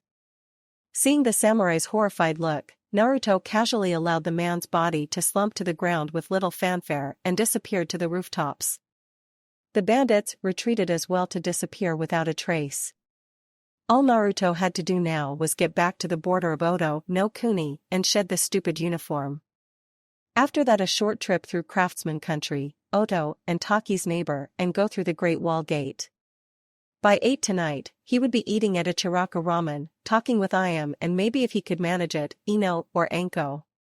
At one point in time, Sakon, and Yukon of course, had been part of the Geor no Shinobi Yananshu, the elite personal bodyguards of Orochimaru. At one time, there had actually been 4 of them, but things had changed drastically. To begin with, Sakon could remember when they had been the Geor no Shinobi Gananshu, but that was before Kimimaro had fallen sick to a mysterious illness that even the notorious butcher Kabuto had been unable to cure. After that, they had been the Sound 4, until the disastrous mission to escort Sasuke to Oto, which had cost them both Jirobo and Kadamaru. In return, they had received Sasuke, the Ka-Oni, along with the infamous Benihime Haruno Sakura. At first, this had seemed a fair trade. Between the butcher Kabuto and the Benihime Sakura, they had managed to slow the disease ravaging Kimimaro. The strongest of them was back on his feet, though still dying, and added to their group was Sakura, who was as brilliant as Kabuto, and twice as deadly. Of course, a few months later, the foul-mouthed Tayuya, Sakon's one-time lover, had gotten her neck snapped. Apparently, Tayuya had decided that, Sakura be damned, Sasuke was hers, and she wouldn't stop till it was fact. Sakura had not appreciated this, and Sakon could still hear the dry snap of Tayuya's neck as Sakura held her aloft, with frightening ease. From that point on, they had been the Sound 3, Sakon, Kimimaro, and Sakura. They had been the strongest group within Oto, the most feared. Sadly, Sakon was now the only surviving member. 3 days ago, both Haruno Sakura and Uchiha Sasuke had left Oto. They had gone missing ninja on perhaps the only village that would have ever taken them in. In doing so, they had killed Kimimaro, who had been sent alone to stop them, and who knew how many Oto ninja after that. The only comfort was the butcher's assurance that Kimimaro had severely wounded Sasuke and Sakura. All of this, then, gave testimony as to why Sakon was not in the best of moods. Apparently, another murder had transpired, one that Orochimaru was anxious to discover the cause of. Someone had killed Gato, and worst of all, reports indicated that the someone was a Sound ninja. Hence, why Sakon was chosen to investigate the assassination, and as his partner, been given the sadistic butcher Kabuto. Kabuto, who was currently crouching over a discarded uniform in the middle of the forest, combing for clues as to identity of the attacker. Sakon watched with only passing interest as the man finally extracted a strand of hair and held it aloft. "Oh goody, some hair, that'll really help us," Sakon said, voice dripping sarcasm.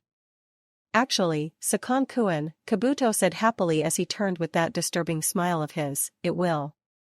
You really did an excellent job in finding this uniform." "Yeah, okay," Sakon said, brushing the compliment off.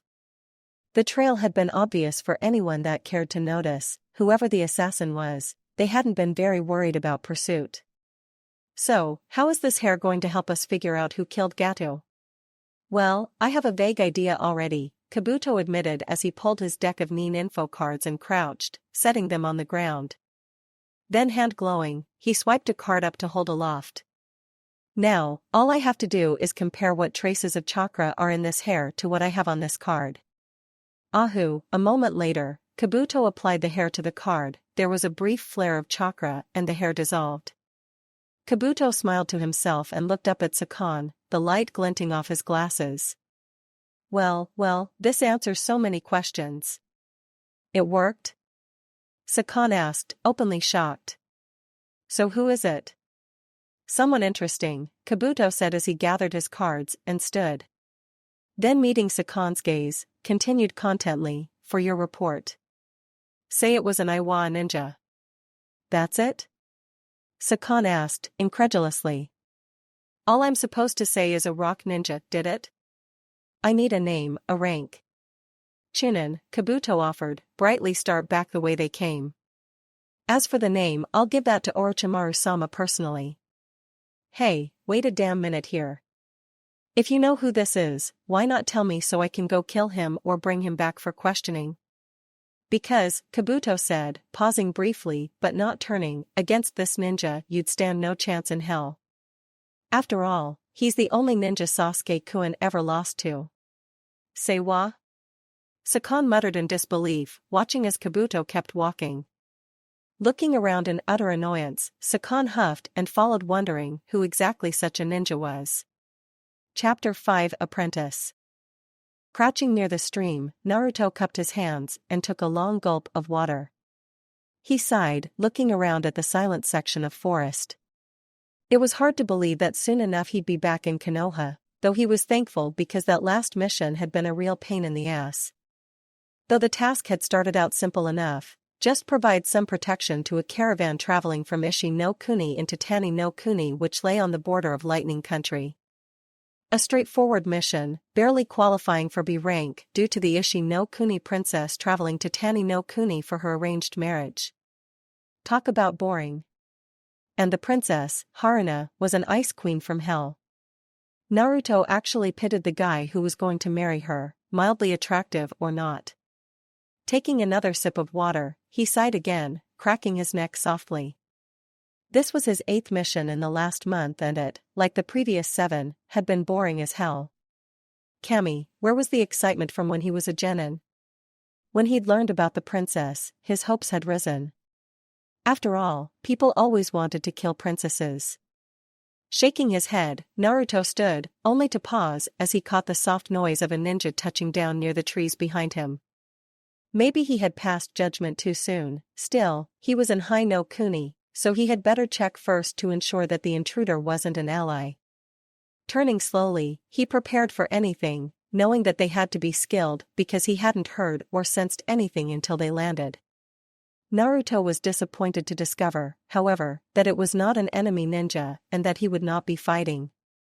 Instead, he faced a female, dressed in Umbu uniform and armor. Indeed, the only atypical features he saw were her mask, which was blank, and her blonde hair. Having completed the initial examination, his mind focused on other semi-important details. After all, he had spent 3 years training with Ero Sennin. Plus, her armor and clothes were doing little to hide her figure. Damn, she looked good, a little familiar, too, but he couldn't figure out why until she started talking. "Do you have business out here? Or are you this close to the Great Wall for a pleasant walk?" The Umbu asked as she shifted her weight and crossed her arms. Naruto felt a jolt of shock run through him as he recognized Yamanaka Ino. Now that he knew who it was behind that mask, he realized she didn't know that he knew. A smart person would, of course, play dumb. An Umbu's identity was the sort of information you kept close to your chest, but Uzumaki Naruto spoke without thinking. "Well, Ino-chan, I would think that my forehead protector would say I was out here on business. But, if you want to walk with me for a bit, I'm sure that would make things pleasant for both of us." What? Ino stammered, arms moving fractionally in her surprise. "Gotcha." Naruto gloated, happily. "What do you mean, gotcha?" "Whoever this Ino-chan is, I'm not her." "Right," Naruto said mockingly as he nodded. And the Hokage doesn't like the Ika Ika series. The Hokage's personal tastes are not important. "I don't know who you think I am, but I am not her," Ino refuted once more, with a surprising amount of determination. "Okay," Naruto said, his grin widening. "I guess I was mistaken. After all, if you really were Ino-chan, you'd be all over me." "In your dreams," Ino muttered, then paused. Grumbling, she reached up and slid her mask up to glare at him. "How in the hell did you know it was me?" "Your voice," Naruto said, hands behind his head.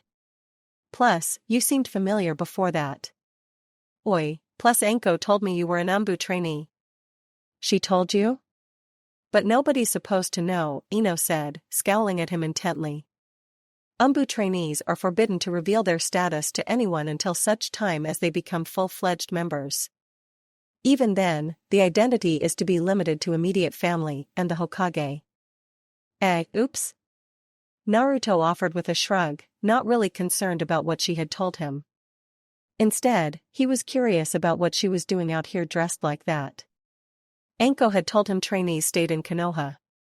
They didn't actually patrol the country. "Oi, so what are you doing out here?"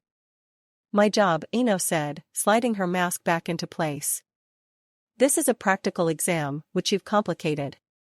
Huh? I swear. Ino muttered, shaking her head.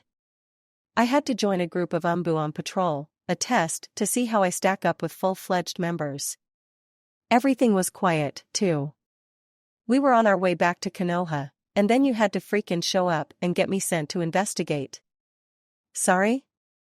Naruto offered, and then scratched his head. Before Ino could respond, they were joined by 5 more Umbu, one of whom was a purple-haired woman wearing a dog's mask. Oi! Can't a guy have any peace in the forest? Dog Mask, along with the rest of the team, ignored him, instead focusing entirely on Ino. Report.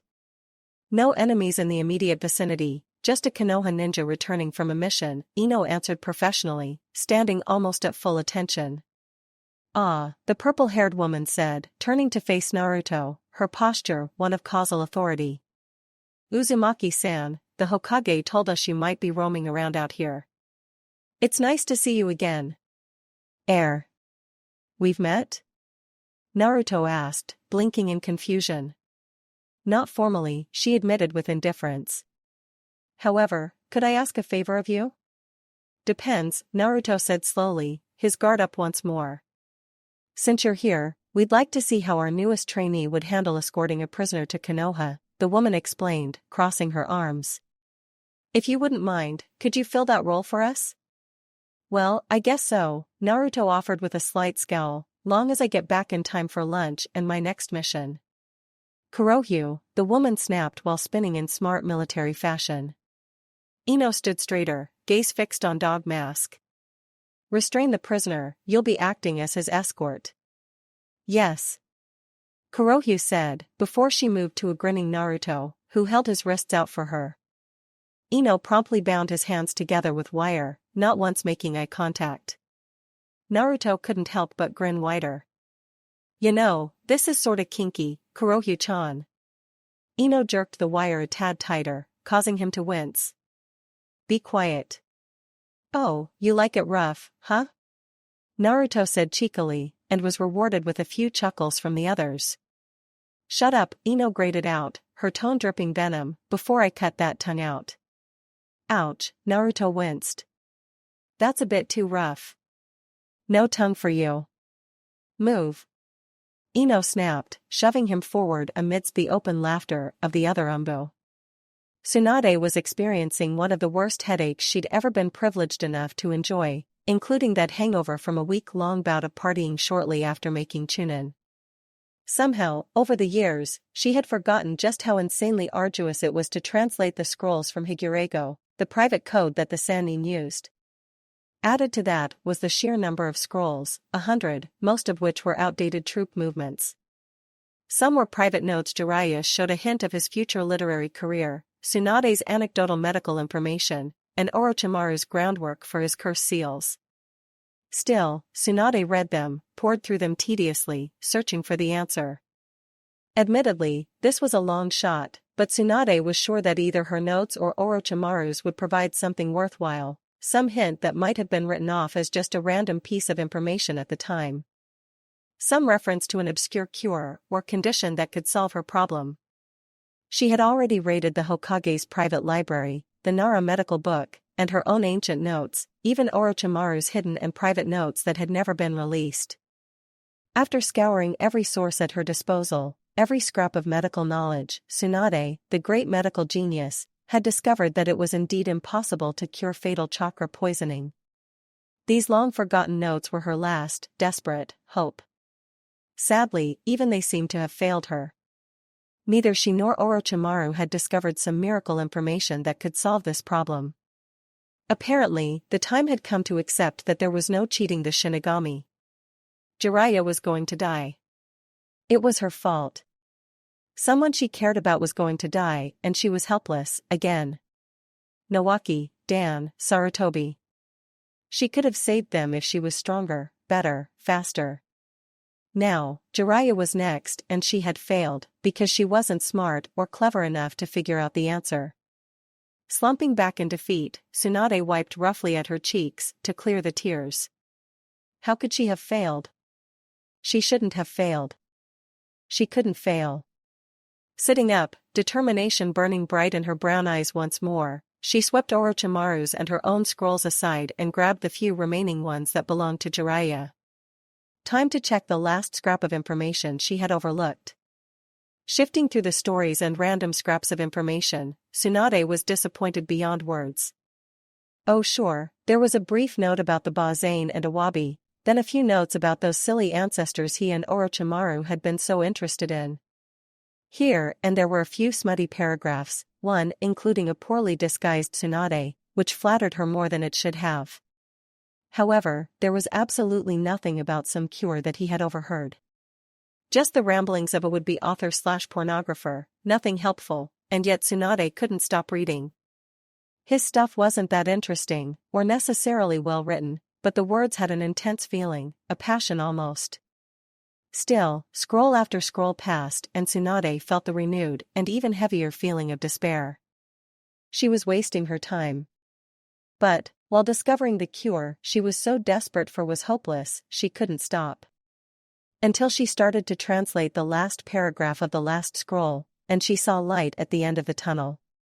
Ipanai, a wondrous herb that was as far as Tsunade got before the door to her office opened with a bang, ushering a squealing Taunton into the room, followed by a slightly panicked Shizune.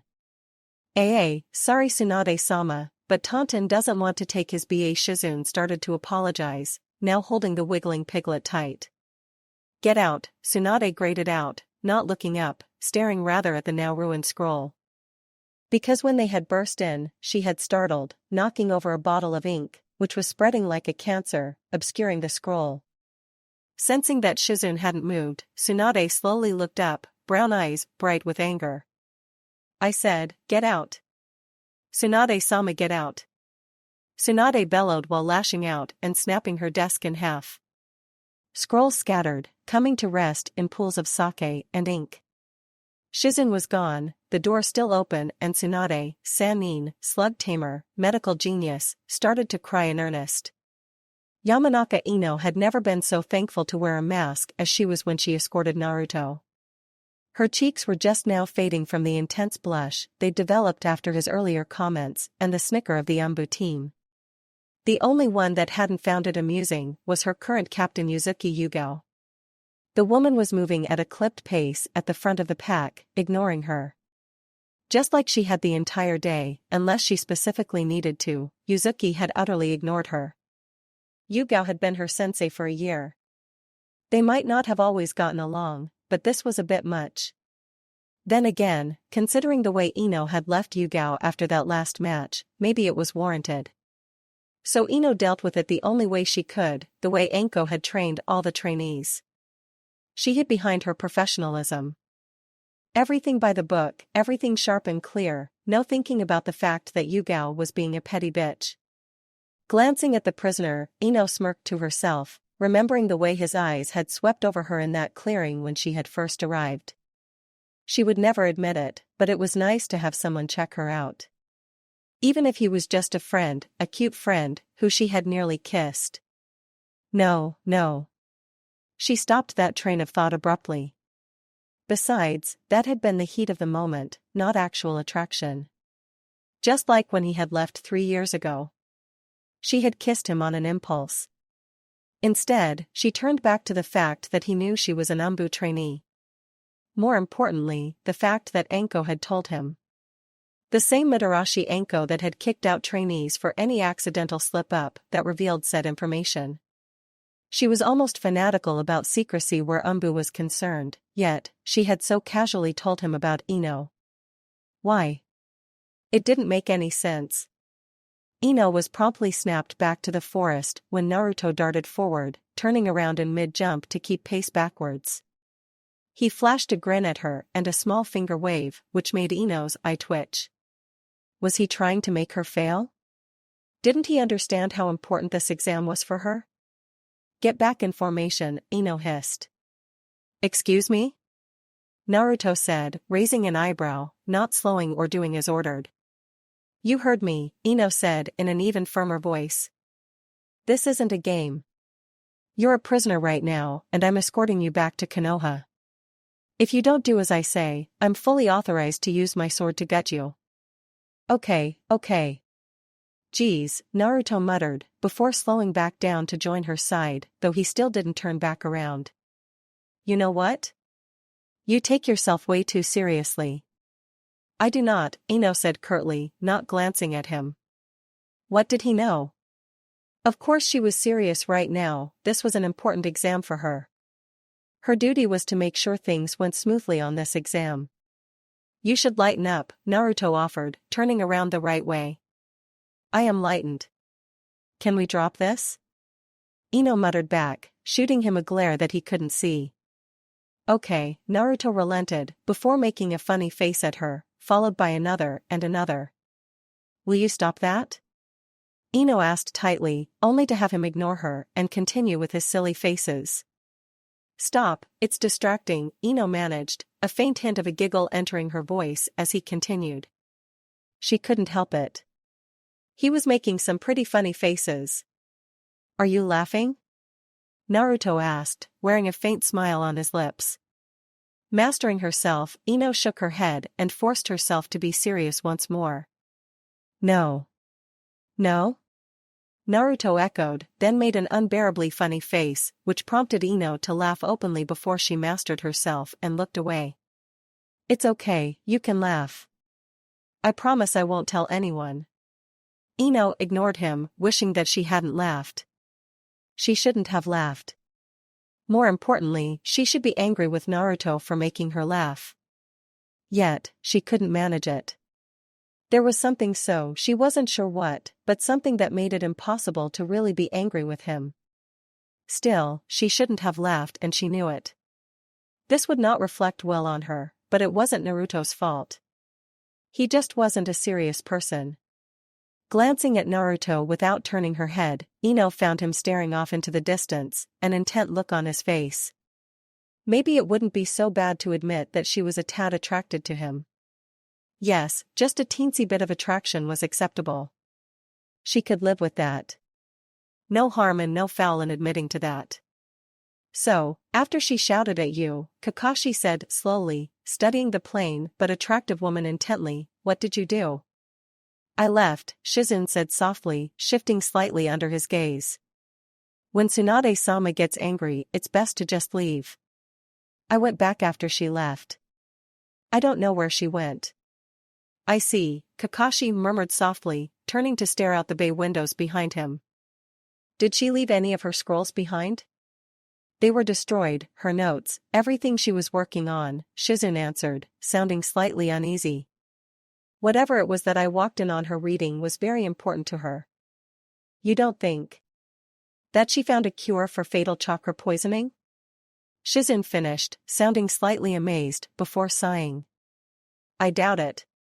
She is the most brilliant medic I've ever met, but even she can't cure that. I suppose you're right, Kakashi said, turning back to her with a happily curved eye.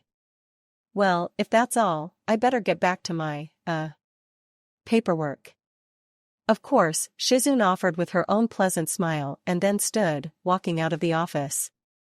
Kakashi watched her go, eye lingering on her rear.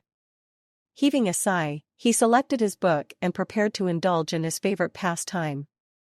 Jiraiya had truly outdone himself so far. The first book had been revolved around two friends on a mission and how they began a very beneficial friendship. The current one was about one hapless, but strong ninja and two hot rival kunoichi, thanking him for no apparent reason. Kakashi had just reached the point where one offered to improve their teamwork, when the Hokage was disturbed from such a compelling storyline by a loud ninja. Hey masked perv, I'm back. All of Kakashi's willpower was required not to kill the blonde chunin where he stood. He watched through a narrowed eye as Naruto crossed the office, seemingly without a care in the world, and flopped down into a chair without being invited to sit. If it wasn't for the fact that he knew the esteem in which Naruto actually held the position of Hokage, Kakashi would have said he was being disrespectful. The sad truth was that Naruto had simply been trained to act this way by his unconventional senseis. I take it you've completed your mission? Of course, Naruto said with a cheesy grin as he reclined in his chair, fingers laced behind his head. Was there ever any doubt with such a talented and awesome ninja like myself on the job? I can't decide who you remind me more of, Anko or Jiraiya, Kakashi deadpanned, staring at the blonde, who only smiled all the more. He, what can I say? Naruto said, and leaned forward, eyes dancing eagerly. Oi, so my next mission, think it'll involve some actual fighting or something? Definitely Anko, Kakashi muttered, leaning back in his own chair, staring at the boy. I can't help it. All these missions are so damn boring. I mean, when I was a genin, all my missions had danger and excitement, and now. Ugh, at this point, I wouldn't say no to another assassination. I see you finally understand the painful truth about high-rank missions, Kakashi said, far too happily for Naruto. They're usually boring as hell. Bah, Naruto snorted, crossing his arms and falling back into his chair. After a moment of silence, he glanced at Kakashi sourly. Oi, so what's my next mission? Well, Kakashi said slowly, knowing that the blonde would blow up when he heard the latest decision. You've run 8 consecutive high-ranked missions, which is very impressive. It'll be even more impressive when you give me my next one and I make it 9. Which you can do, Kakashi said casually, preparing for the storm. A month from now. And what did I just say? Naruto, Konoha has spent years studying ninja in high-stress situations. We have come to understand how ninja behave on high-ranked missions. We never let a ninja perform more than 8 back-to-back missions, and it's also the reason we spread missions out over so many teams. Are you telling me I can't do another mission? Naruto echoed blankly, staring at him in disbelief. Oh, no, you'll be able to do more missions, Kakashi said quickly, wishing to avoid the shouting match he sensed looming before him. You just have to take 1 month off, then you'll be right back running missions like you were. What? Naruto shouted, leaping to his feet. Relax. Relax? Relax? I'm trying to become a jonin and you're making me take a vacation? Naruto said heatedly, pacing in front of his desk. You know that you're very excitable, Kakashi said conversationally, before his eye curved up happily, which is another example of needing time off. Why you, but, this, that is Naruto stammered, mouth closing and opening before he mastered himself with obvious effort. Oi, so just what the hell am I supposed to do for the next month? This would be a good time to find a hobby, Kakashi suggested helpfully. Reading is a good one. Ika is a great series, it's boring as hell. Nothing but porn without a plot. Which is what makes it so enjoyable. Kakashi couldn't help but chirp happily, mostly to annoy the young man. If you say so, Naruto snorted, crossing his arms, I think there's more fun in researching than writing it. Kakashi blinked and stared at the boy, who seemed to be realizing what he had just inadvertently revealed. Not that I've ever done that, the researching, honestly. Naruto quickly said, waving his hands, eyes wide. Kakashi just stared at the boy, deciding to let him off the hook, for the moment at least. After all, that sort of teasing was best left for when either Anko or Ino were present. I believe you. Nodding slightly, Kakashi turned back to the less interesting discussion of hobbies. If you're against reading and research, you could always take a part-time job. The academy could always use another instructor. Or the military police. And I'm sure that a few clans might even be willing to hire you as a private tutor for their children. Thanks, but no thanks. I'll just wait for the month to be up and start hitting the missions again. If that's what you want, Kakashi said with an indifferent shrug, but I should probably point out that you need to interact with the villagers. Let them get to know you, if you ever want to be an effective Hokage. They know me. They saw me save the village. No, they know of you, but they don't know you. They need to know you as a person, otherwise, they may not fully trust you. Even if you become Hokage, you'll never be able to lead with their support. Kakashi studied the boy, prepared for an argument, but was instead greeted to the unusual sight of Naruto muttering something about getting lunch and leaving. The masked Hokage sat there for another few minutes, before he blinked. For some reason, he didn't have a good feeling about this, as if he had just set off a chain reaction that was going to come back to bite him on the ass. He had a sudden urge to face plant into Tsunade's chest, which would be complete suicide. He did acknowledge that there were far worse ways of dying, though none were as immediate. Sparring was a tedious affair for Hanabi, mostly because she did so alone against imaginary opponents. The training post was next to useless for her. All it did was keep the conditioning of her palms up to standards. To make things worse, thanks to having her bloodline sealed, her bursts of chakra were unfocused, making her juken mostly ineffective.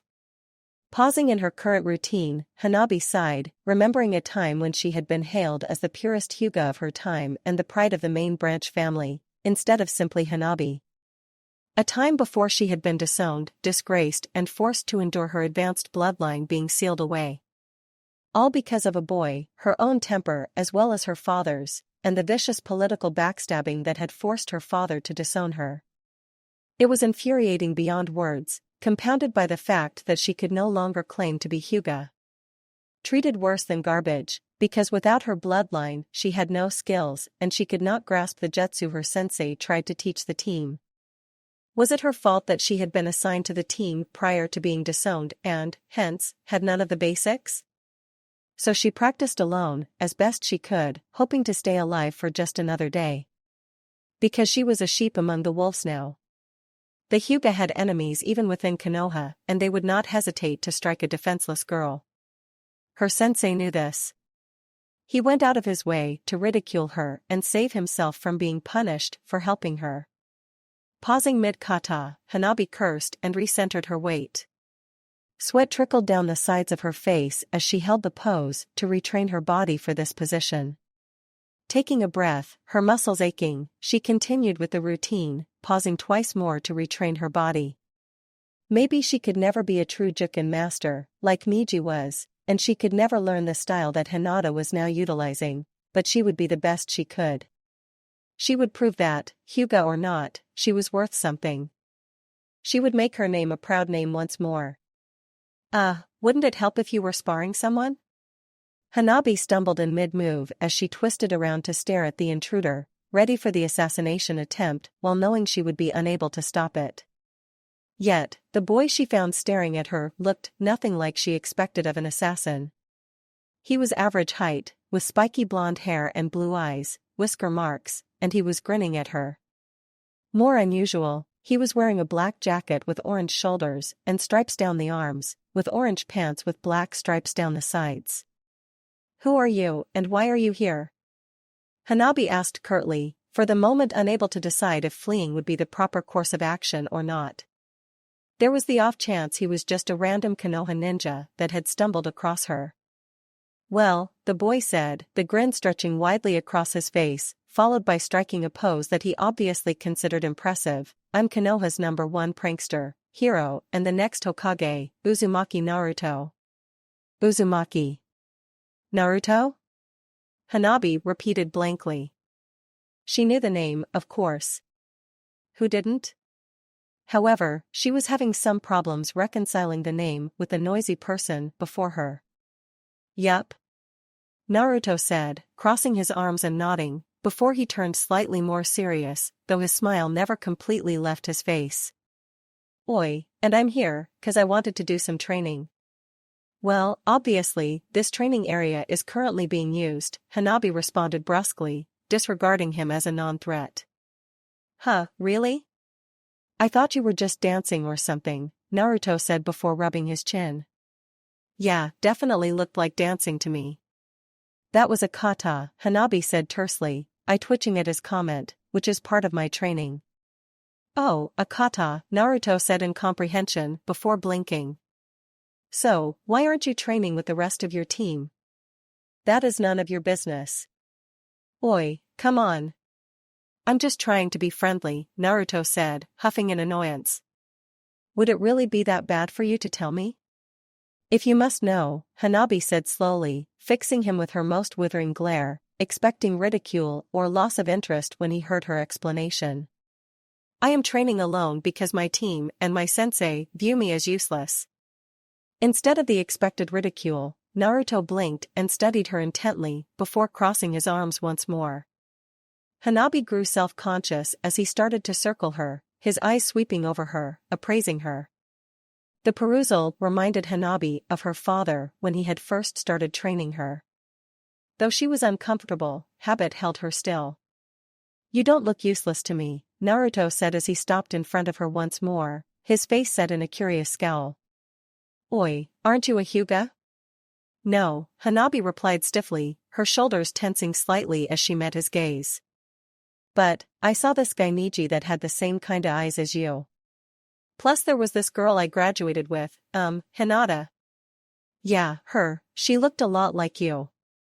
"I was a Hyuga," Hanabi said slowly, not looking away from his gaze, wondering why she was bothering to explain this, other than he seemed to make her want to tell him, "But they disowned me. My bloodline has been sealed and I no longer have a family." Naruto's gaze hardened, with such intensity that Hanabi flinched. Then his eyes softened once more into that curious scowl that made her want to talk to him. Unexpectedly, he grinned, eyes closing in a squint. "So, wanna spar?" "Excuse me?" Hanabi repeated in surprise, caught off guard by such an offer. His personality seemed to change like a storm, one minute serious, the next light-hearted. "I asked if you wanted to spar," Naruto repeated, hands behind his head now. "It won't be much of a workout for me, because, hey, I'm awesome. But it could help you out." "Thank you," Hanabi said, turning away, "but I would get more from practicing my kata." "Aw, come on. Don't tell me you're scared," Naruto taunted. "Of course I'm not scared," Hanabi said, turning back to face him. "Who would be scared of you?" "You know, you, maybe?" Naruto said with a shrug. "I just want to spar." "Come on. I promise not to hurt you." "I see no reason to spar you," Hanabi retorted, keeping her anger in check.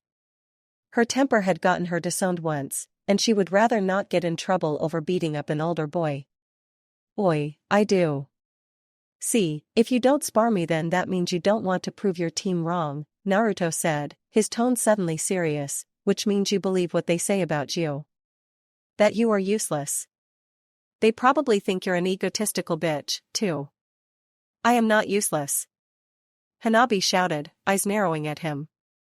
"Then prove it," Naruto taunted again, motioning for her to attack. "Come on, or are you a useless, egotistical bitch like they think you are?" Hanabi hesitated, her anger and wounded pride urging her to assault the boy, and consequences be damned. To prove that she was a true kunoichi. That they had no clue who or what she really was. She craved to prove her worth to them, to anyone really, to reclaim even a portion of her former glory. "Well, are you coming or not?" Naruto asked casually, disdain in his tone. Wounded pride and fury finally launched her forward. Seeing not the boy, but father. Clan. Hanabi struck with a palm heel as she closed in, but Naruto grabbed her wrist and shoved it down while jumping over her. Tumbling forward from the momentum, Hanabi managed a shoulder roll and whipped around, lunging into another series of attacks.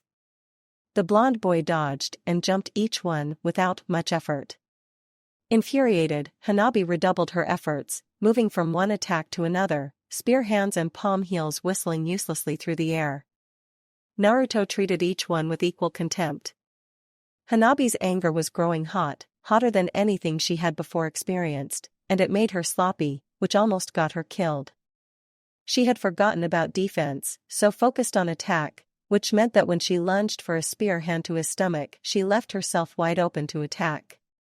Naruto spun quickly, his leg whipping up and around in a heel kick, which Hanabi just barely ducked. However, Naruto was now off balance and wide open, prompting Hanabi to lunge forward with a palm heel aimed for his shoulder. Hanabi had only one warning that this was a mistake, when he smirked before countering. Naruto moved like lightning, grabbing her right wrist and stepping inside her stance with his right foot, followed by locking his right arm under her shoulder. Then, before Hanabi fully registered what he was doing, Naruto pivoted and dropped his weight, throwing her over his hip. Hanabi hit the ground and rolled from the momentum before coming to a stop on her side. Cursing, she scrambled to her feet and found him whistling happily as he stared at the trees. Hanabi snorted and attacked once more, blinded by her rage. He dodged and weaved through her attacks as easily as she would move through a crowded street, then twisted aside and caught a palm heel she had aimed for his stomach with his left hand. His other hand came up and swept her hand up and back toward her shoulder, followed by a quick pivot as he dropped his weight while whipping his left foot around. She was sent twirling horizontally through the air, before landing in a heap. Hanabi remained motionless for a moment, mind unable to understand how he was doing this.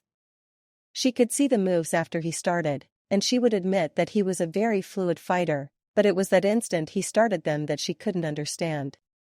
Because he kept skipping. That was the only way to describe it. 1 minute a perfect target, and the next he was throwing her around. Getting up with a huff, she slipped back into her fighting stance, only to find Naruto grinning and cleaning his nails. Sensing her attention, he looked up, enacting a mock-innocent look. "Oh, are you ready to keep going?" Hanabi launched herself forward with a scream of righteous indignation, determined to beat him senseless. Still, 30 minutes later, she was no closer to that goal. Her clothes were dirty, her back and arms bruised from hitting the ground repeatedly, and her anger ebbing as bewilderment took its place. Hanabi could admit that, rationally, there was no way she could be much of a challenge for the older ninja, but she should have been able to at least hit him. Yet, he was continuously dodging her attacks or batting them away without any finesse, revealing just how weak and vulnerable she was without her bloodline to aid her taijutsu. Worst of all, it was making her wonder about her own sensei, who she could occasionally catch with a glancing blow. "You know," Naruto said casually as he grabbed her wrist in another mid-palm heel attack and somehow managed to flip her as he spun around. Landing adroitly, as she was rapidly gaining a skill at recovering from those flips, Hanabi turned to glare at him. "You're not half bad. Of course, you're not half good either." Hanabi paused, eyes narrowing dangerously, anger spiking once more. "Are you calling me mediocre?" "Mediocre?" Naruto repeated blankly. "I was just saying you need to spar more, not calling you a name." Fuming, she darted in with a rapid series of palm heels and a few punches, but struck nothing. He dodged or twisted away from each blow and, in desperation, Hanabi tried to fake him with a left spear hand, which he dodged but moved directly into the right punch she had been aiming for. Naruto realized the danger in a split second and his left arm shot out to painfully knock her punch aside, followed by his right foot moving forward smoothly.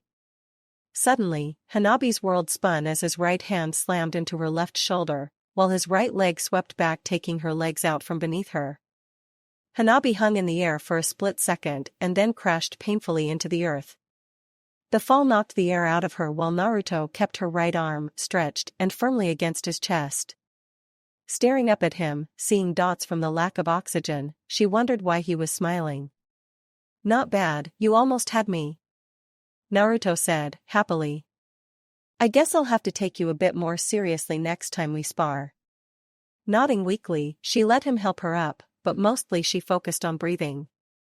Once the dots were gone and she wasn't lightheaded anymore, she turned her attention to just how badly he had beaten her.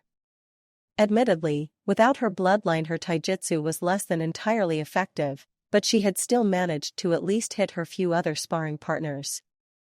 Naruto though, he had avoided everything she threw and had managed to toss her around as easily as a cat did its kittens. What was more, he moved without telegraphing. 1 minute, he was there, and the next she would be sailing through the air or striking nothing. Opening her mouth, she started to question him about that when he beat her to the punch. "Oi, your biggest problem is that you're attacking me head-on. I mean, all your attacks came straight at me from the same direction. You should try changing things up, maybe try attacking from different sides." Naruto paused, and then rubbed his chin, eyeing her. "Like that last attack. You faked me out and attacked from a different angle." "Juken is designed specifically to attack in one direction," Hanabi explained with a disdainful sniff. "When combined with the Byakugan, it is considered one of the most dangerous styles in the world." "Well, that's stupid," Naruto said, crossing his arms. "Besides, if that was the case, then why didn't I have to use the Hibi style to kick your ass?" Because, Hanabi paused, then flushed as she looked away. I can't use the Byakugan. Exactly. My bloodline, they sealed it. I have no Byakugan, hence no other abilities. My Juken is all I have and obviously even it is flawed now, Hanabi said, startled at the obviousness of it while meeting his gaze, daring him to laugh or make fun of her. Instead, she found him staring at her in surprise and, what appeared to be, pity. What is it? Nothing, Naruto said, waving a hand casually, before beaming at her with his eyes closed and finger held aloft. How about I teach you one of those moves I used? That way, you'd be able to stand a better chance in a fight. Hanabi paused, taken back. This was the first time anyone, other than Konohamaru, had offered to teach her. More importantly, he was skilled enough that he could teach her something useful. It didn't take a genius to see the wisdom in learning whatever he was willing to teach. I would appreciate that. Great. Naruto said, clapping his hands and rubbing them together in anticipation. First thing you gotta learn is that you're short. I fail to see what my height has to do with anything, Hanabi said evenly, scowling at him. Oi, it has a lot to do with what I'm going to teach you.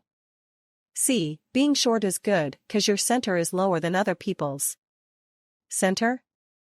Hanabi echoed blankly, before blinking. You mean my center of gravity? Yeah.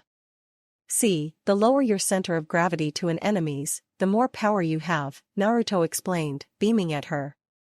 It also helps with, leverage, which is kinda like using a seesaw to throw someone into the air. Because you apply the power to the part you're attacking, it's focused there, of course, Hanabi agreed, already grasping what he was telling her. He might not explain things as normal people would, but what he was teaching her was rather handy information. Advanced for a genin, actually, because he was talking about the keys to a whole style, even if she was only learning a single move. Oi, but see, you gotta remember that the lower your center, the less speed you have. That's not really a problem though, 'cause you can get speed by making a whipping motion or twisting your hips. This in turn adds more power, Hanabi said, knowing the basic of how a punch was properly thrown and seeing how that was now applied to what he was explaining. Yup. Naruto said, creating two Kage Bunshin, one his height, another hers. Alright, so this guy's your training partner. You'll be working on a throw I did to you earlier, a pretty good one. Works on all sorts of attacks, crosses, jabs, spinning back fists, if you do it right. I see, and which throw was this? Hanabi asked, ruefully aware of how many times she had been flipped. Hehe, just watch, Naruto said, then, nodding at his clone to throw a punch, launched into the throw. Naruto twisted aside and caught the punch with his left hand. His other hand came up and swept it back toward the shoulder. He made a quick pivot as he dropped his weight and whipped his left foot around and the clone was sent twirling horizontally through the air, before landing in a heap. Turning, Naruto grinned at her, eyes closed in the fox-like manner of his. Oi, you can keep a hold of the hand to hurt their elbow or wrist, but for now just work on the throw, okay? Yes, Hanabi agreed, turning to face the smiling blonde across from her, lips pressed into a thin line. The clone threw his punch. She twisted, grabbed, and somehow tangled her legs up and fell to the ground, pulling the clone down on top of her, painfully. Air. Not quite. Try again, Naruto offered, then demonstrated once more and much slower. 20 minutes later, Hanabi finally managed the throw. Staring at the downed clone, Hanabi couldn't help the satisfied smile tugging at the corner of her lips. Naruto let out a happy exclamation and she smiled just a bit more, amazed that someone like him had managed to teach her so well. To think that when she had first met him, Hanabi had doubted he could walk and talk simultaneously, let alone fight. You know, Hanabi remarked, glancing at the young man who was preparing to leave, you'd make a great sensei. Naruto could only blink. Watching the recruits shuffle off, some supported by others, Anko couldn't help but grin in satisfaction. They were all shaping up nicely, maybe the best group she had taught to date. Hell, a few were already starting their practical exams, like Ino. Her grin faded slightly, thinking about the younger girl, who over the last month had been more antagonistic than she had in years. Due mostly to Naruto, which was strange, to think that their professional relationship could suffer over a boy. Then again, they were both rather fond of said boy. Shaking it off, Anko settled on rewarding herself with dango from her favorite shop, Hanayori Dango, a small shop, tucked away in one of the many side streets, where few people ventured. Perfect for Anko, who did not like nor get along with people. Her desired meal would have to wait, unfortunately, as she came face to face with her former student. Anko knew this was more than coincidence by the fact that in one hand he was holding a bag from a dango shop and in the other he was holding a bag from his favorite ramen place. That meant Naruto wanted to talk to her in private, which would be nice. They hadn't spent much time together since he had gotten back. "Hey, Runt," Anko said brightly, coming to a stop just across from him. "Hey, ya psycho," Naruto returned just as brightly, holding up the bag of dango. "Wanna have lunch together?" "Well, since you've went through all the trouble," Anko said flippantly as she took the bag and, with a rebounding leap, took to the rooftops. Naruto followed, and they ended up in a race, to where wasn't important. Still, it was refreshing to have this sort of fun again. Naruto slammed a shoulder into her, forcing her to swerve aside and race along a wall for a moment before she pushed off and threw a series of kunai at him. Naruto, of course, dodged those, then rebounded off a wall and continued racing alongside her once more. Anko couldn't help but grin, pleased to see that he had gotten more fluid in his movements. A few moments later, Anko surged forward, hands on his shoulders leapfrogging over him.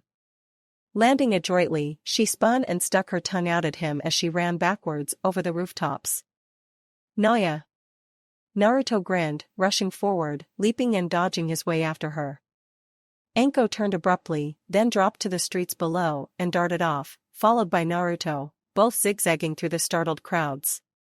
Suddenly, Naruto was in front of her, apparently jumping off the head of a bald man, who was yelling bloody murder with a healthy dose of cursing. Now Anko pulled ahead of him after throwing a kunai to drop a string of paper lanterns over the street, which promptly smacked him in the forehead. Naruto leapt a fence. Anko pinched his ass and pulled ahead. Naruto grabbed the collar of her jacket and jerked, causing her to fall on her butt, and he took to the rooftops. Anko followed and neatly pinned him to a wall with kunai. Naruto tripped her and shot ahead. Anko ducked under a low set of scaffolds, and Naruto followed, accidentally hitting the legs, which caused cans of paint to fall along with men. Pulling neck and neck once more, both ninja were laughing and Anko spotted the perfect place for lunch, a water tower, which overlooked the eastern side of the village. Pointing it out, she grinned at Naruto. "First one to reach the water tower wins, deal?" "Deal," Naruto said eagerly. Anko slugged him in the mouth.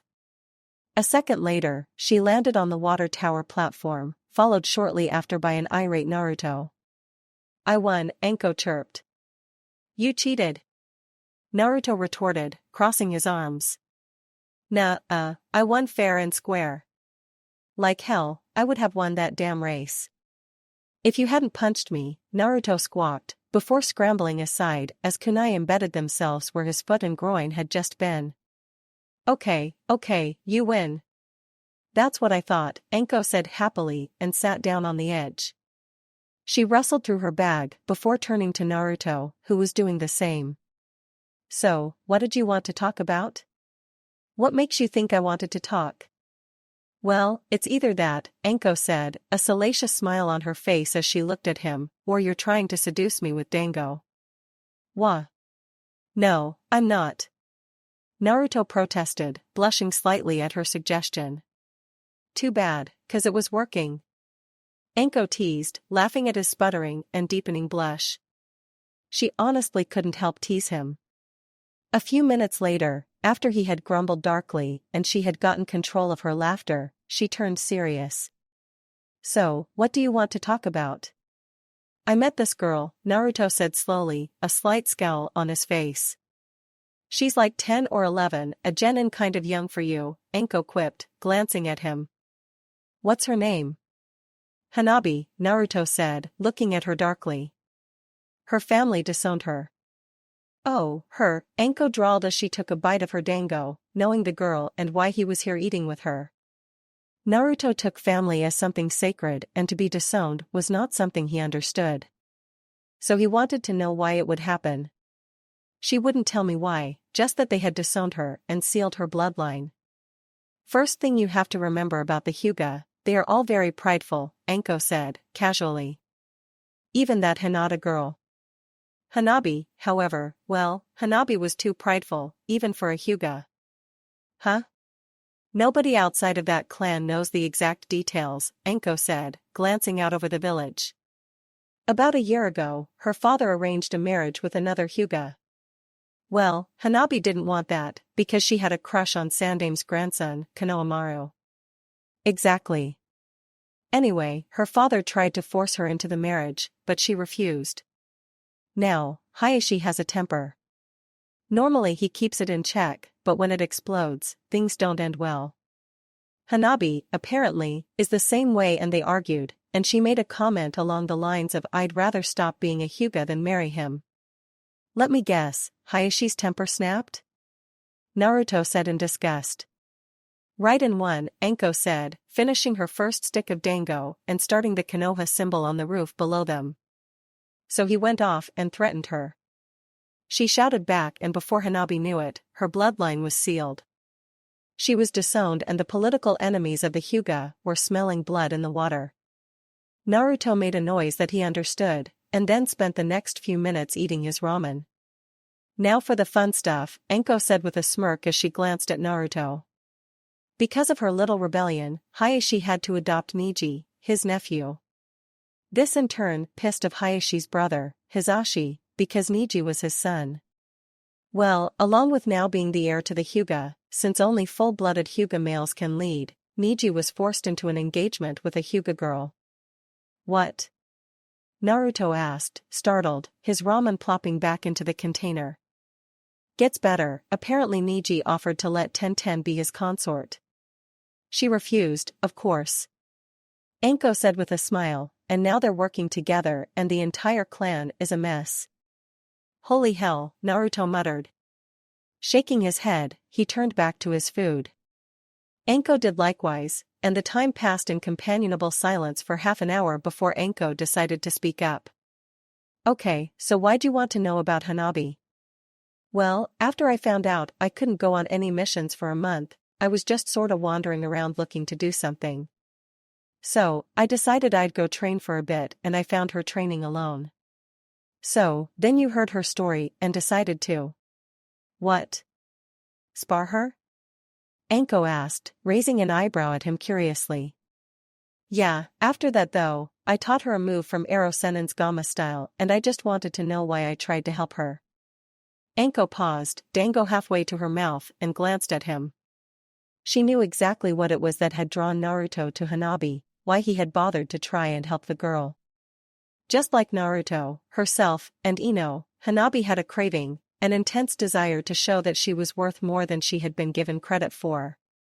She also knew why Hanabi had opened up to Naruto, had told personal information to him so willingly. The boy, like Orochimaru and the Yondaime, had this pull to him that made you want his attention, his approval.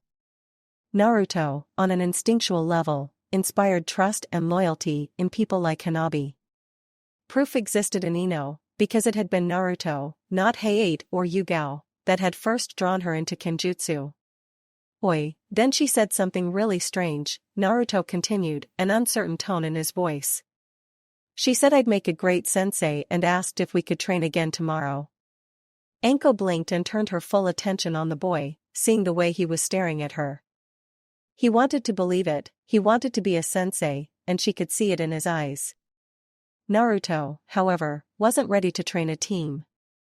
He might never be ready for that type of situation. An apprentice, though, Anko could see him able to handle that, but it would have to be one with whom he felt a connection. Ask Kakashi, Anko said, finishing her dango and pointing the stick at him, to transfer Hanabi to you. Huh?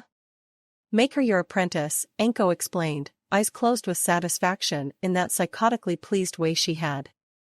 That way, you'd both get what you need. But I'm a chunin. A highly trained chunin, Anko pointed out with a hint of pride. You've trained with the most beautiful and psychotic kunoichi in Konoha, and a sannin who happens to be the biggest pervert in the world.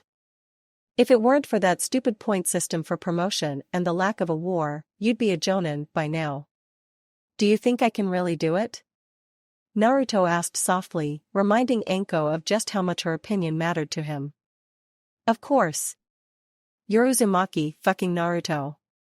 When you put your mind to something, there's nothing you can't do, Anko said firmly. Besides, it's not like you'd be the first chunin to have an apprentice. Jiraiya had one, so did Guy, and, way back in their day, so did the Shodai and Nightaim.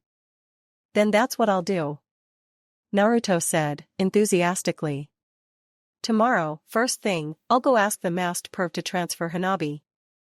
Great, Anko chimed gleefully, twirling her stick before tossing it to complete the Konoha symbol on the roof below them, and if you fuck up, I promise I'll gut you. Really? Thanks. Naruto shot back just as cheerfully. Now that you know what you're going to do for the next month, are you going to continue telling me about your trip? Anko asked, selecting a new stick of dango and grinning at him. Sure, Naruto said, turning back to his ramen before scowling slightly. So, where'd I stop last time? You'd just left Kaminari no Kuni and your precious Yujito-chan. I told you, it was just a well, you know, Naruto protested, blushing despite his best efforts not to. A drunken one-night stand, I know, Anko said dismissively, grinning, and I told you I didn't care if you two fucked the entire time you were there. Anyway, Naruto said, blushing brighter, I told you about Mizu no Kuni and the bounty hunter bit, right? Anko nodded with a grin while munching contentedly on her food. Okay, so I've told you up to about the same place as Ino-chan then, Naruto said conversationally, before continuing. So, after Mizu no Kuni and that whole mess, we went south, past sea country to this little island next to a giant whirlpool. Yuzu no Kuni, Anko supplied, and then joined Naruto in silence, feeling the loss along with him. After all, Naruto was the closest thing she had to a family, and when he was hurt, she felt it.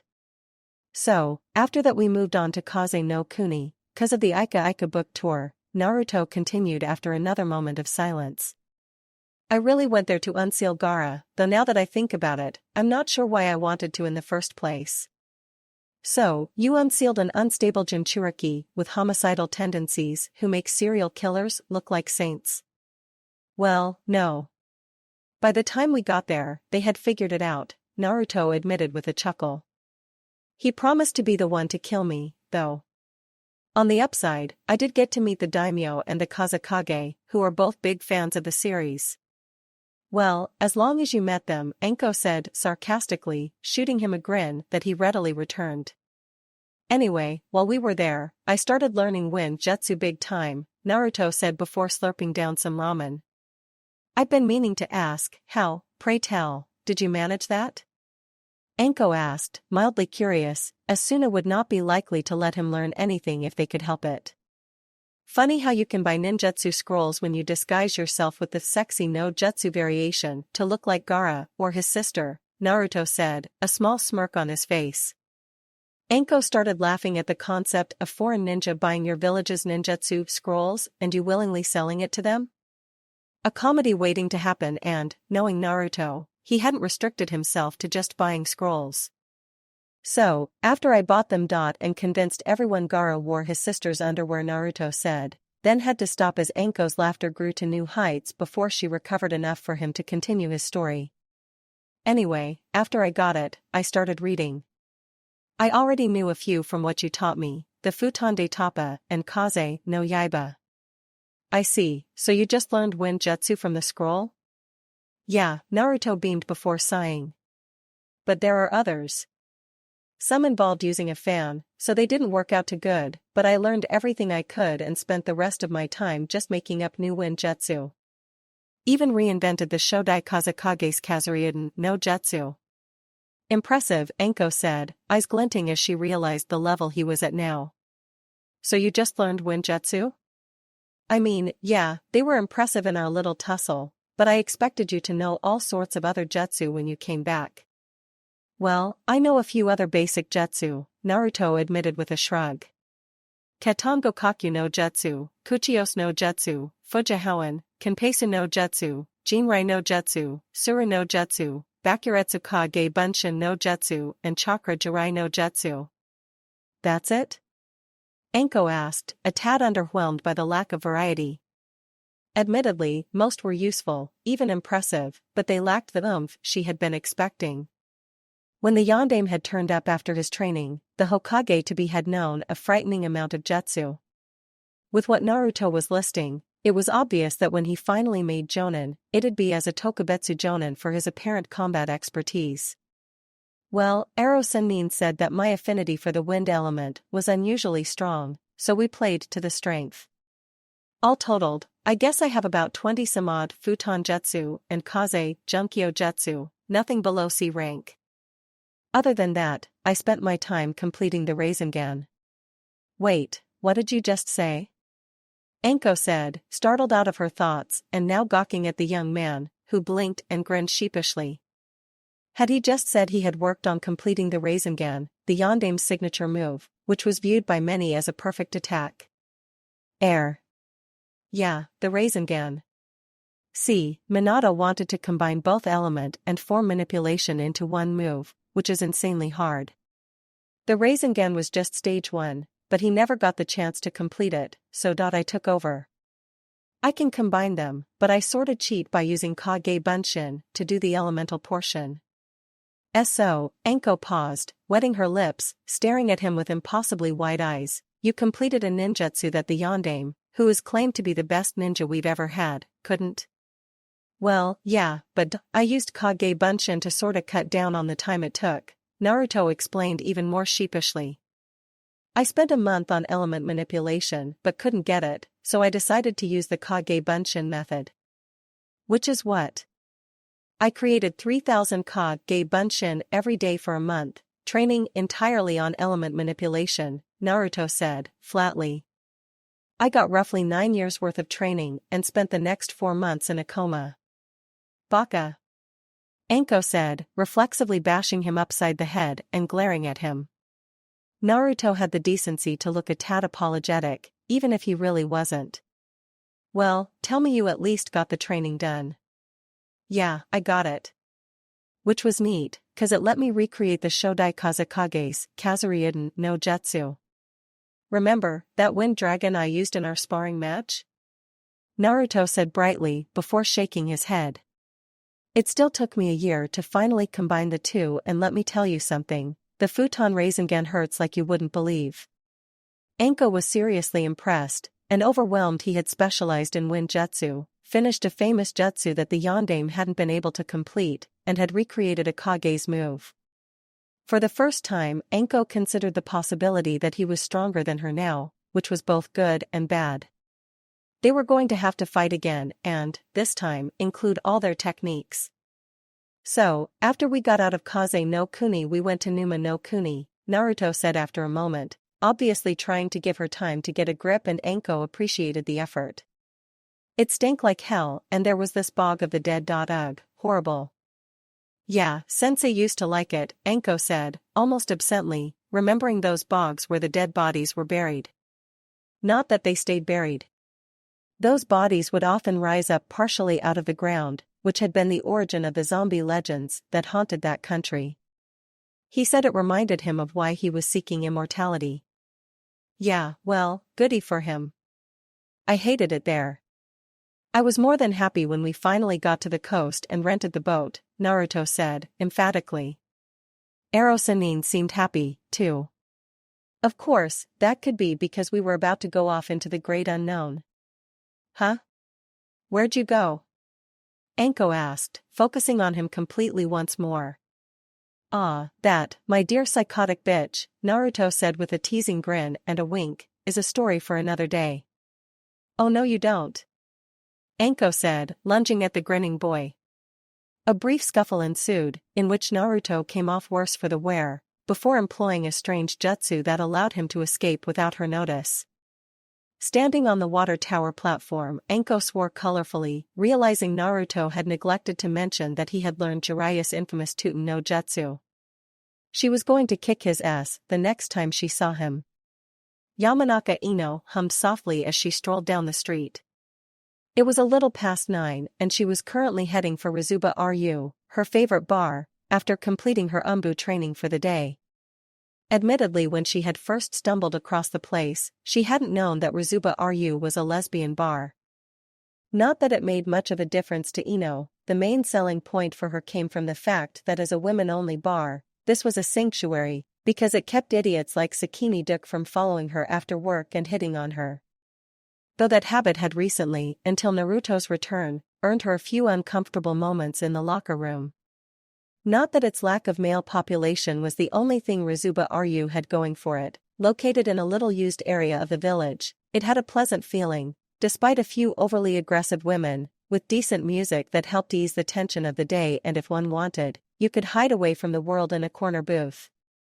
Ino typically sat at the bar, and had long since established that she wasn't interested in their games, though she sometimes had to give occasional reminders. Not that she alone was unique in that, there was one other straight woman that frequented the bar. Yuhi Kurenai was there almost every night, tucked away one of the corner booths, shedding her carefully projected mask of professionalism. Anyone that saw the way she held her cup of sake listlessly, the numerous bottles that littered the table, the dull look in her eyes would know that Kurenai was in all reality slowly falling apart. The genjutsu expert had good reason to fall apart. 2 of her students had betrayed her and the village. The fact that she had considered one a younger sister only made it worse, and Kurenai blamed herself. The Jonin believed that she had failed Konoha and her children, and let everyone down because of the decision they had made. Which explained why she had broken up with Asuma shortly afterwards, much to the vocal disapproval of her clan. Shortly after that, she had been removed from active duty, forced to work in the Hokage Tower assigning missions for the last 3 years. Ino shook her head, turning her mind away from the tangent it had taken toward Kurenai and those 2 betrayers, bottling her hostility as she focused instead on the present. A second later, she let out a yelp as a pair of hands grabbed her shoulders and someone shouted her name from behind. Whirling around, hand on the kodachi, Ino glared at the only person that could continuously sneak up behind her without warning. "How the hell do you do that?" Ino shouted in frustration at the clueless Naruto. "Well, first you take a deep breath, then you say the name," but really loud Naruto started to explain, tilting his head slightly. "No, I mean," Ino started, then threw her hands up in defeat. "Oh, screw it. I don't care. Honestly, I don't." "Then why'd you ask?" Momentary lapse in judgment, Ino muttered, then crossed her arms. After a moment of him just smiling at her, hands behind his head, she felt her eye twitch in annoyance. "Well?" "Oh, well, I just wanted to say hi," Naruto explained brightly.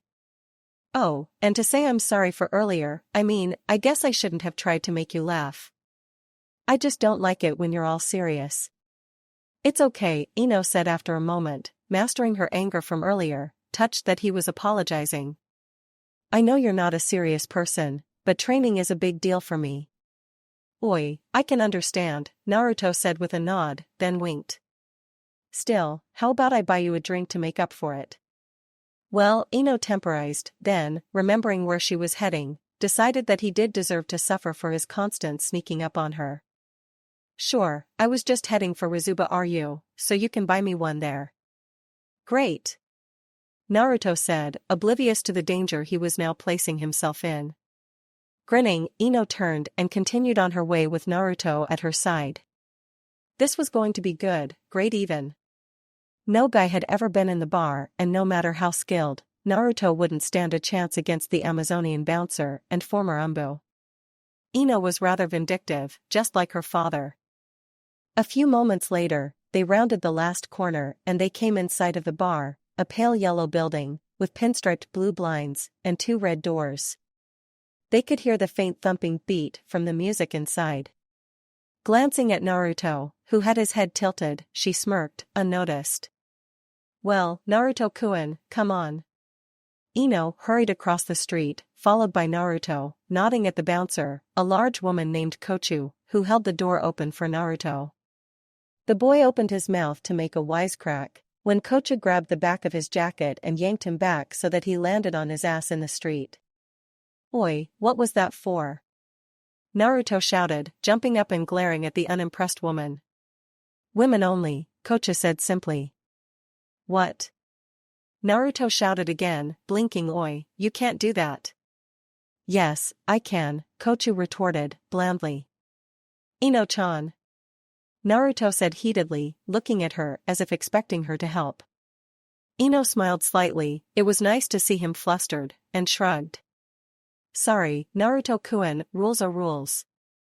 "Oi, I'm going in there," Naruto said heatedly, turning back to the woman who merely glowered at him. "Do you know how many guys have said that?" Kochu asked after a moment, crossing her arms. "No guy's ever managed to get in there and stay." "I will," Naruto said sharply, setting his jaw. "I'm Uzumaki Naruto, and I promise that I will not only get inside, but I will stay." "Sure, but not tonight," Kocha said sourly, before turning to Ino. "You might not want to go in there either, Ino-chan. Tonight is date night." "Ah," Ino said, allowing the door to swing closed behind her, preferring to not expose herself to women actively hitting on her. "Oi, what the hell is date night?" Naruto demanded, crossing his arms. "Nothing you need to see," Ino said, feeling slightly uneasy about his reaction if he found out what would be going on inside the bar. If he was like other guys, the concept of girls making out and hitting on each other would make him lose all common sense. Walking over, she spun him around and then started pushing from behind. "Come on, you can walk me home." "But no buts," Ino said, moving around to walk beside him. He seemed more put out than she expected, and he didn't say a word the entire time they walked together. Ino had to admit it was kind of nice to have someone walking beside her, enjoying the night even if they weren't talking. "Oi, Ino-chan, I've been wondering." Naruto said after a moment, "What is it?" "Remember 3 years ago, when I left?" Naruto said carefully, looking at her.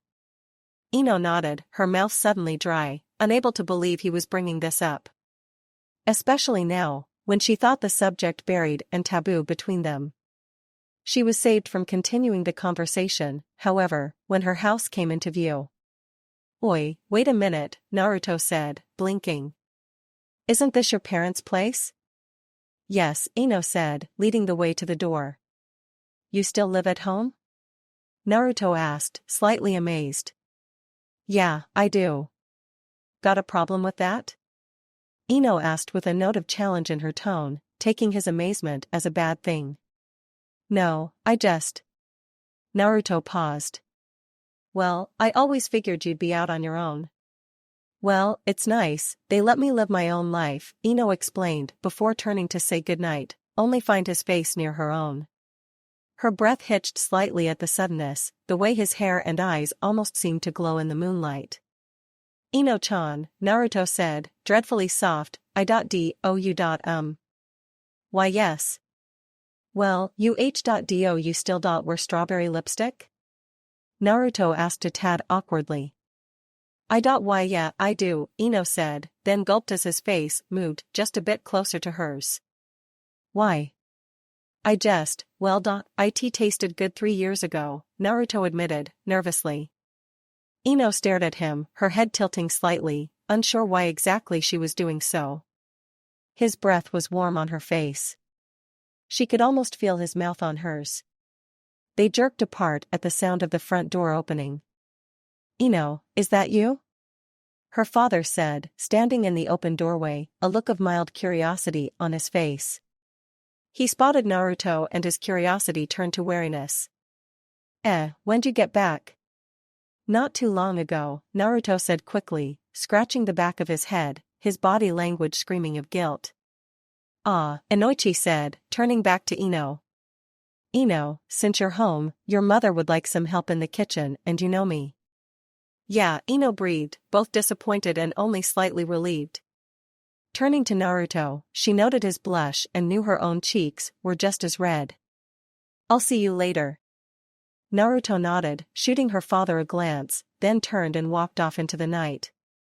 Ino stared after him for a moment, and then glared at her father before moving past him to enter the house. Sometimes, it really sucked having a parent that was a jonin. He always interrupted things. Even though Ino wasn't sure she had wanted that kiss to happen.